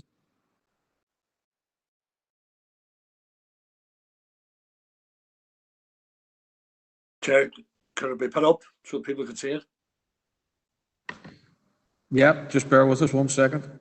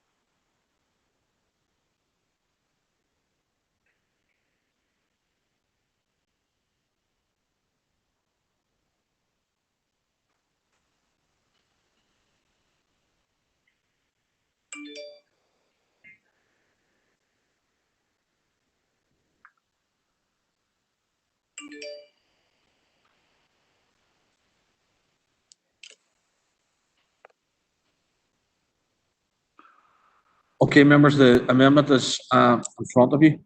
Can I get a seconder, Councillor Gallagher, please? That, Chair. Seconded by Councillor Donnelly. Yep, thank you, Gary. Go ahead, Councillor Gallagher. Thank you, Chair, for letting us in.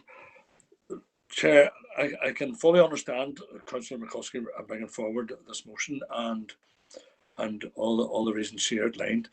I would just go to say that no, and she acknowledged that there was a lot of hard work put in to these potential projects. So I don't think that we could just cease to become partners with these groups.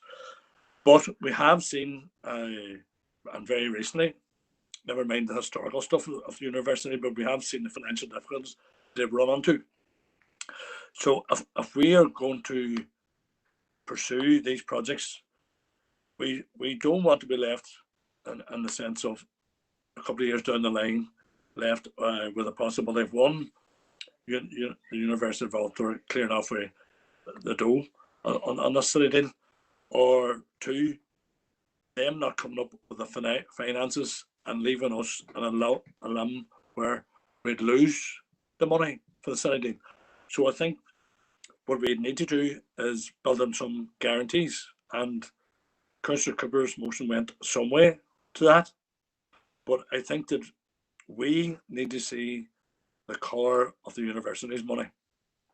What we need to see is through this partnership, we need to be saying our money from the city deal is committed. Where is your money? We need to see the sustainability of these projects that you're going to undertake.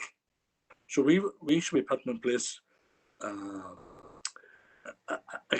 a financial guarantee. Says we want to see the call of your money, and we want it in a third party, so that we can see these projects. We can see physically there is the financial input from University of Ulster that's going to sustain these projects into the future, and that we won't see them dissolve into thin air. And this amendment will also allow us, if they don't come up with that money, that it's time bound, and we find the space to find other potential partners, so that we can deliver all the good stuff that we are talking about as a council. So I would ask the members here on to support this amendment. Thank you. Thank you, Councillor Gallagher. Councillor Cooper. Thank you, Mayor. I appreciate in one sense the sentiment, and again, Councillor Gallagher, as he said, is maybe trying to expound on what the first section of my own amendment earlier. But I did say earlier the key thing was that I wasn't going to, at this council meeting, try and dictate or try and explain or elaborate on how those guarantees from the British government and also university would be put into effect. And this is a key issue with this amendment here, because number one, I don't know if Ulster University are able to move any allocation they have to a third party. I don't even know if that's possible. There's another issue, and again, even in terms of financial rules, never mind any administrative reasons for that. But also, in addition to that, you know, when we've talked about the loan with the 126 million and making sure they are still financially stable and viable and all of that. If they have money in their accounts, interest rates are low at the minute, I'll take that as a point. But if they have money in their account in terms of the city deal monies that they have to use to develop their projects, it's much better being in their account, even in terms of gathering interest and all of that. It's more of a financially sensible approach they take. So on that basis, I can't see, I don't want to be prescriptive here about how the University of Ulster is dealing with the allocation they have. It's almost it's a follow-on discussion or a follow-on motion once city deal monies are fully processed, and we aren't at that point anyway. We aren't at that point in terms of all of the monies being released. But I just would have very, very grave concerns that we are, again, locking ourselves as a council in a position where, you know, if none of that was possible, what has been referred to here, that we're in a bind. And again, we want to make sure that, especially in terms of medical school, and again, I want to go back on what was said earlier. As far as we're concerned, we are still on target for 2021 in terms of work that's ongoing. I want to make that absolutely clear as far as we're concerned at this stage. But in terms of creating or putting ourselves in a bind, I don't think we would be wanting to create that scenario. So for that reason, we won't be supporting the amendment. Thank you. Thank you, Councillor Cooper. Alderman McClintock. Thanks, Mayor, for letting me in. I'll keep it very brief. Similar vein to Councillor Cooper, the other two amendments were very sensible and strengthened the notice motion before us. This one is really sort of farcical, really. Bringing in a third party to hold the money, it probably can't happen anyway. And the fact that it's time bound to create a space for these potential partners. Who are these potential partners? Happy with the motion as it was before this, but certainly can't support this this amendment. Thank you.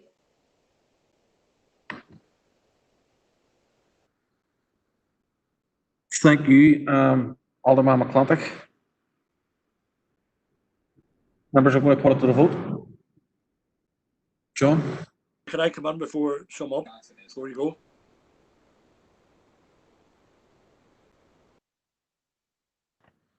I'm just being informed that there's no opportunity to sum up on an amendment. Chair, can I get clarification? I don't see that Councillor Gallagher is asking for monies to be released to a third party. Is that the case?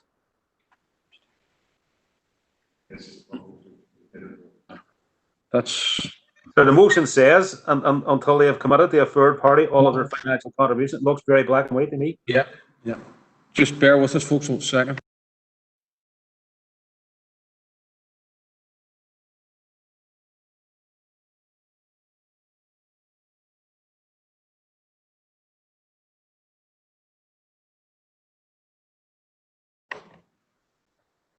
Members, I have called the vote, and I've done it already this evening, so I'm going to go ahead with the vote. John? Mayor, just for the benefit of clarification, do you see when Councillor Gallagher, I'm sorry, but I've called the vote, and I'll not be hearing no more on this amendment. Thank you, Councillor Gallagher. Council's making all its commitments.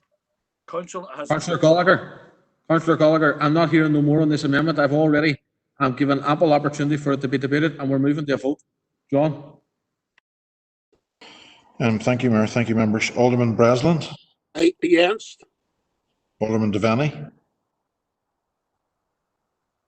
Alderman Devaney. Alderman Guy. Against. Alderman Carrigan. Alderman Carrigan. Sorry, John. Sorry, who's that? Carrigan. Against. Is that Alderman Carrigan? Thank you. Alderman McClintock. Against. Alderman McCain. Against. Alderman Ramsey. Against. Alderman Wark. Against. Councillor Jason Barr. Against. Councillor Raymond Barr. Abstain. Councillor John Boyle. Against. Councillor Michaela Boyle. Against. Councillor Carr. Abstain. Councillor Cooper. Against. Councillor Cusick. Abstain. Councillor Dobbins. Against. Councillor Donnelly. For. Councillor Duffy. Against. Councillor Durkin. Councillor Durkin. For. Councillor Edwards. Against, John. Councillor Farrell. Against. Councillor Ferguson. Against. Councillor Fleming. Against, John. Councillor Gallagher. Assume that's 4. Councillor Gallagher, I can't hear you. I'm sorry, I haven't got my camera on. That's 4. Councillor Harkin. For. Councillor Jackson. Against. Councillor Logue. Against. Councillor McCann. For. Councillor McCluskey. For. Councillor McGuire. Against. Councillor McHugh. Against, John. Councillor McKinney. John. Pardon, Councillor McKinney. Against, John. Thank you. Councillor Mellon. Against, John. Councillor Mooney. Against, John. Councillor Riley. Against, John. Councillor Tierney. Against.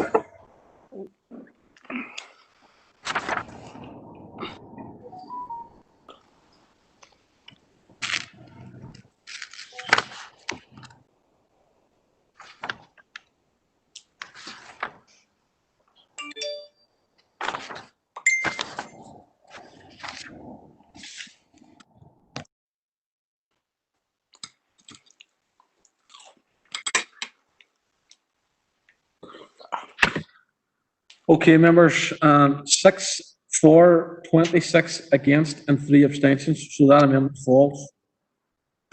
Councillor Harkin, did I notice in the chat box that you have a further amendment that you wish to bring? Sorry, Chair. No, that was, I posted up the. It was just a comment? Yeah. Okay. So now we're going to take a vote on the substantive motion, which is in front of you there now, members. John? Thanks again, Mayor and members. Alderman Breslin. For John. Alderman Devaney. Martin, John. Morris has left the meeting. Is that what you said? Yeah, thank you. Alderman Guy. For. Alderman Carrigan. For John. Alderman McClintock. For John. Alderman McKean. For. Alderman Ramsey. For. Alderman Wark. For. Councillor Jason Barr. It's better because. Councillor Jason Barr. Councillor Raymond Barr. For. Councillor John Boyle. For. Councillor Michaela Boyle. For. Councillor Carr. Councillor Carr. For John. Councillor Cooper. For. Councillor Cusick. For. Councillor Dobbins. For John. Councillor Donnelly. For. Councillor Duffy. Councillor Duffy. Sorry, for John. Councillor Durkin. Councillor Durkin. Councillor Edwards. For John. Councillor Farrell. For. Councillor Ferguson. For. Councillor Fleming. Councillor Fleming. Councillor Gallagher.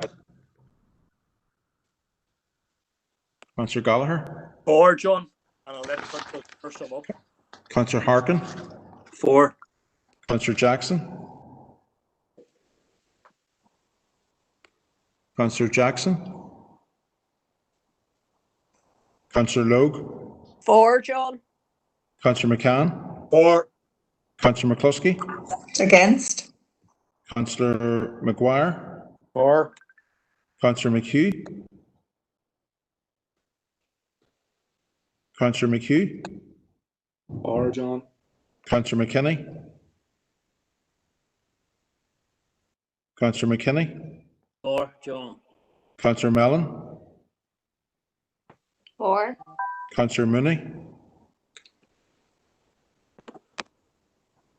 Councillor Riley. For John. Councillor Tierney. For John.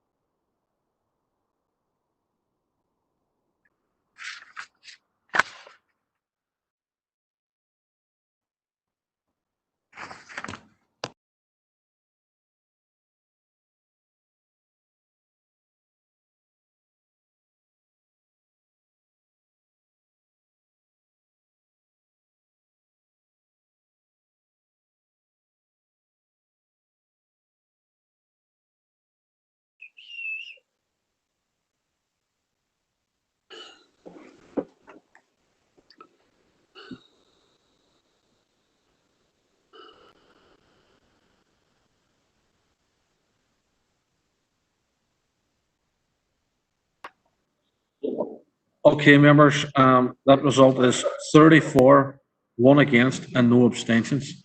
So that motion, as is in front of you on your screen, has been carried. Councillor McCluskey, would you like a minute to sum up? Yeah, thank you very much, Mayor, for allowing me to come back in. Well, obviously, the motion on the screen is not the motion that I brought to Council. It is my considered opinion that the university, Ulster University, has been an albatross around the neck of the city and district for too long. I don't think that they have either the will or the capability of delivering for the people of this city. And what is there is these checks and guarantees, I suppose, are better than just simply giving them the money without checks and guarantees. And I would suspect that the City Deal Working Group will maybe refine this going forward.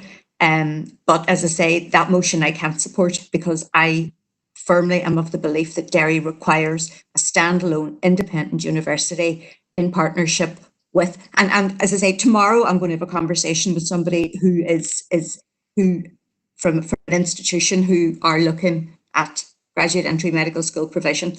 So there are other options, and I think we're painting ourselves into a corner, and that a once in a lifetime opportunity to change the future of the city is going to be thrown away.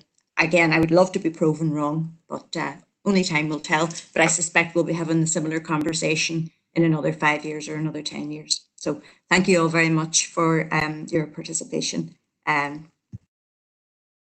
Sorry, thanks to Gary Donnelly for seconding it too. Thank you. Thank you, Councillor McCluskey. Members, next motion is Councillor Gallagher to move. Thank you, Mayor.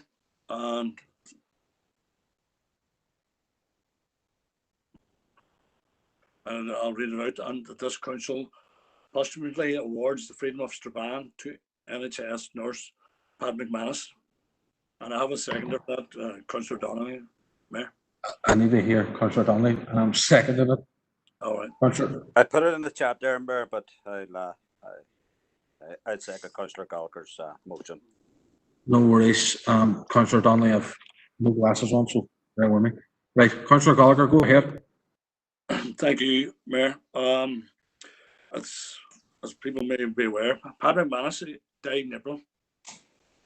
He worked for as a nurse for 40 years, and he worked his way up through the ranks in the NHS, and he was a backroom worker and a senior position. But when this COVID came, he very much says he wanted to use his experience in the field, and he went to the front line. Pat knew he had some underlying conditions, but he took a brave decision and he moved to the front line where he felt his experience could help save lives.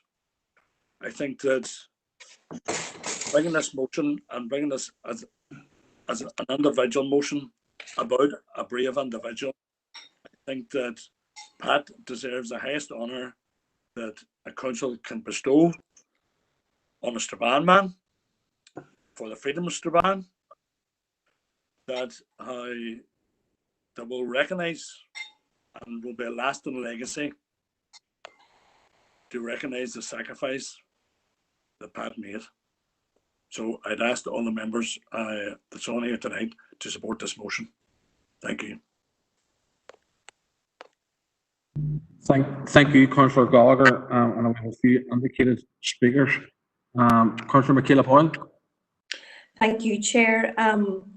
Firstly, I would like, on behalf of Sinn Féin Council team, to extend our deepest condolences to Pat's partner Lena, Pat's 3 sons, to his brother Martin and the extended McManus family, also to the many friends of Pat here locally in Strabane and indeed in England where he worked. In addition, I'd like to acknowledge the valuable contribution and lifelong service that Pat gave to the NHS as a nurse for 40 years. Pat was predeceased by his parents, Joe and his mother, Peggy, who served as a councillor on the old Strabane District Council for many years. As Councillor Gallagher said, Pat passed away on the 19th of April due to COVID-19 that he had contacted from a patient as he worked with his colleagues on the front line at Stafford County Hospital in London. Following his death, his nursing colleagues paid tribute to his passing, adding that he was an extremely well-liked and a valuable member of the nursing staff who will be missed by all that knew him. I never knew Pat personally, but I know many of his friends in Strabane who've spoken very fondly of Pat. He had a big personality and an infectious smile, and he loved all things Irish and never missed the opportunity of visiting his beloved hometown of Strabane to meet up with his family and his many friends that he stayed in touch with throughout his life. Pat symbolised the courage and sacrifice of all frontline workers who stepped into the Beara Bale to protect and preserve life in the most challenging of circumstances. And quite recently in Strabane, a number of churches came together in a fitting tribute to Pat to ring the church bells in his memory and to remember all those who passed away due to COVID-19. Chair, ultimately the best tribute we can pay to all our frontline workers is to ensure the extension of a real living wage to all workers so that no one worker is living in poverty. And I'm proud to say that Derry City and Strabane District Council are leading the way on this. Chair, the Sinn Féin team are happy to support the motion. However, I am keen to hear from Philip, given that the freedom of Strabane and not the district is a new concept and that there's no real criteria and statute. And I'm also aware, Chair, that there's a working group that has been established to look at innovative ways of how we process, recognise and honour achievements of all of our citizens here in the city and district. So to this end, I want to thank the member, Councillor Gallagher, for bringing forward the motion. We're happy to support it. Gormila Mayoga. Thank you, Councillor Boyle. Councillor Gallagher, can I just get some clarity from yourself in terms of the wording of the motion? Do you mean that you want the freedom of Strabane or the freedom of the Derry City and Strabane District Council area? I'm happy to amend it to say the freedom of Strabane and district, which will incorporate the city.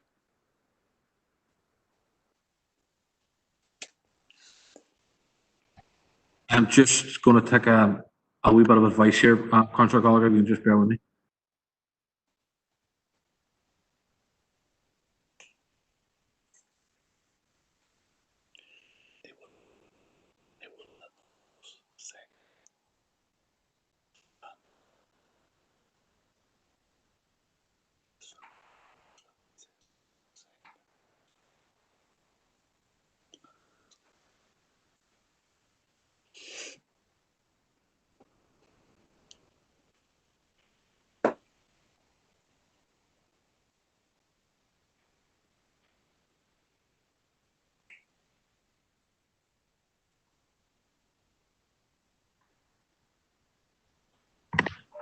Councillor Gallagher, I'm being advised that the wording is going to have to be Derry City and Strabane District Council area, because that's the only way that we can award this award.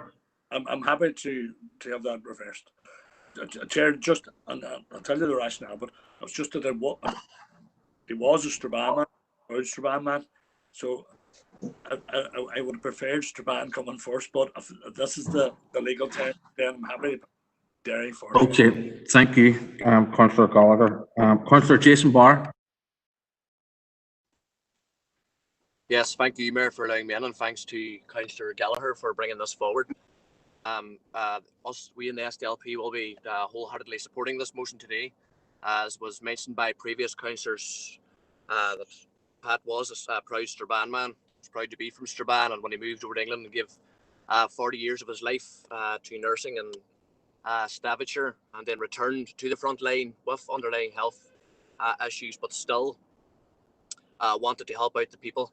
And unfortunately then his life was overcome by COVID-19 and sadly passed away by it. But this is definitely a fitting tribute for a man who gave his life for the people. And as I say, we'll be wholeheartedly supporting this today.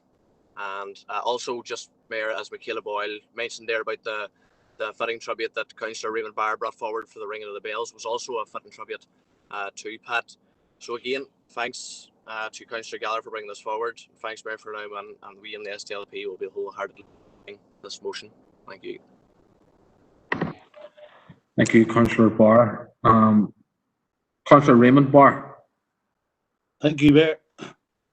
I'd like to as well thank Councillor Gallagher for bringing forward this motion. I grew up with Pat in the head of the town in Strabane, and I knew him and his family personally. Pat was a very easygoing lad with a humorous, infectious personality, which would have served him well in his chosen career.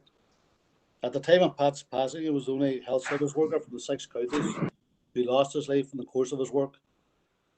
The accolades Pat received from his peers and co-workers bear testament to Pat's popularity and the esteem in which he was held.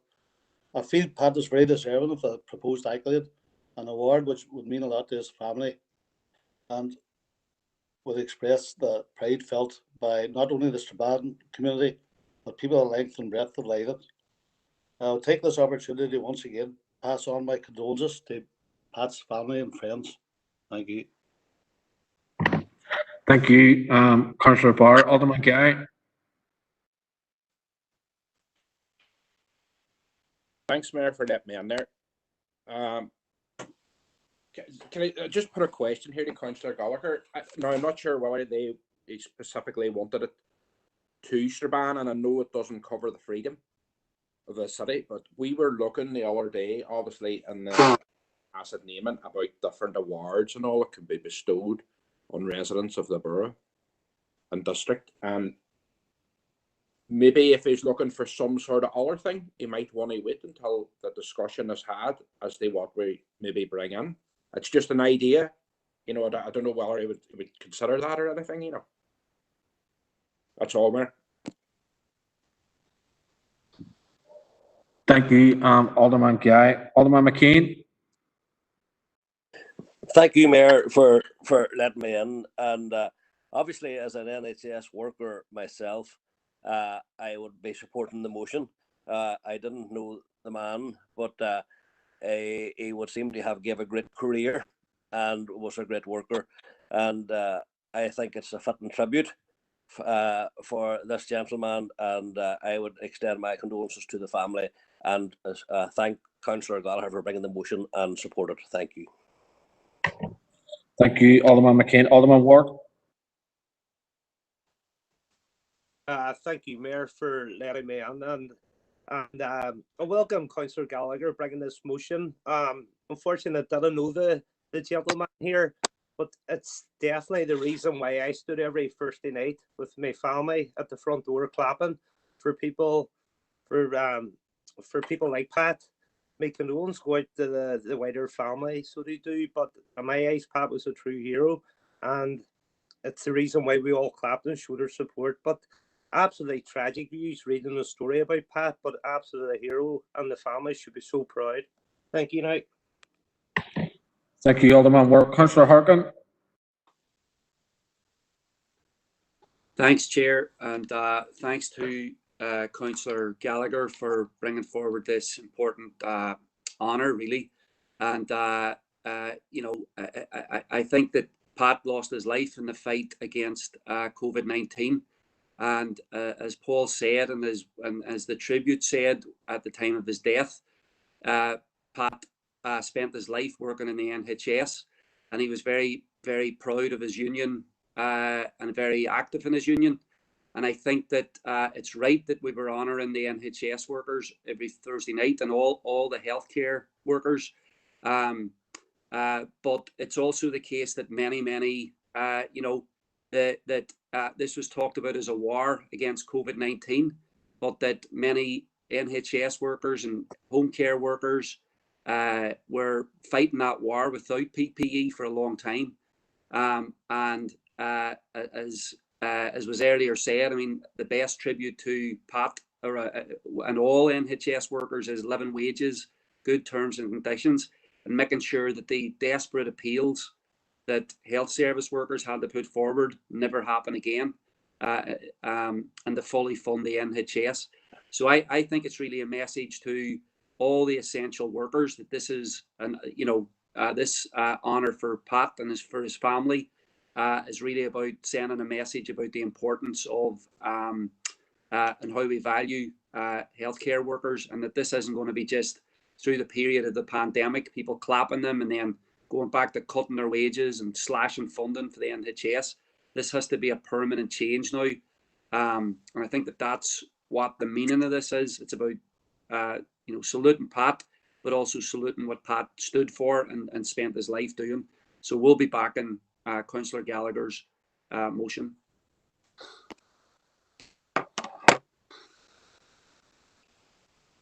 Thank you, Councillor Harkin. Councillor Donnelly. Thanks, Chair. First of all, I'd like to pass on my condolences to the family, and say that you know, Councillor Harkin has touched on a lot there. You know, I have a number of family members who work in the nursing profession, and you know, some of the conditions that they were working under, not being able to come home to their families, you know, and that was repeated right throughout, right across the board. And you know, these people are warriors. These people stepped up to the mark when they were called upon, and and unfortunately, Pat and a number of others lost their lives. And I think one of the best tributes that we can pay to Pat and all nurses and those in that profession is to stand with them, struggle with them. It was not long ago they were on the picket lines in the rain, and so I think that we do need to step up to the mark and we need to defend these people. And I'd like to thank Councillor Gallagher for bringing this motion. Thank you, Councillor Donnelly. Councillor McKinney. Thank you, Mayor, for letting me in. I'd like to pass on our condolences as well to the family. We greatly admire the work that Pat done, and I'd like to commend Councillor Gallagher for bringing this motion, and we will fully support it. Thank you. Thank you, Councillor McKinney. Members, there's no other indicated speakers, and I didn't hear any dissenting voices whilst going through that debate. So I'm going to take it as read unless anyone wants to let me know now. Chair, can I just come in? Someone? Yeah, I'm coming back to you, don't worry. All right, thank you. Yep, sounds unanimous to me. Councillor Gallagher. Thank you, Chair, for letting us in, and thank each and every member for supporting us. And I think just the important thing is we won't be able to fill the void that Pat has left for his family, but we will be saying a message saying we cared. Thank you. Yeah, totally agree, Councillor Gallagher. That motion has been passed unanimously. Members, before we move on, members, I'm going to suggest that we take another comfort break. And I'll say that we'll be back on live at 9:25 to kick off again with the rest of the motions. Thank you.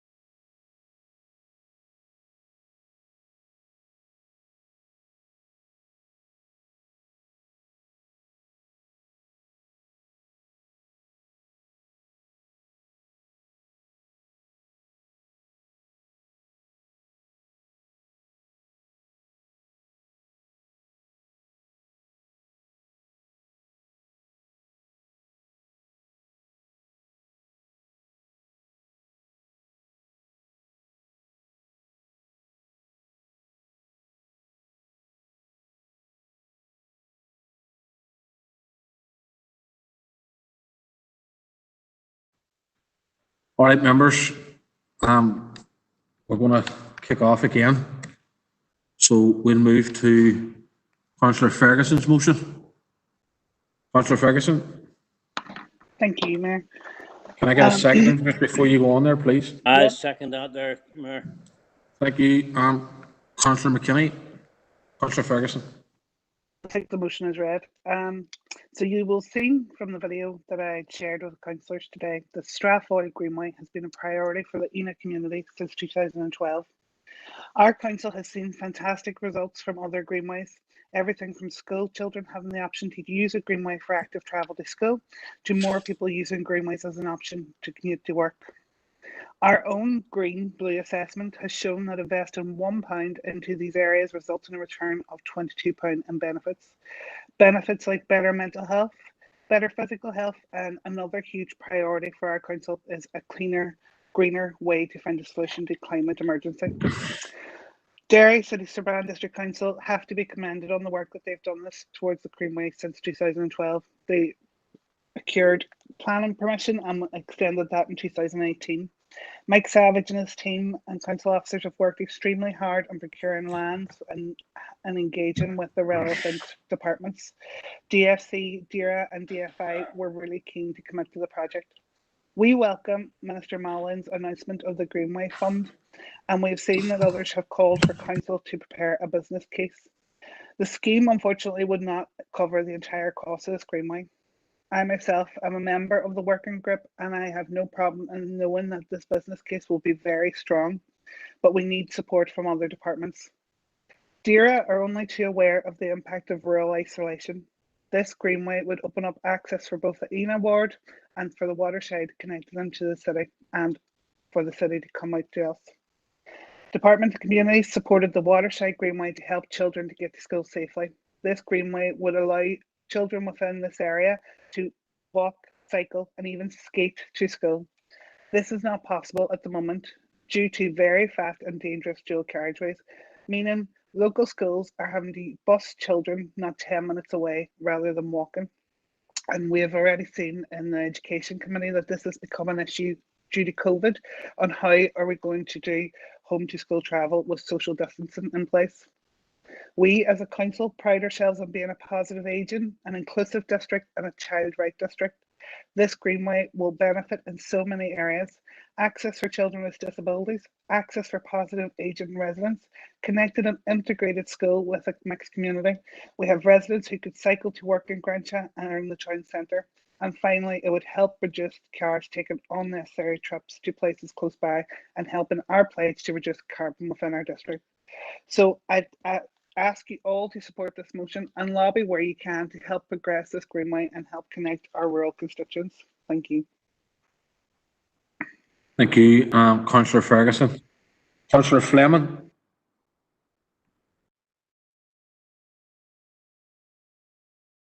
Thank you, Mayor, and you're doing well in your first meeting. In relation to the motion, obviously thanks to Rachel for bringing the motion, and on behalf of Sinn Féin, support the motion in its entirety, and also in terms of over the last period of time we have supported this demand, which is obviously a very reasonable from the community in the way. Yeah,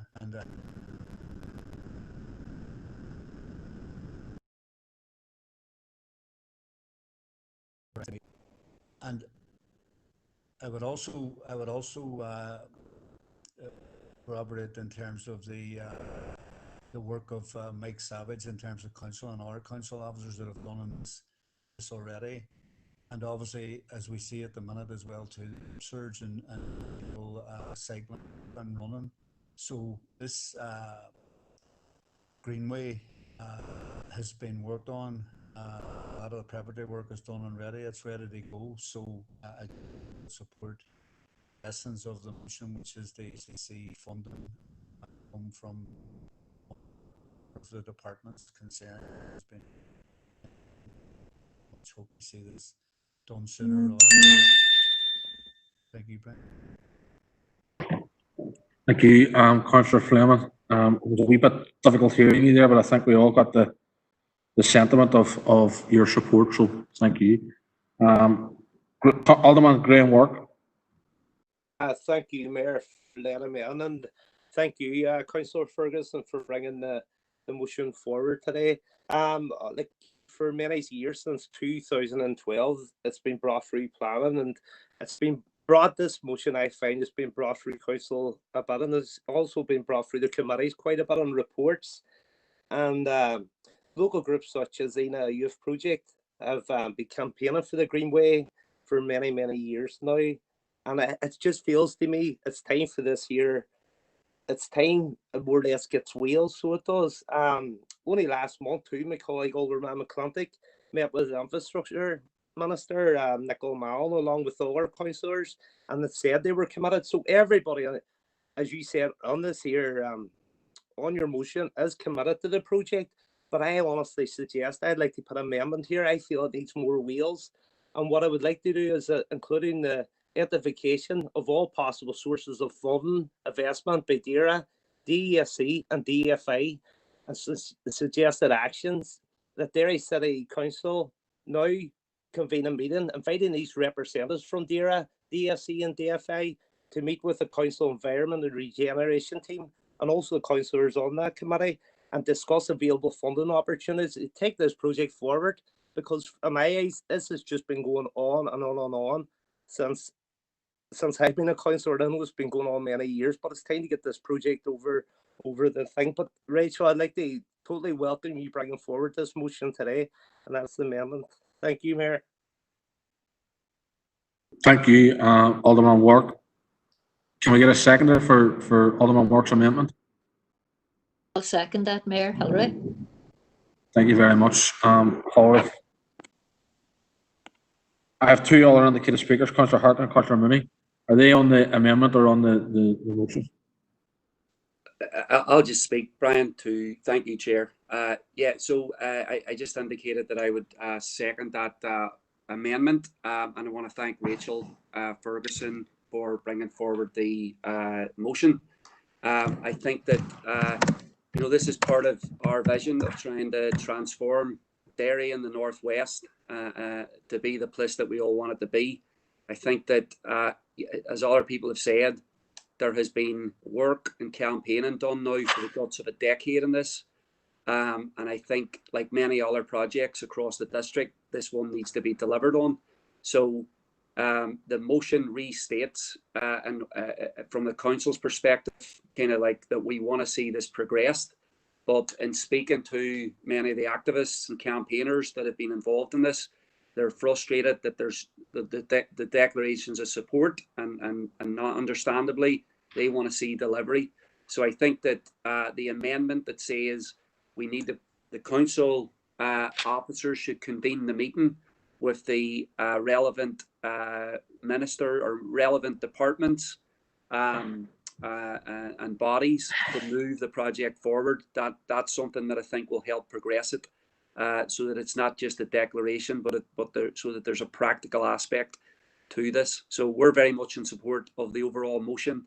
I think that the practical convening of a meeting will help strengthen this, and it certainly has the support as well of campaigners and who've been working on this for a long time.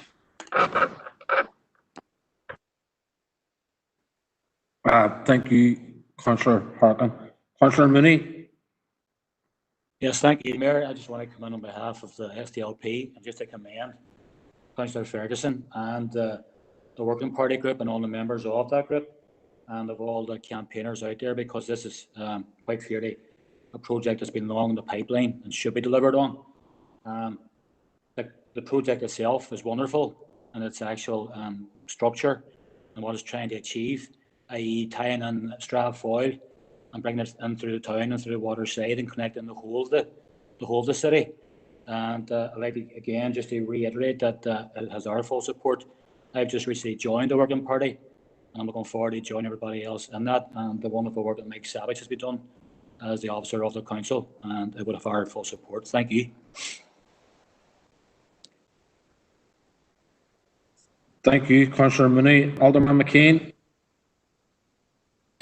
Thank you, Mayor, for letting me in. Yeah, just a very brief, quick word for us. Unionist Party would like to support the original motion and the amendment. Beautiful part of the world down there, and a great opportunity to connect up Strathfoyle with the rest of the city along the River Foyle. And just would like to congratulate Councillor Wark or Alderman Wark for the amendment. I think this needs a wee push. It needs to be driven. And thank you, everybody, and that's a good motion. Thank you. We'll support Ulster Unions. Thank you, bye. Thank you, Alderman McCain. Councillor Donnelly. Chair, just to say that I support the motion, and I have to agree that Alderman Wark's amendment has actually strengthened the motion. I have been in contact with campaigners, and you know, and I know that this amendment is what they're thinking. Share the frustration that they have.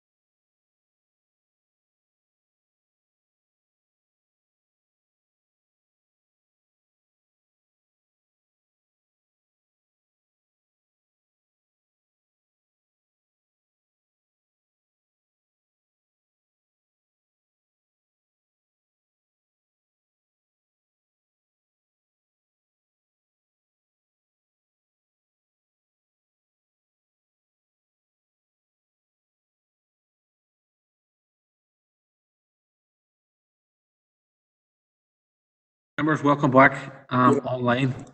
Big thanks to Paul Jackson for getting us sorted out there. Before we were cut off, members, we were hearing from Councillor Donnelly. Councillor Donnelly, do you want to finish off?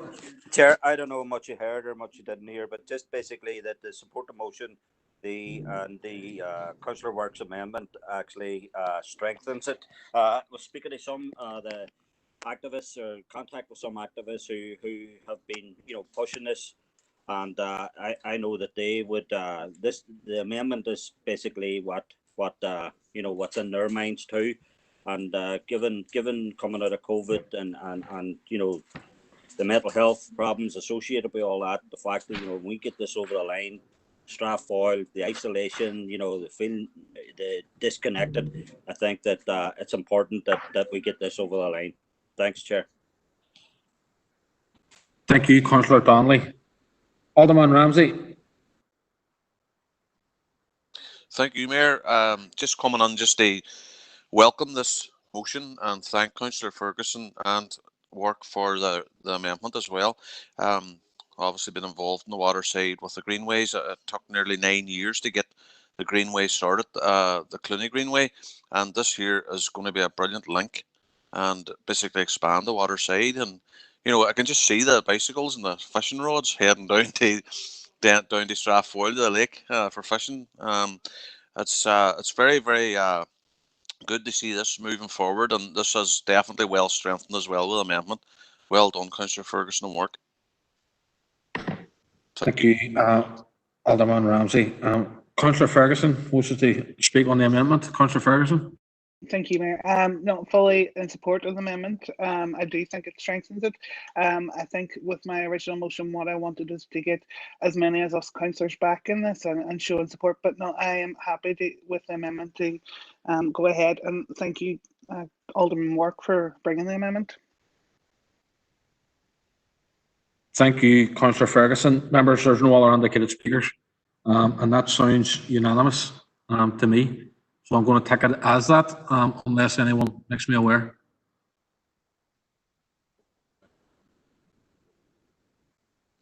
So that's the amendment has now obviously become the substantive motion, and we'll take the substantive motion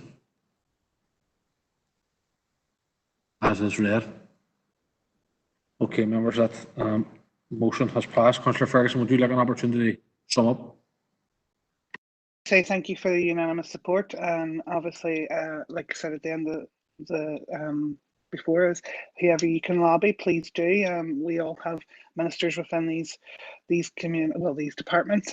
This would be a huge thing for the Eno ward and the Strathfoyle area. So no, thank you all for the support. Thank you, Councillor Ferguson. The next notice of motion is in the name of Councillor McKinney to move. Councillor McKinney.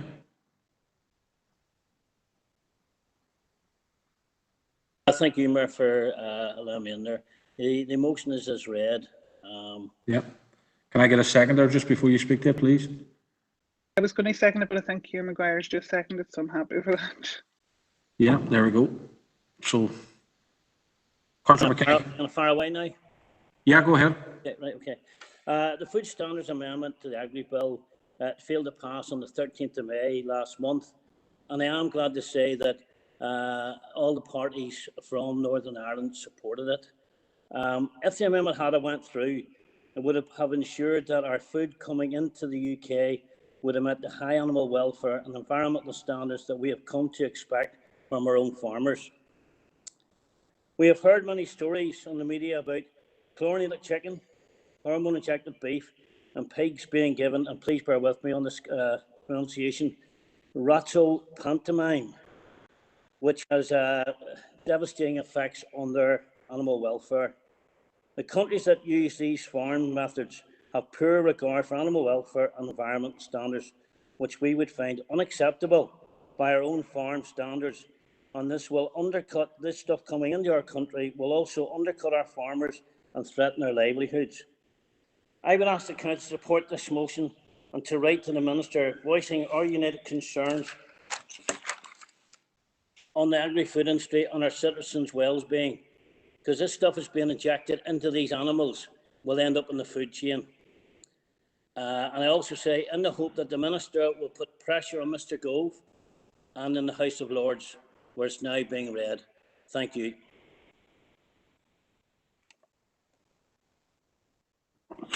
Thank you, Councillor McKinney. Councillor Maguire.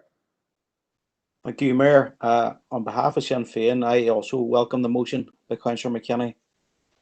This motion is a direct result of Brexit, as we are being forced out of the Common Agriculture Policy with a new bill replacing it. We do not believe that this bill will shape up to be in our interests. There's major concerns of the UK government approaching other countries for trade deals. These countries have very low standards of animal welfare. The failure of the British government to incorporate minimum food standards in their agricultural bill has opened the door for Britain cheap, low-standard food, which will more than likely destroy the market for our own local farmers. It's no secret that cheap chlorinated chicken is being offered to local supermarkets. It's also clear that UK government has softened its position on hormone-fed beef and crops treated with over 80 pesticides which are banned in the EU. This is the competition our local farmers will have to face in the very near future, and we support the motion, Chair. Thank you, Councillor Maguire. Councillor Cusack. Thank you, Mayor. As been said before, we here rely on our agricultural sector, and we're known globally for the quality of our produce. And the agriculture bill and the rejection of the recent cross-party amendments by the Tories and others, amendments designed to guarantee and retain vital standards, is quite frankly appalling. And I'm proud that the SDLP were there to truly represent the interests of the people here and to vote against this bill in Westminster, because firstly, what is there to support in legislation which puts chlorinated chicken and hormone-injected beef on children's plates? Secondly, what is there to support about reducing protections, welfare and quality of life for our farmed animals? And finally, or last but not least, certainly not least, what is there to support about a policy which seriously threatens our farmers' livelihoods and our agricultural production, ironically without EU cap protections and support going forward? This is all the fallout of Brexit, and these were all the things we warned about when we campaigned furiously to stop Brexit. The SLP have spoken in Westminster and refused to accept an undercutting of our standards and the huge detriment to our economy and our health that this bill promotes. So the SDLP wholeheartedly supports this motion and thanks Councillor McKinney for bringing it forward. Thank you, Mayor. Thank you very much. Councillor Cusack. Alderman Kerrigan. Thank you, Mayor. Mayor, we thank Councillor McKinney for bringing forward the motion, and the Democratic Unionist Party will be supporting it. We did support the amendments that were brought forward in the Agriculture Bill. It was voted on at Westminster on the 13th of May, but as has been stated, it was defeated, 51 votes. The DUP MPs voted in favour of the amendments, and the main item was on protecting the food standards within the UK. Now, there is word there, there's a wee bit of hope in regards to the Secretary of State for Trade, Liz Truss, has publicly stated that all food imports must meet our standards. And we would be minded that within the Democratic Unionist Party and that all other parties should hold her and the government to account on that they will stick to that promise that has been given. The Northern Ireland farmers produce a quality product. There's a lot of legislation in place. And if you're speaking to certain men, you know, there are complaints about having to comply to everything. But the farmers are forced to comply to all the regulation. And they do comply to it. And where everything you can trace your meat on the plate to the farm that it was reared on. So everything's there. The farms are, many of the farms are registered with a farm called Assurance or the Red Tractor schemes. And they're penalised if they're not. Now, the agricultural sector is a massive sector in Northern Ireland. That almost had sales of 5. To say there's 49% of that as sales into Great Britain mainland, 24% within Northern Ireland, 15% within to the Republic of Ireland, and 12% to the rest of the world. It's comprising of 71,500, be it self-employed individuals or employees in the agri-food sector. So it's a massive industry for us here. And again, we are thankful of the motion that's been brought, and it must be protected. But, Mayor, I will state that we have to look at our own habits also. I would be minded. It is grand to write to the Minister, and we're happy to support this here, but we do have to look at our own habits. And as many of the farmers would say, when you have a good bullock ready to go to slaughter, and when you look at the amount of meat and the cuts that is on that animal, and the price that that farmer gets, compared to the price that he's bought in the shop, there's a lot of money going somewhere else, and the farmer producing it is not the man that's getting it. And we have to be prepared as consumers to pay a wee bit more to buy the quality product, and not to be, there may well be other foods that are potentially coming in, but the consumer dictates the market to a certain extent, Mayor, that if we're not buying it, they'll not be bringing it in. So it is up to the consumer as well to be taking the lead and to be seen to be supporting the quality product that's produced here. I mean, I was in a supermarket and I always check the labels and anything, and I happened to check a packet of ham, and it said it was made from pork from inside the EU and outside the EU. That could have been anywhere at all. So I do encourage the councillors to take that lead and their own loving that we would support the Northern Ireland farmer. So thank you very much, Mayor, and the DUP will be supporting the motion by Councillor McKinney. Thank you.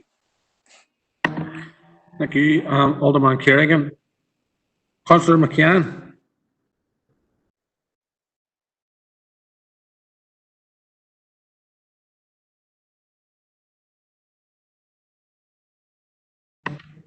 Councillor McCann, are you there? Hear me? Hello? Go ahead, Eamon. Yeah, we can hear you. Oh, you can't hear me. I want to talk about my park briefly. I want to talk about the mega pig farms, which are planned. One just outside Limavady, which is planned to have 80,000 piglets a year, with the feed flown in from Brazil, soya from Brazil, flown across the Atlantic. The piglets to be reared into fat pigs, and then the pork meat sent to China. That's the chain. And the pigs are producing vast amounts of ammonia, which is very harmful to the environment. And also, we have to consider the interests of the animals. I mean, if we believe in any way sort of an ethical approach to animals, I mean, having animals in little cages where they can't even turn round, you know, and where it only takes 3 or 4 people employed to run at them, and they're clearing out the slurry from beneath them because they're on slatted floors. That's happening now. Now, when we talk about animal welfare, I think we should talk about that. There's also Moy Park. Moy Park is one of the biggest producers of chickens in Europe. It's also a favoured industry or a favoured firm for certain elements at Stormont.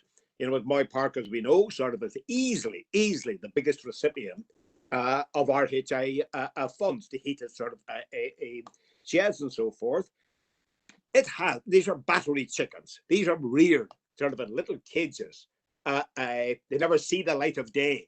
Now, I don't want to get all sentimental over chickens, but I mean, I think that it's good-hearted people should at least have some thought for that. And the only point I'm making is that when we're talking about standards sort of food production and looking after the welfare of animals, I mean, sometimes we have to think we should sort of take our own advice and do it. Don't look for the mote in somebody else's eye when there's a beam like Moy Park in our own. Having said all that, I agree sort of with everything else that's been said, but let's not forget the wrong things that are being done in our own backyard.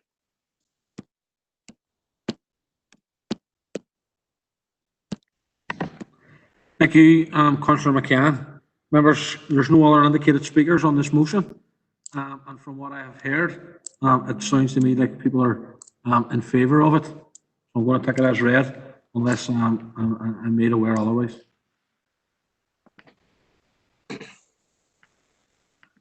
No. That motion in the name of Councillor McKinney has passed. Members, you will remember, seems a long time ago now, at Chair's business that I did mention that Alderman McCready's motion will not be heard tonight. So we'll move on now to Councillor Riley's motion. Councillor Riley. Yes, Mayor, thank you very much. Can I just formally propose the motion as on the order paper for now? Yes, Councillor Riley, thank you. And have you got a seconder for I'll that second. I'll second that. Angela Dobbins. Thank you, Councillor Dobbins. Councillor Riley. Yeah, thanks, Mayor. And I'm conscious of time and the fact that we've been here now for a good few hours, but this is a very important issue for our council finances. I want to start by thanking Alfie for giving me some assistance in terms of the concept. He has spoken about this in public business in committees for people to have this as an issue to understand. And I think that the wider rate payers out there will understand as well that the bigger the interest rate on your loan, the bigger the monthly repayments, the yearly repayments, the often many years of repayments that have to be made. And indeed, that figure that we have currently is set at interest rates from many years ago, well before COVID-19 has saw the interest rates reduced to a historic low. Chair, it's fairly straightforward in relation to any reduction in the interest rate that we have to pay on our loans, therefore grants a saving to the ratepayer. And in these times when councils are under grave financial stress, given all the outworkings of COVID-19 and the loss of income that we have to look at imaginative and new ways of trying to make savings to our ratepayer. This is not a new concept. It has been mooted before, but it hasn't been introduced, and that's what this motion is calling on. Is calling on the Minister for Finance to make the change. Council has many loans that are over 5 and 10%, and if we were to get those loans reduced down to more favourable terms, then we would be making a huge savings for the ratepayer. So only with the support of this council can we write to the Minister for Finance, and I would hope that everybody across the virtual chamber can support this motion today, and then in turn I hope that the Department of Finance will be able to grant us that permission to renegotiate those loans without penalty, to make a saving to the ratepayer on the projects that we all want to see delivered across the council area. Thank you, Mayor. Thank you, Councillor Riley. Councillor Cooper. Thanks, Mayor.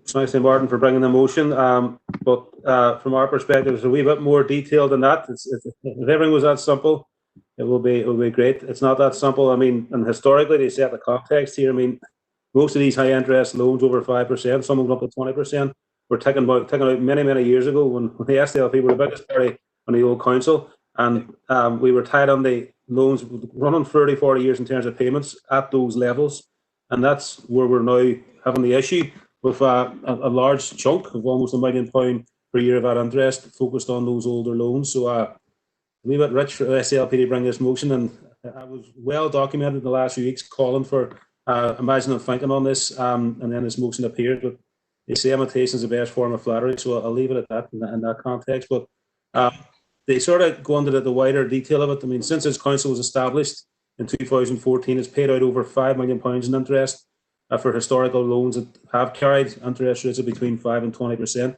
And had they been lower, we would have had additional funding, which could have been loan charged. They fund up to £90 million of capital projects. £90 million if that money had been available to us, which it obviously wasn't. And it's an absolute burden on us every year on year. But the other thing around the Department for Finance, as I said, it's not as simple as saying let the department just allow those loans to be refinanced. It is true that councils currently borrow from the Department of Finance from the Consolidated Loans Fund. But the Department of Finance borrows the money for that fund from the British Treasury, and they're locked onto those loans for an agreed period, and councils are prohibited from refinancing those loans by the departments up to now have been, because there's a significant redemption penalty which is imposed by the British Treasury on the department for any loans that are paid back early before the end of the agreed repayment period, and that is then passed on to council. That fine is basically passed on to council by the Department for Finance.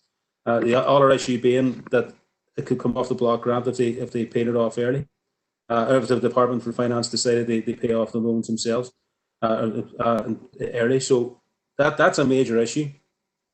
So the heart of this issue goes to the British Treasury. We're calling on the British Treasury to forego those penalties that are currently imposed on the departments and passed on to both ourselves and the other 10 councils across the north, and that will allow us to make significant savings to finance capital projects. If that's not agreed to, in terms of the amendment I'll bring down in a second, I mean, we'll certainly pursue options with the Minister for Finance to explore if those penalties can be absorbed by the departments, if there's ways of doing that. But as the body who's imposing the penalties, the pressure should first and foremost be brought to bear on the British Treasury. And now, that's the first part of this, but they sort of expand on it in terms of future loans, as opposed to historical loans.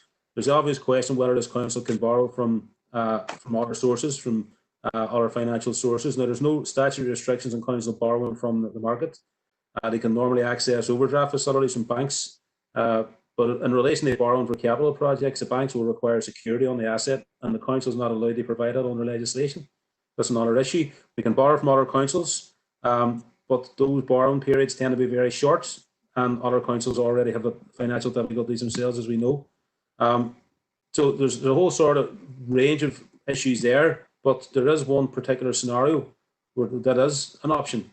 There is the idea of a bonds issue scheme, and this has been done in Britain by a number of councils where they've collaborated.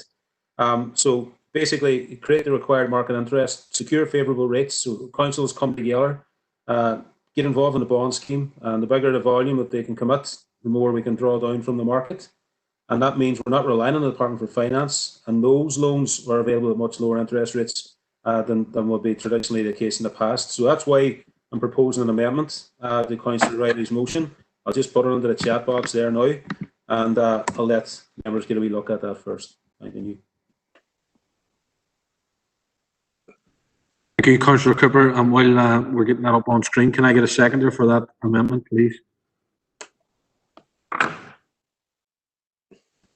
Second it. Who's that? Sorry, Sandra Duffy. All right, Sandra, thank you.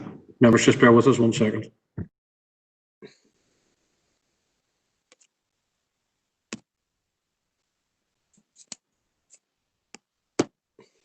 Could I, when we're just doing that, Chair, can I check, is that an addition to the text that I have on the screen yet?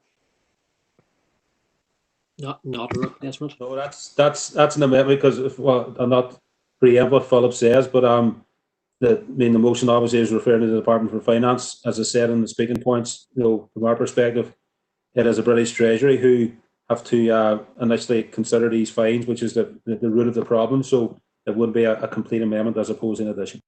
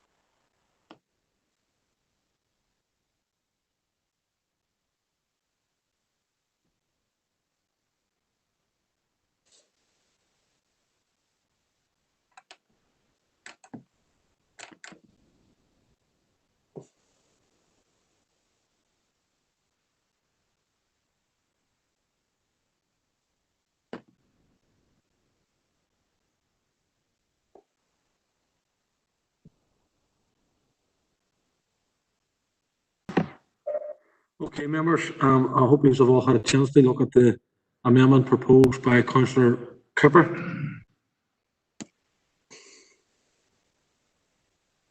Councillor Kerrigan was looking on, but Councillor Kerrigan, is it on the amendment or on the original motion?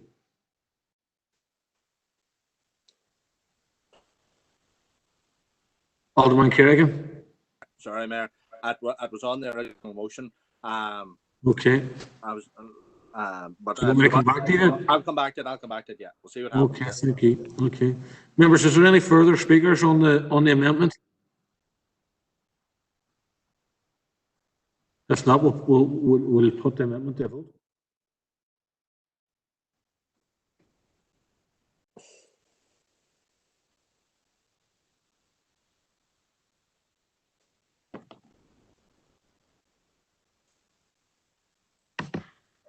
Okay, members, can people make me aware if they're against the motion or the amendment, sorry?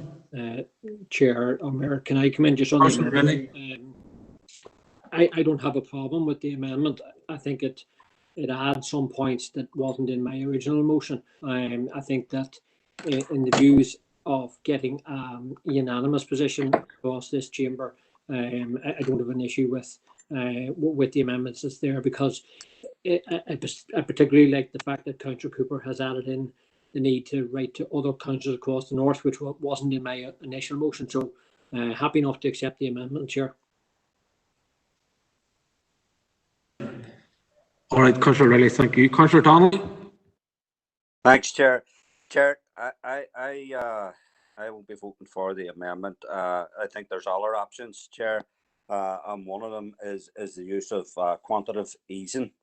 So, you know, I think whilst there is merit in some of this, I think that it doesn't go far enough. I think that, you know, the issue of quantitative easing should be factored in, but it's a wee bit above and beyond my remit or even council's remit. Okay, thank you, Councillor Donnelly. Members, no other indicated speakers on the amendment. So the only dissenting voice that I hear is Councillor Donnelly. And I'm going to take it that he's the only person that's not voting in favour of the amendment. Yeah, okay. Amendment passes and obviously becomes the substantive motion. Councillor Kerrigan, or Alderman Kerrigan, sorry. Mayor, thank you. Well, I was going to support the motion put forward by Councillor Riley, and I think we can still support the motion and the main there, because as has been stated, the refinancing is a major impact on it, and Alfie has stated and documentation which he had given us at previous meetings, the refinancing is a major issue and of the loans. And I had figures of almost 2.9 million, according to Alfie's figures, was potential savings, and there was 946 all been already allocated, leaving us just 1.95 million there on Alfie's restructuring figures there. So there's a potential there that we could see of substantial funds there, but again, it's all dependent on all these loans and terms and conditions, as we do see the ability that is given now in these bounce back loans to self-employed individuals now, whereby there's no setup fees and 2.5% guaranteed interest. It would be very good if the Treasury would do that for local councils. To be fair, it would. Nothing beats a try with it, Mayor. So I think overall in the wording of it, I think we can, as it does state in the second paragraph, we can consider collaborating with other councils. So I think there's enough on it. We are in a position to support it. Thank you, Mayor. Thank you, Alderman Kerrigan. Councillor Cooper. Sorry, Mayor, I noticed that comment. I was just on, because I thought Councillor Donnelly was going to bring an amendment on the quantitative easing. I can be corrected if I'm wrong, but quantitative easing is a mechanism that's available to the Bank of England, as opposed to whether British government sent the British government Westminster, or whether it was the executive or Scotland or Wales. So that option wouldn't be available to us anyway. That would be a mechanism only available at the Bank of England, so it wouldn't have been applicable in this case, but they didn't add it as an amendment, so points mute at this stage.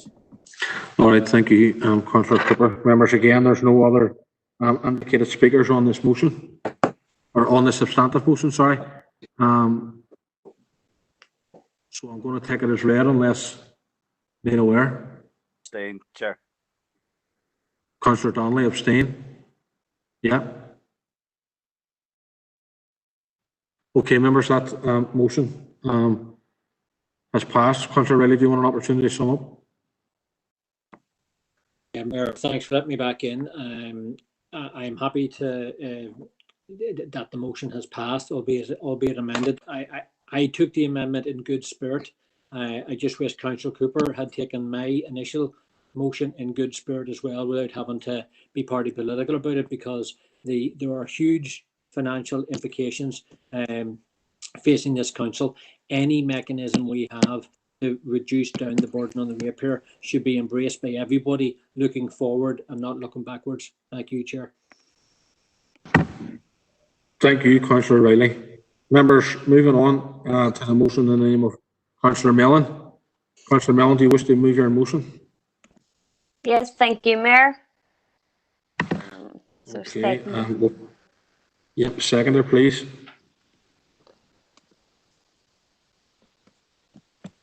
Sandra here, I'm happy to second. Thank you, Councillor Duffy. Councillor Mellon? I'll take the motion as read. Mayor, can I first of all, on behalf of Sinn Féin, thank all teaching faculty, parents, children and young people for their determination and strength in adapting to life without a classroom over the past few months. Teachers and their support staff have used alternative methods to reach out to children and provide support for families learning together. Staying at home in order to keep safe has rightly been the priority till now and will continue to do so. Planning ahead will be essential in returning to pupils return to education with the necessary support and structures in place.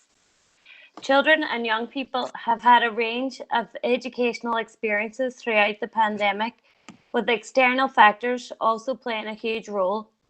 These external factors need to be included within the plans for proposed blended learning, and my party has consistently called for a forum to be established, including all stakeholders, parents and young people, to ensure they are involved in the co-design and planning on all elements of the Restart programme. Children and young people have no doubt suffered a loss throughout this time, a loss of peer relation development, a loss of academic learning, and of their own emotional growth that happens throughout the school process. My thoughts are especially with the children entering their transitional years without supported transition, and those in exam years who have worked so hard to get there. I want to, whilst we're here, Mayor, commend Thornhill and St Colum's College for the leadership that they have shown, that they have taken in to not using the transfer test this coming year. This has been greatly welcomed by parents and children within the city. This is a step in the right direction, and I hope Fall College and Limerick Christie College follow and put the children's health and safety to the fore. Mayor, it is disappointing to hear Limerick Christie's statement today that they will continue with the transfer test this year. And going forward, we need to reduce the stress our children are already feeling, and their mental health and well-being in its totality needs to be at the front of decisions that affect them. No one can underestimate the effect this year has had on the whole school community. The decisions the Minister takes going forward needs to first be led by scientific advice, safety of our young people, teachers, school staff, and ensure the resources are in place for schools to allow for a safe and effective return to structured education. Thank you, Mayor. Thank you, Councillor Millen. Councillor Edwards. Mayor, thank you for bringing me in this issue, and I'm sure everyone would agree that returning children to school is an important issue and is one that the Education Minister and Executive must get right. And in that regard, I do thank Councillor Mellon for bringing the motion to Council tonight, and the SLP are happy to support it. At Wednesday's Education Committee of Sturm, the SLP has raised considerable concern about the Minister's plans announced last week to return children to school at the end of August, and have brought many of the concerns of local teachers and principals to the Minister's table. The SLP believe that the Minister's plan for a 1 metre social distancing rule for children will have a detrimental impact on rural schools, many of whom are already oversubscribed and have little teaching space. School principals have come out recently to say that they can only accommodate 50% of their normal class sizes and are in desperate need of additional teaching space. Mayor, the guidance provided by the Minister has failed to provide clarity on how these schools and the principals the extra space will be accommodated for when schools do reopen, and we believe that this is an issue that needs to be addressed immediately. The SLP has also raised concerns about school transport when their schools do reopen.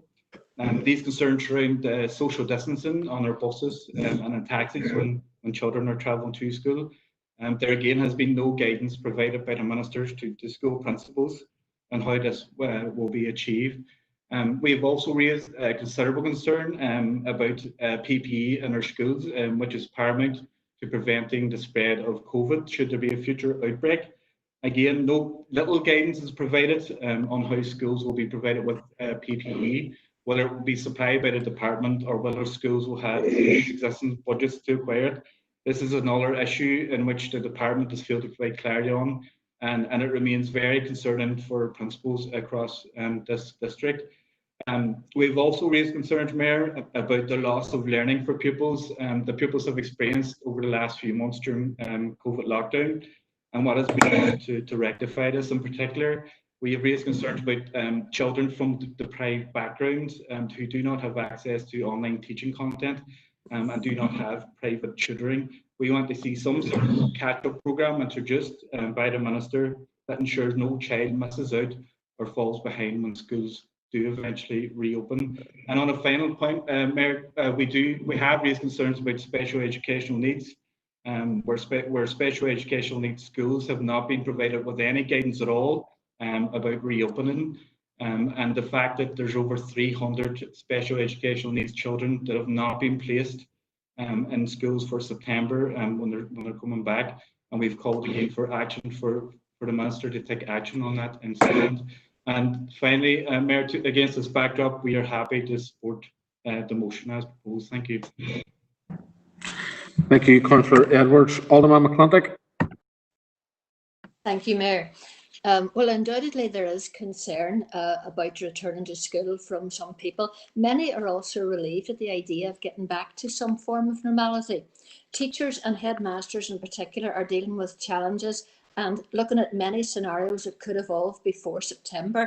Those of us who are on board of governors of schools have witnessed firsthand the amount of paperwork circulating from and to the Department for Education.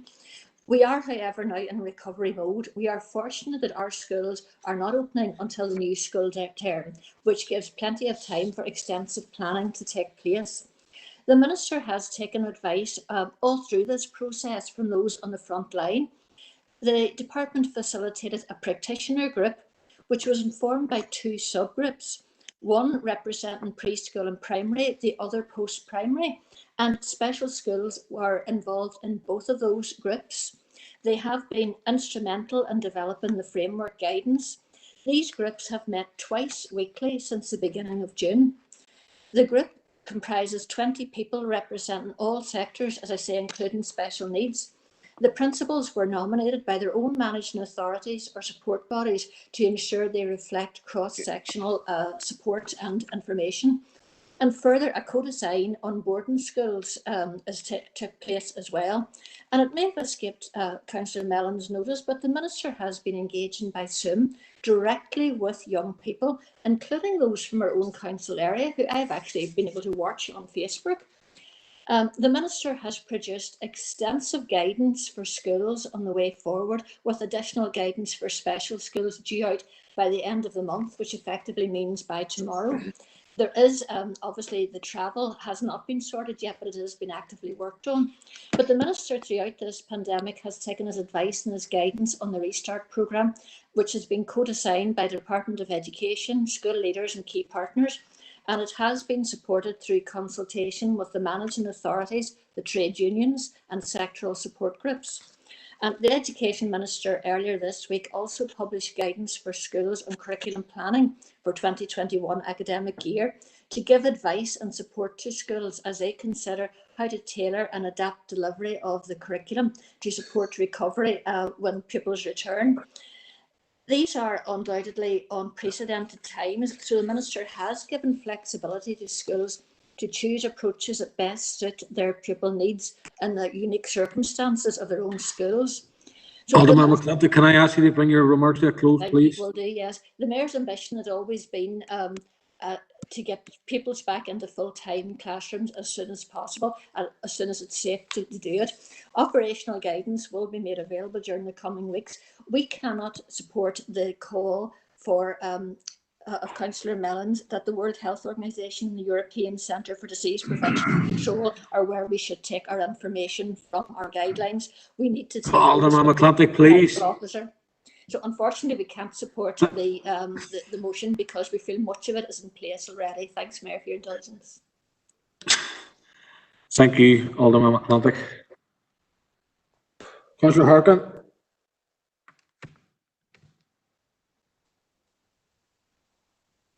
Councillor Harkin.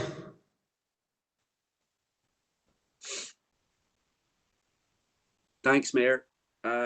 Yeah, I'm glad Councillor Mellon has put the issue of education on the agenda. I forwarded you an amendment that I would like to make to the motion earlier, if that can go up. We're very much in support of the issues that Councillor Mellon raises.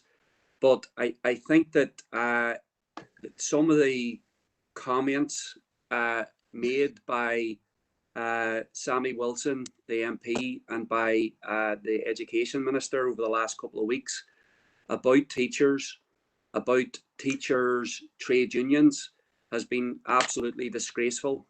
I think that Wilson said that teachers were doing everything that they could to avoid working. I think that was one of the headlines. And what this is about scapegoating teachers. It's about bullying teachers. It's about undermining teachers' trade unions. And we have to remember that before the pandemic, it was widely acknowledged because the teachers in this city and our educators had held many meetings that we had all attended, telling us about the scale of the education crisis, and that our schools, given the funding cuts that they've experienced, were simply not sustainable, and that our teachers are essential workers, they're frontline workers, and that they have bent over backwards over many, many years to keep the schools going, to put the needs of students first, in conditions that have been impossible. And many, many teachers, if you know teachers, you know that they put their hand in their pocket every week to pay for provisions that are not being provided for through budgets. So our teachers, this is disgraceful treatment of our teachers, who many of whom have actually been working through this pandemic and doing their best to continue to educate our children. And so I think we have to, as a council, reject the type of language and the type of bullying that's went on. I would describe this as an attempt to divide and conquer. There's a great feeling right now amongst public sector workers, amongst many, many workers, about there needs to be a change of direction, that we can't go back to the kind of funding cuts of the health service, of education that existed before the pandemic. And what this is, it's really an attempt to denigrate teachers, to make it seem like they don't care about students, and to try and undermine the trade unions. The trade unions, they've been railroaded over the last couple of weeks. Councillor Harkin, can I ask you to bring your remarks to a close, please? Yeah, I've talked to a lot of teachers from different education unions who feel like their concerns have been stampeded over, they've been ignored. And so I think as a council, we have to show our respect for our teachers, for our school workers, for all our educators, and for the trade unions that represent them and have done. All these people, they're heroes, just like our health service workers. And these people, our teachers' working conditions are our students' learning conditions. And this is, these are very, very important. Councillor Harkin, I've already asked you to bring your remarks to a close, please. Mayor. Have you a seconder for your amendment? I'll second it if needs be. Who's that? Councillor Donnelly, is it? Yeah. Yep, thank you, Gary. Gary, you're up next. Do you want to speak on the amendment or on the substantive motion? I'll speak on the amendment. I think that, the motion is an excellent motion, and I think that the amendment complements it. Over the last number of days, I've had been in the company of a number of teachers. My own son was leaving primary education and going to secondary, enrolling for secondary, and the professionalism shown and the just commitment coming from the teachers of Bunskull, Colmkilla and St. Bridget's was absolutely second to none. And these teachers, as already been said, these teachers have been basically working under conditions that they put it mildly, very, very trying, and the professionalism that they've shown is it's just testament to their commitment, because one important asset that our young people, the most important asset that they can gain is an education. There's a lack of employment here. There's a lack of opportunities. At least if they're educated, then they can use that, put that education they could use, and get on a plane if need be, and seek employment elsewhere. I think the remarks from Sammy Wilson, who represents a party, he talks about them not wanting to work.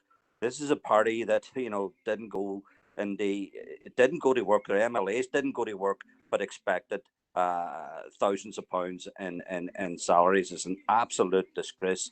So I just want to pay tribute to the teachers that I've been talking to the last number of days, and they are uncertain, and God knows what conditions that they're going to be working on when they eventually do go back. They're going to be working with kids who some of them will have no doubt developed mental health difficulties due to being, locked down over this whole COVID. And again, in my view, that as Councillor Harkin has said, they are absolute heroes. So I want to put my support for the amended motion.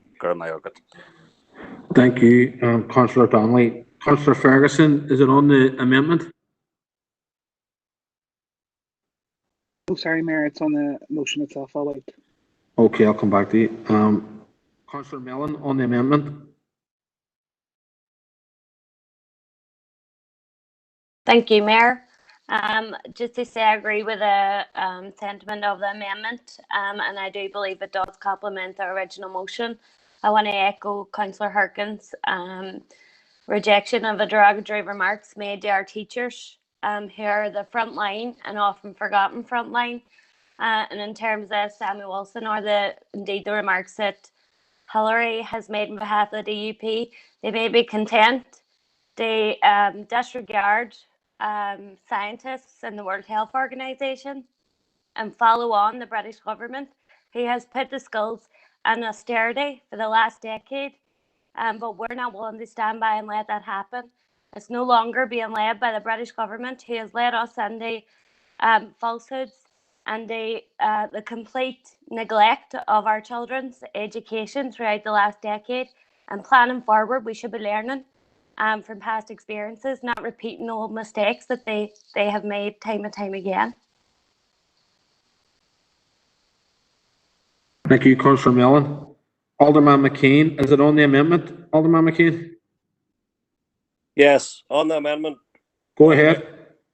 I would also like to pass on my very much disappointment of Sammy Wilson and as regard and his remarks to teachers. For a man who was a teacher himself, I think his remarks is despicable. And from myself, who is married to a senior teacher, I don't know of any teachers who are happy with the information that has been coming from the Minister for Education.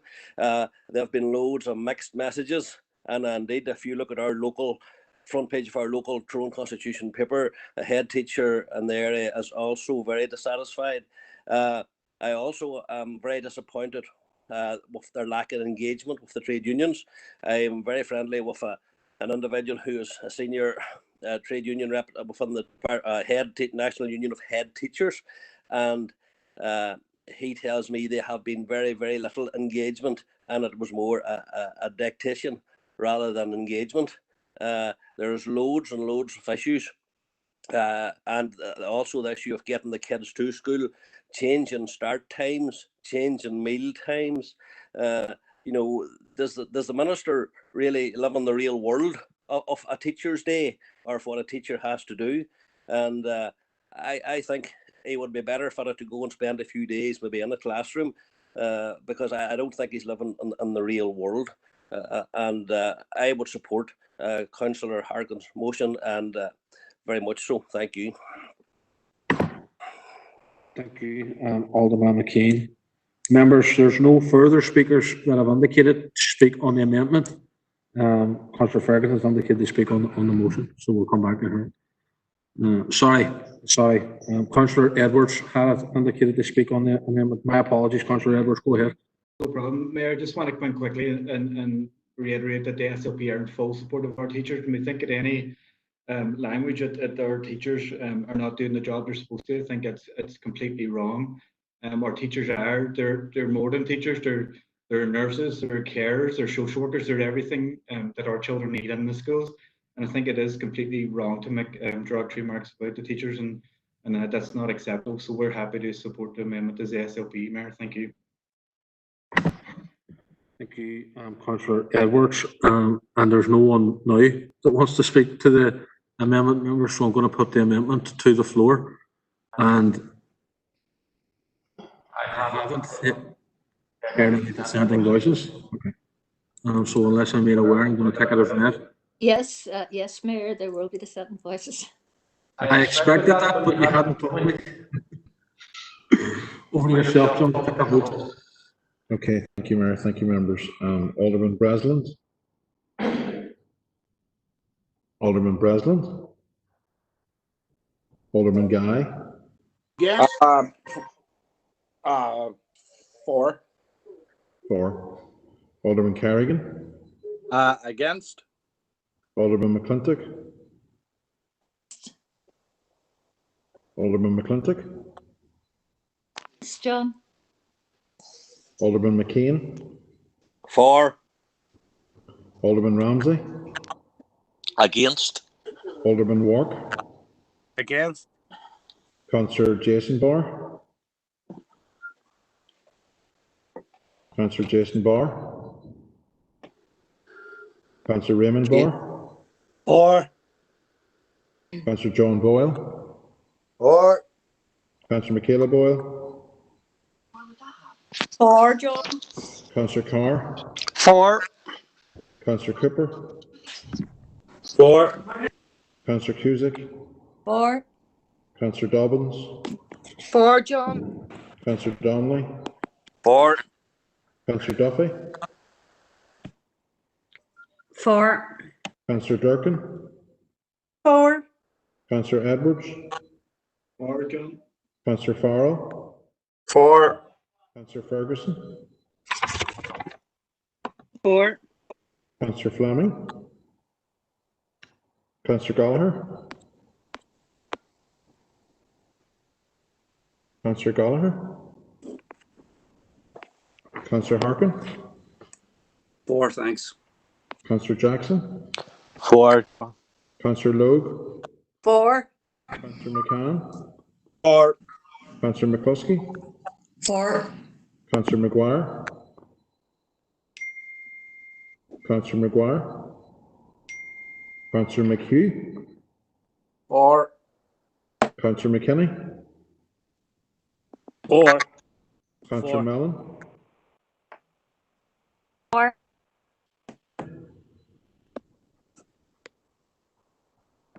Councillor Mooney. 4. Councillor Riley. 4. Councillor Tierney. 4, John.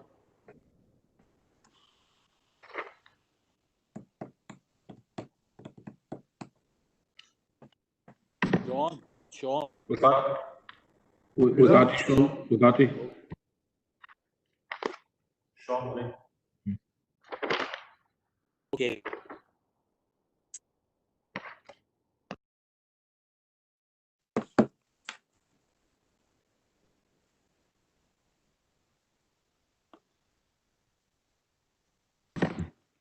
Okay, members, that was 27 for the amendment and 4 against, and there were no abstentions on that occasion. So the amendment has passed, which now becomes the substantive motion.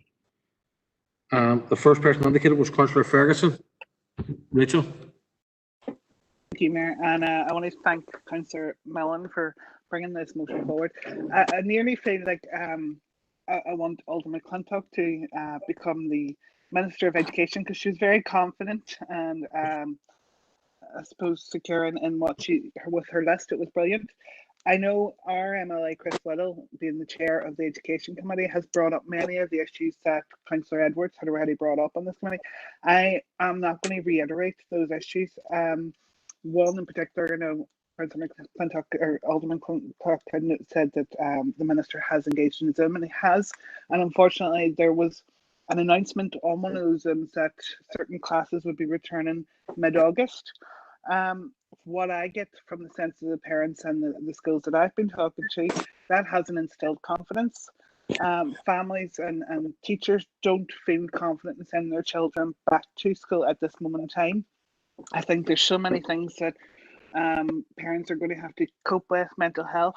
So we will be supporting this motion, and we fully support the message. Thank you. Thank you, Councillor Ferguson. Members, there's no other indicated speakers on this motion. And given the time and the fact that we've just had a vote on it, I'm going to take it that it's 27 for the substantive motion, 4 against, and no abstentions. Sorry, can I sum up, Mayor? I'm going to come back to you on that. Just bear with me. So I'm going to take it as 27 for and 4 against, and no abstentions, unless anyone wants to make me aware that they've changed their mind. No. Okay. That motion has passed. Councillor Mellon, to sum up. Thank you, Mayor. Keep it very brief. Whilst I welcome the amendment and the wording within it, I also want to stress the need for follow the scientific medical advice consistent provided by the World Health Organization and the European Centre for Disease Prevention and Control. This is a priority for our teachers, our young people, and the families that are within our schools. I also would like to stress, as been mentioned throughout, maybe there might have been conversations when the Minister was talking at the young people or with the young people, but young people's health and well-being in its totality needs to be at the fore of decision making within returning to the school settings. Thank you, Mayor. Thank you, Councillor Mellon. Members, the next motion is in the name of Councillor Durkin. Councillor Durkin, to move your motion. Okay, thank you, Mayor. Take the motion as read. Thank you, Councillor Durkin. Have you got a seconder, please? Mayor Boyle, I'll second that. Thank you, John. Councillor Durkin, go ahead. Yes. Well, Rira Brata Magda Tagestogin Affair, and I'm not going to speak too long on this. This motion's not about reopening or revisiting the Brexit debate. It's not about being Remain. It's not about being Leave. It's not about what do you think about the Irish protocol. This is just a motion calling for a common sense approach. As time is ticking and we're running into danger, and it's becoming more likely that we'll crash out with a catastrophic no-deal Brexit. And nowhere is more impacted than the Northwest by Brexit. There's no life or no livelihood that will not be impacted by Brexit. The implications are going to be felt across all sectors and all walks of life. Businesses, workers, community groups in terms of funding by EU, farmers, as we've heard earlier tonight, the agri-food sector, fishing industry. We know we're facing climate emergency. It knows no borders. There's big question marks over how Brexit will impact on our environmental protections. There's a lot of uncertainty around rights issues. And we all know we're beginning to recover from what's the greatest global health crisis in living history, and we're facing the deepest economic recession. So every government's immediate priority now is naturally about navigating and protecting their economies and protecting the vulnerable in the communities. We are no way ready for Brexit. We're no way ready for more chaos. We can't be inviting chaos into the chaos we have. We can't be Dublin crisis. So we really need to extend the transition period beyond the 31st of December 2020. And throughout, the British government are showing a blatant disregard for our interests and needs. And you know, there's been no knowledge or no interest shown throughout, but now we're being blatantly disregarded, and it's reckless.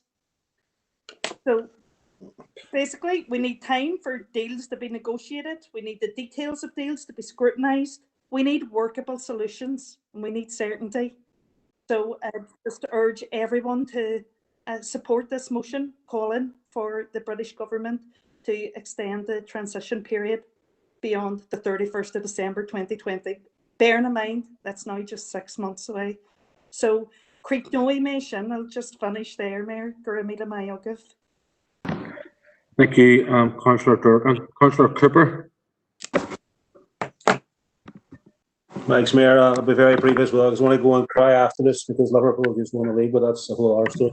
But I feel the same. I feel the same, Councillor Cooper. So don't worry about it. So it's very emotional next 5 minutes for me. So we're happy to support the motion. And again, the Irish protocol, Mary said, you know, this isn't a debate about it.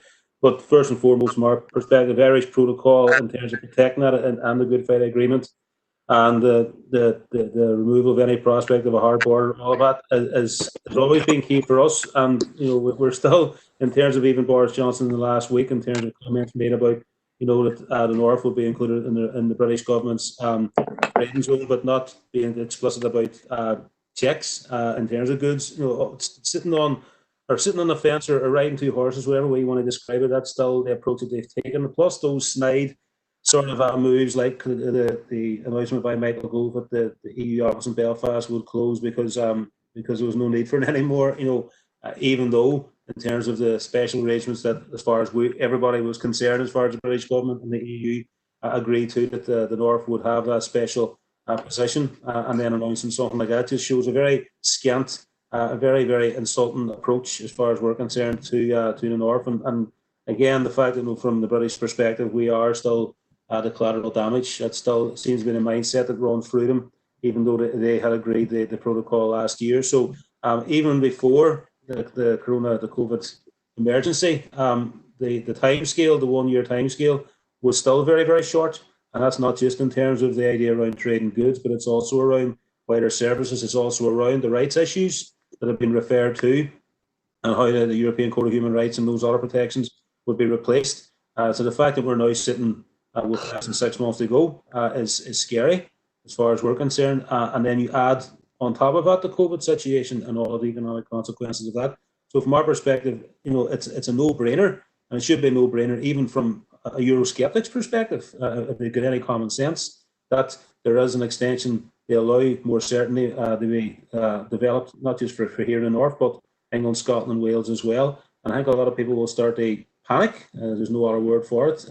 Even those who are maybe more Eurosceptic in Britain, in terms of the financial implications in particular of this approach.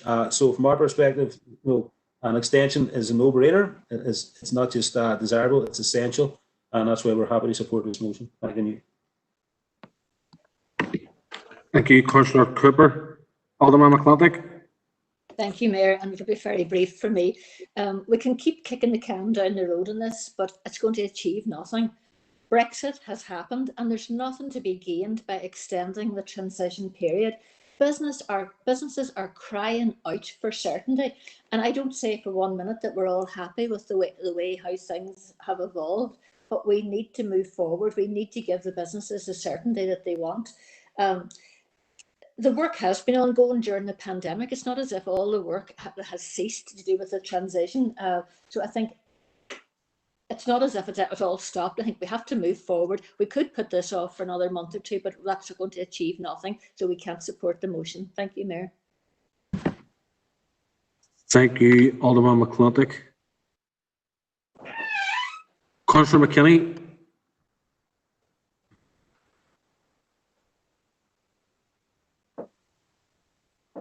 Thank you, Mayor, for letting me in. Can I just say to Alderman McClintock, usually when they kick the can into your own goal, you sold a pup and you reap what you sow. I totally agree with Councillor Durkin's motion, and I also would agree with Councillor Cooper's sentiments as well. We would be supporting this motion. Thank you. Thank you, Councillor McKinney. Members, there's no other indicated speakers on this motion, so I'm going to put it to the vote. John? Thank you, Mayor. Members, Alderman Breslin. Alderman Breslin. Alderman Guy. Against. Alderman Carrigan. Against. Alderman Breslin there. Pardon me? Oh, sorry, John. Alderman Breslin is there. I'm getting him on here to do the vote. I'll come back to you, Alderman Breslin. Alderman McClintock. Against. Alderman McKeon. Against. Alderman Ramsey. Against. Alderman Wark. Against. Are you there now, Alderman Breslin? Yes, against. Thank you. Councillor Jason Barr. Councillor Jason Barr. Councillor Raymond Barr. For. Councillor John Boyle. For. Councillor Michaela Boyle. For John. Councillor Carr. John. Councillor Cooper. For. Councillor Cusack. For. Councillor Dobbins. For John. Councillor Donnelly. Abstain. Councillor Duffy. For. Councillor Durkin. Councillor Durkin. Or, sorry, John. Councillor Edwards. For John. Councillor Farrell. For. Councillor Ferguson. For John. Councillor Fleming. Councillor Fleming. For John. Councillor Gallagher. Councillor Gallagher. Councillor Harkin. For. Councillor Jackson. For. Councillor Logue. For. Councillor McCann. For. Councillor McCluskey. Abstain. Councillor McGuire. Councillor McHugh. For. Councillor McKinney. For. Councillor Mellon.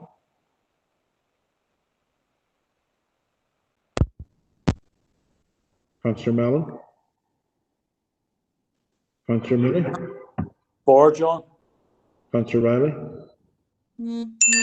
For John. Councillor Tierney. For.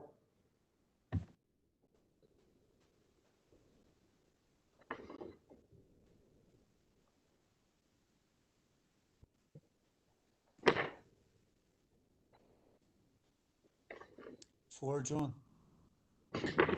We've had there, Councillor Fleming.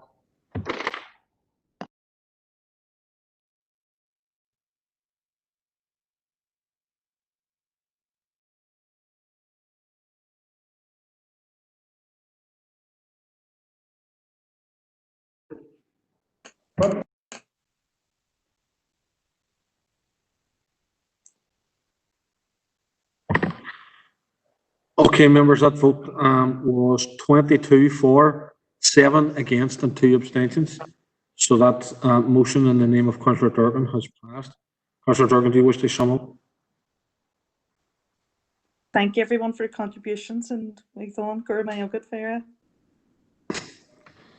Thank you, Councillor Durkin. Members, the next motion is in the name of Councillor Harkin. Councillor Harkin. Thanks, Mayor. I'll take the motion as read. Thank you. Just we get a seconder, Councillor Harkin. Oh yeah, sorry. Is there a seconder for Councillor Harkin's motion? Eamon, yeah? Yep, yes indeed, yep. Thank you, Eamon. Councillor Harkin, go ahead. Thanks, Mayor. I'm sure everybody's aware about the economic impact of the pandemic and the fact that we've doubled the number of people who are in universal credit, and that it's put a major strain already on our advice services.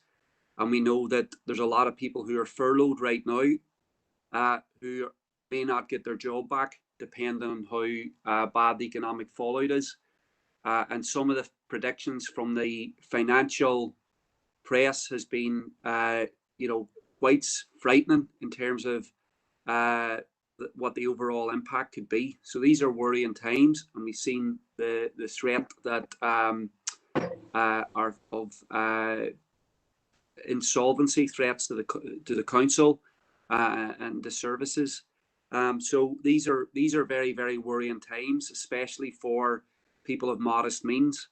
And I was alarmed, and I'm sure other people were alarmed at the Department for Communities findings about the increase in absolute poverty here in the north. Now these the poverty bulletin that the department has circulated is not this is not the COVID-19 impact. This is prior to the COVID-19 impact. So this is there's been an absolute increase. There's been an increase in absolute poverty among many sections of our population over the last year. And I just want to go through what that looks like. And I've circulated to everybody the bulletin that people should have a look at. There's 16% of the north are considered to be in absolute poverty. That's 303,000 people. 300,000 people, sorry. It's an increase to 16% from 14% from the year before. And these statistics are for the year 2018 to 2019. That the number of children in poverty is 21% of children are viewed as being in absolute poverty here in the north. That's 92,000 children. It's increased from 16% up to 21%. 16% of people who are working age adults, 176,000 people, are estimated to be in absolute poverty here in the north. That's an increase from 13% up to 16%. And we also have 12% of our pensioners here in the north. I mean, this is terrifying. That means in the run up to this pandemic, we have had an increase in absolute poverty across the north. This affects all communities. It's affecting young children, working age people, and pensioners. You know, I think that from the point of view of the executive, I think the executive should be ashamed about this, and I think we should be alarmed about this. And there's no doubt in my mind that this is one of the outworkings of welfare reform here in the north, that it's actually put more people into poverty. And we have now... Mr. Harper, once again, sorry, I'm going to have to ask you to bring your step close. Sure, thank you. This is the outworkings of those policies. So there's a number of concrete proposals that we can begin to take in terms of creating an emergency poverty working group for the district, working with trade unions, anti-poverty groups to identify some actions. We need to know how many people in the district are actually in absolute poverty, and that we need to develop a Darien-Strabane district emergency poverty action plan. Thank you. Thank you, Councillor Harkin. Councillor Farrell. Thanks, Mayor. Poverty is a scourge in our society, and any efforts to reduce it must be welcomed. The SDLP supports this motion, but we feel there's an opportunity to improve and strengthen. This motion calls for our council to develop a poverty action plan when Stormont doesn't have one. It's scandalous that our government in Belfast, which is tasked with reducing poverty, tasked with tackling disadvantage, and tasked with addressing inequality, does not have an anti-poverty strategy. Our council should develop its own plan, but the immediate priority should be that our locally elected government in Stormont produces theirs. Talking of governments, the British government has done many things to reduce poverty over the years. It has introduced the NHS free at the point of delivery. It has introduced free education. It has introduced the welfare state. It has introduced the minimum wage. It has introduced child benefit, free school meals and tax credits. but poverty still exists. Poverty is essentially a lack of money to put a roof over your head, to put money food on the table, a lack of money to buy clothes and heat your home. The simplest solution to poverty is to increase incomes. The British government has had many big ideas about fixing poverty, and its next big idea should be a universal basic income. Universal basic income in its purest form is an economic model where government provides a basic level of financial security above the poverty line to all citizens, regardless of their circumstances, regardless of their employment status. It is universal and everyone receives it. There are many schools of thought and versions of universal basic income, but one thing remains constant.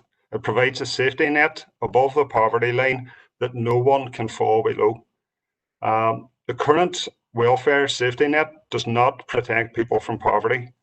The current minimum wage does not protect people from poverty. The current state pension system does not protect people from poverty, but a universal basic income will protect people from poverty. This proposal may be viewed as radical, it may be viewed as alien, and it may be viewed as a socialist utopian ideal. But if we truly want to end poverty, if we truly want a more equal society, then moving to a universal basic income is something that should be actively pursued. So based on those remarks, I'd like to propose an amendment, which I had sent to the committee section earlier. So I don't want to change anything in Councillor Harkin's motion. I just want to add 2 lines at the end. So Council calls on the Northern Ireland Executive to develop and implement an anti-poverty strategy as detailed in the New Decade New Approach document. And Council supports the concept of a universal basic income as a means to eradicate poverty, and calls on the Northern Ireland Executive and the UK Government to work collaboratively to introduce such a scheme. Thank you. Thank you, Councillor Farrell. Have you got a seconder for that amendment? Mayor, it's Martin Riley here, happy to second. Thank you, Councillor Riley. Members, there's a few members who are looking to speak. Is it on the amendment or on the original motion? Councillor McHugh, Councillor McCluskey and Councillor Alderman Kerrigan. Councillor McHugh, are you online?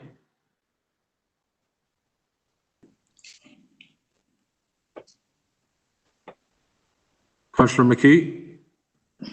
Thank you, Mr. Mayor. I was just away getting resuscitated there, so it was, but I'm happy to speak on the substantive motion and tend to cover Councillor Farrell's amendment and my comments on the what I presume will be the substantive motion. Thank you. Yep. Okay. Councillor McCluskey. Thank you, Mayor. Again, on the amendment, but on the substantive motion as well. I'm happy to speak on both together if that works. Yeah, go ahead. I promise I'll be very short.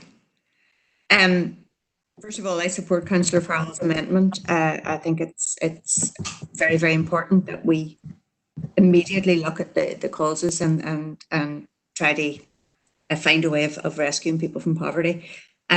What I will say on the substantive motion is I'm unique in this council, and I'm one of the very few souls in Derry who would say that the current response to the COVID pandemic has in fact been the cause of poverty and will be the cause of extreme poverty and a global recession going forward.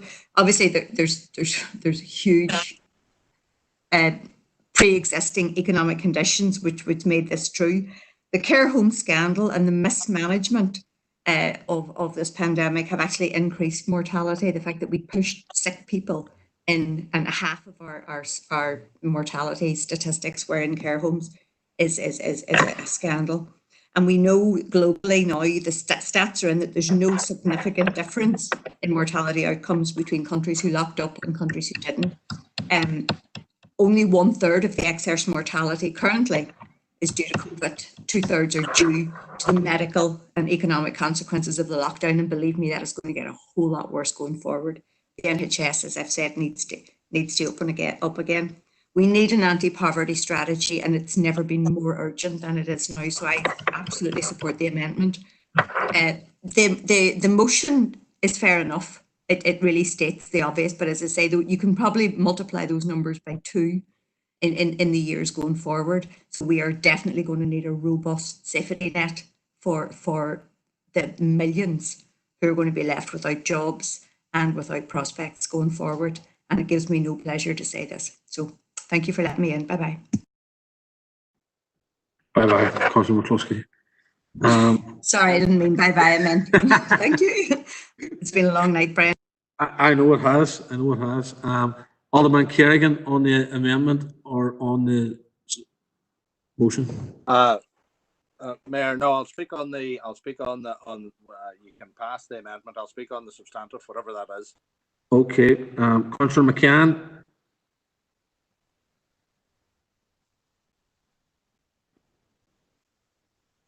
Councillor McCann, are you online?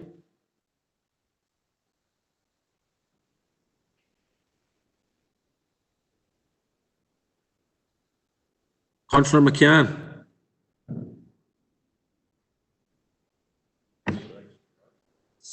Yep. 3 strikes and you're out, right?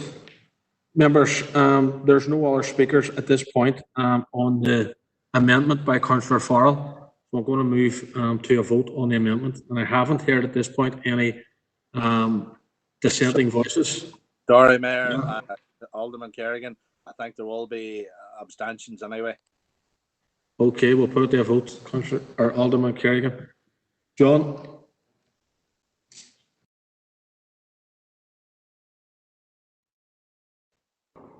Okay, thank you, members. Alderman Breslin? Against. Alderman Guy? Alderman Guy?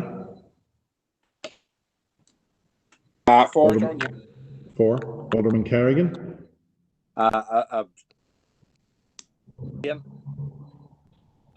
Sorry, Alderman Kerrigan, is that against? Abstain. Abstain, thank you. Alderman McClintock? Abstain, John. Alderman McCain? For. Alderman Ramsey?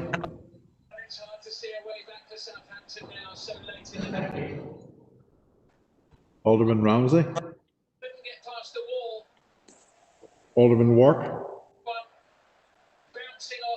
In, John. Councillor Jason Barr? For. Councillor Raymond Barr? For. Councillor John Boyle? For. Councillor Michaela Boyle?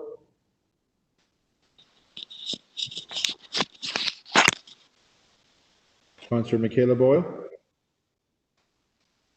Councillor Sean Carr? For. Councillor Cooper? For. Councillor Cusick? For. Councillor Dobbins? Councillor Dobbins? Councillor Donnelly? Left the meeting, John. Okay, thank you. Councillor Donnelly? Abstain.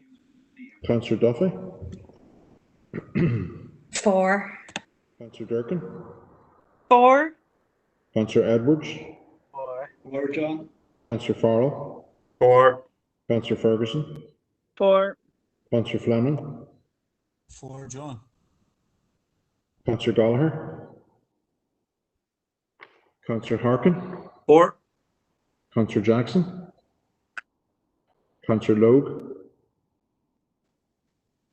For, John. Councillor McCann? For. Councillor McCluskey? For. Councillor McGuire? Councillor McHugh? For, John. Councillor McKinney? He had to leave, John. Councillor Mellon? Councillor Mooney? For, John. Councillor Riley? For, John. Councillor Tierney? For. Who was that came in there?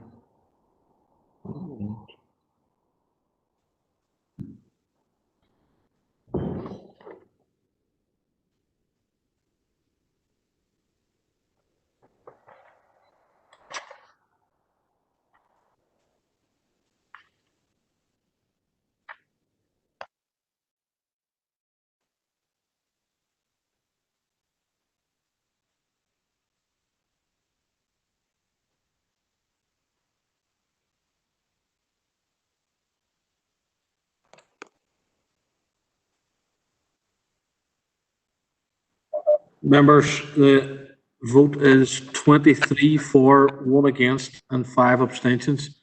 So the amendment is carried. Now, I have a few speakers on the substantive motion, and we're going to kick off with Councillor McHugh. Councillor McHugh. Thank you, Mayor, and thanks to Sean. Gora Magada Vera agus Sean Freshen. There's nothing natural or indeed inevitable about poverty. It can and should be eradicated. Of course, there's many causes of poverty, and I know Councillor Harkin and people before profit like to blame all our ills on the executive while ignoring all the things out with our control and have their roots in the austerity policies imposed by Westminster, as well as the legacy of past discrimination and investment. We in Sinn Féin, we've been proactive on the issue, and we've recently published a paper for consultation entitled Prosperity and Opportunity, Tackling Poverty, Disadvantage and Social Exclusion. And while it doesn't claim to be a cure for poverty, it does put forward some of our proposals to tackle poverty if we were in a different political context, where the lives of our citizens were free from the impact of Tory cuts and we had fully devolved fiscal powers.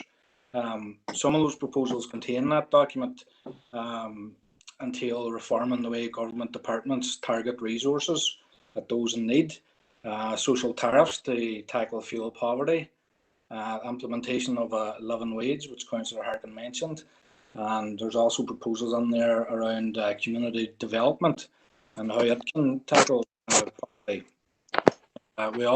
We met with the Chief Executive of this Council and other officers of the Council to discuss that paper, and indeed following that, Councillor Duffy, to her credit, she brought forward a motion that was passed unanimously by this Council, and that was to ensure the availability of free sanitary products within council-owned buildings to help end period poverty. Tackling poverty, of course, comes under the remit Department for Communities, but of course it should be cross-departmental. It should be a cross-departmental responsibility, and indeed, Minister Hargie has demonstrated how serious our party regard tackling poverty in our society, not just by her words, but indeed by her actions. Just some of the actions she has taken in her short time in office to protect and shield against those suffering poverty. And also just take the opportunity to send her my well wishes and as well good wishes to her interim successor. Some of those moves were extending welfare mitigations to protect 38,000 households and families from having to pay the bedroom tax. Also, at the beginning of the COVID-19 crisis, she moved pretty swiftly and decisively, taking a number of decisions around welfare, implementing changes to the social security system, the food box distribution scheme, community support fund, and she's also worked closely with the Minister of Education to ensure that families with children who would normally have received free school meals receive payments instead, and hopefully we'll see this extended throughout the summer. I just want to address quickly the amendment put forward by Councillor Farrell. Minister Hargie rated that at the earliest opportunity, at the start of her tenure, she has stated publicly and put it on the record, she's committed to bringing forward a cross-departmental anti-poverty strategy. And that strategy would be co-designed by all community stakeholders, including this council. And I would imagine that that would complement and indeed align with our local development plans. Just in conclusion, Sinn Féin, we want to see an approach to tackling poverty that is based on equality and human rights principles and based on objective need. The tying of allocation of resources to neutral criteria, which measures deprivation irrespective of community background or other affiliation, that will help to ensure that the necessary support reaches all those who need it. So, Mayor, this motion would certainly dovetail with all of that. As I say, our party, we're committed to tackling poverty. We're committed to continue to challenge Tory austerity, to stand up for the poorest and most disadvantaged, and target resources on the basis of objective need. Poverty affects all communities, and tackling it should be common ground for all political parties to stand on. And it's a matter of regret that that wasn't the case at this meeting today. So, Mayor, in that context, as I say, we support the motion, and I wish to acknowledge again Councillor Harkin for bringing this motion to the floor. Gormagus. Thank you, Councillor McHugh. Alderman Kerrigan. Thank you, Chair. Thank you, Mayor, sorry, for allowing me in. And Mayor, as we are coming to a close, I do pay credit to you for chairing this meeting here. It's been a long, difficult meeting, and you've done very well. Mayor, I don't think we were close to it, but I think we're sitting in the stage where we will have to abstain on this one here. I know Councillor Harkin has forwarded out information there, but it was sent out there at 9:45 tonight in the middle of the meeting, and I had a wee bit of confusion there in regards to there was 92,000 children and 303,000 individuals and 106,000 working age people and 34,000 pensioners. And are they not all individuals, or how many different people is this? This is inflating figures. Is it up to 600,000 or is it 600,000 or whatever? But a bit of confusion in that. There's nothing wrong, I suppose, in regards to setting up a poverty working group. I was looking a wee bit more clarity as to who the other anti-poverty groups would be. But I think as it stands there, we will let it go and not prolong it here any longer. But I will, Universal Credit, he has stated that it's not fit for purpose. And I'm sure we all have many examples where Universal Credit hasn't worked for people. Some people it has done the job and it has come in and it has been a lifesaver for them. But there's many other examples, and it was stated at the time with mitigation that people would be no worse than £10 a week, £10 a week worse off than they would have been, say, on tax credits. And I know people that are £50 a week worse off and fought the case with them, and it just went nowhere. So again, there is major problems with Universal Credit, and I think we all realise that. And it's seen the case that the tax credits have not been done away with, which the word had been done away with this year, and everyone was to be moved across. But you do have to give credit where credit is due. I would be minded that the way that the British government has stepped up to the plate here and how the Chancellor has done, there's an extra £1,000 being added to individuals' universal credit payments and added on to the working tax credit and child tax credit payments. So that's been a bonus there. And again, as we receive figures ourselves through the council here, there has been 19,400 people within our own council area who have availed of the schemes which the Chancellor's introduced in relation to the coronavirus job retention scheme and the self-employed income support scheme. And they're very welcome that have been the people that have benefited from them, plus the rate scheme as well, the 10,000 in that regard. So, and again, a lot of those people that were on employees, the working men and women that were on the 80% furlough wages, they weren't that much worse off. And a lot of cases, as one spoke to me, because when they counted, they didn't have the expense of their travelling to their work. And that 80% was not 80% of their take-home pay. Alderman Kerrigan, can I ask you to bring your remarks to a close, No please? problem. That's me sorted. Mayor, thank you very much. And we will be abstaining on this case. Thank you, Mayor. Good man, thank you. Councillor McCann is asked to come back on there. Councillor McCann, I did call you previously, but you must have been offline. Councillor McCann.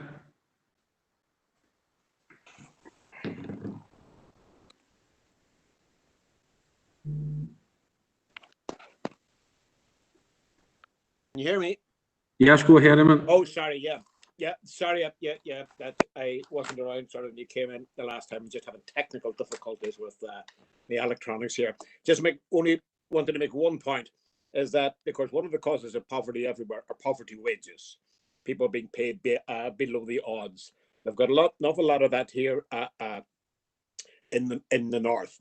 And I think if we address that problem, we go a little bit towards addressing the problem of poverty generally. That wages, if we want to do sort of a comparison, there's a high level of correlation between decent wages and trade unionism. If you're a member of a trade union, you're likely, in all circumstances, to be earning more for a particular job than somebody who wasn't a member of a trade union. Joining a union is an anti-poverty move. And just, you know, over the last few weeks, we haven't, quite rightly so, I mean, heard an awful lot sort of about NHS workers, heroes and heroines, and all the rest of it. You would think, wouldn't you, sort of that after all that, that when they came back to work, they were actually going to come back to decent pay and decent conditions, but not at all. And if you sort of a care assistant, £9.50 an hour, domiciliary care, £10 an hour. I could go on to the list. The care assistant again, £9.50 an hour. These are advertisements which appear in today's newspapers. Now, it seems to me that all those are poverty pay. Those are poverty wages that are being paid. If we want to address that, we need higher pay, and the best and quickest way to get higher pay is for workers to organise themselves, to demand it and to achieve it. But if we don't do that, there's absolutely no way those very low pay rates are going to be lifted up. They're not going to be lifted up sort of willingly by anybody, whether state or private employers. The only way you Councillor McCann, can I ask you to bring your remarks to close? Join a union and fight poverty. Thanks very much indeed. Sorry for going on so long.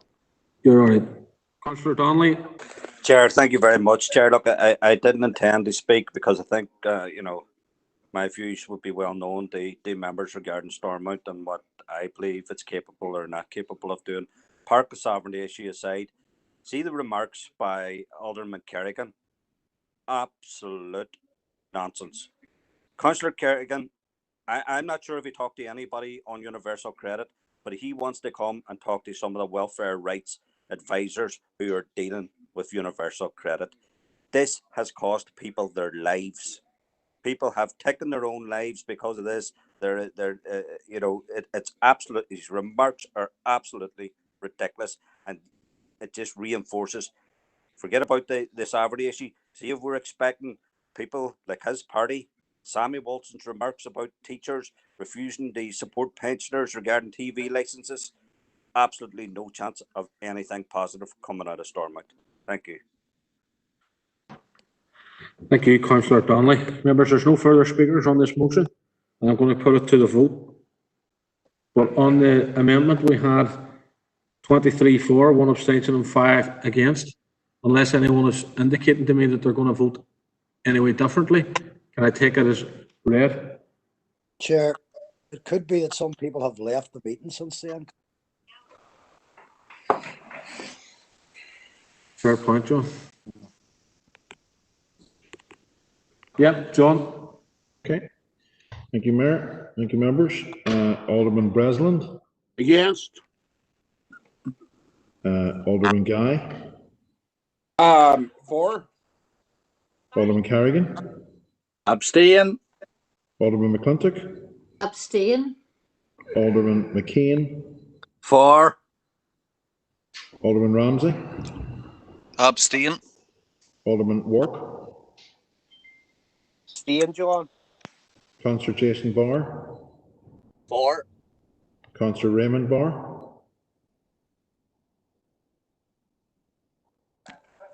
Councillor Raymond Barr. Councillor John Boyle. For, John. Councillor Michaela Boyle. Michaela had to leave. Thank you. Councillor Carr. For. Councillor Cooper, I think, has left. Councillor Cusick. For. Councillor Dobbins is She away. had to leave. Okay. Councillor Donnelly. Abstain. Councillor Duffy. For. Councillor Durkin. For. Councillor Edwards.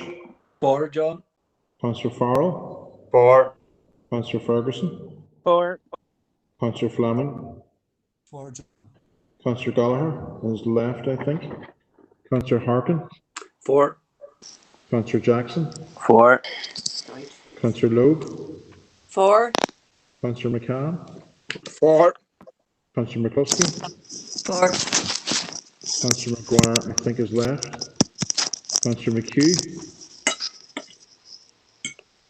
For John. Councillor McKinney. Councillor McKinney, I think, has left. Yeah, he's left, John. Councillor Mellon, I think, has left.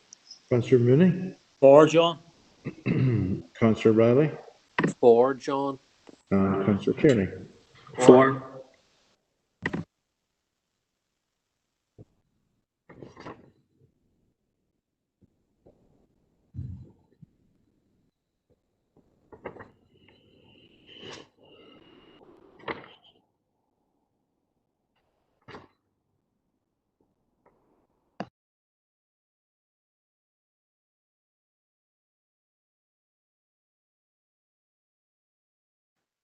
Members, that vote was 21 for, 1 against, and 5 abstentions. So the motion is carried. Councillor Harkin, would you like a minute to sum up?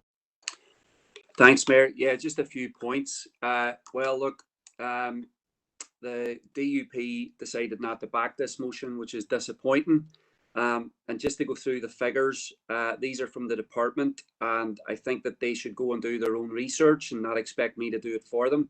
But it's 92,000 children in poverty, absolute poverty, 176,000 working adults of working age, and 34,000 pensioners.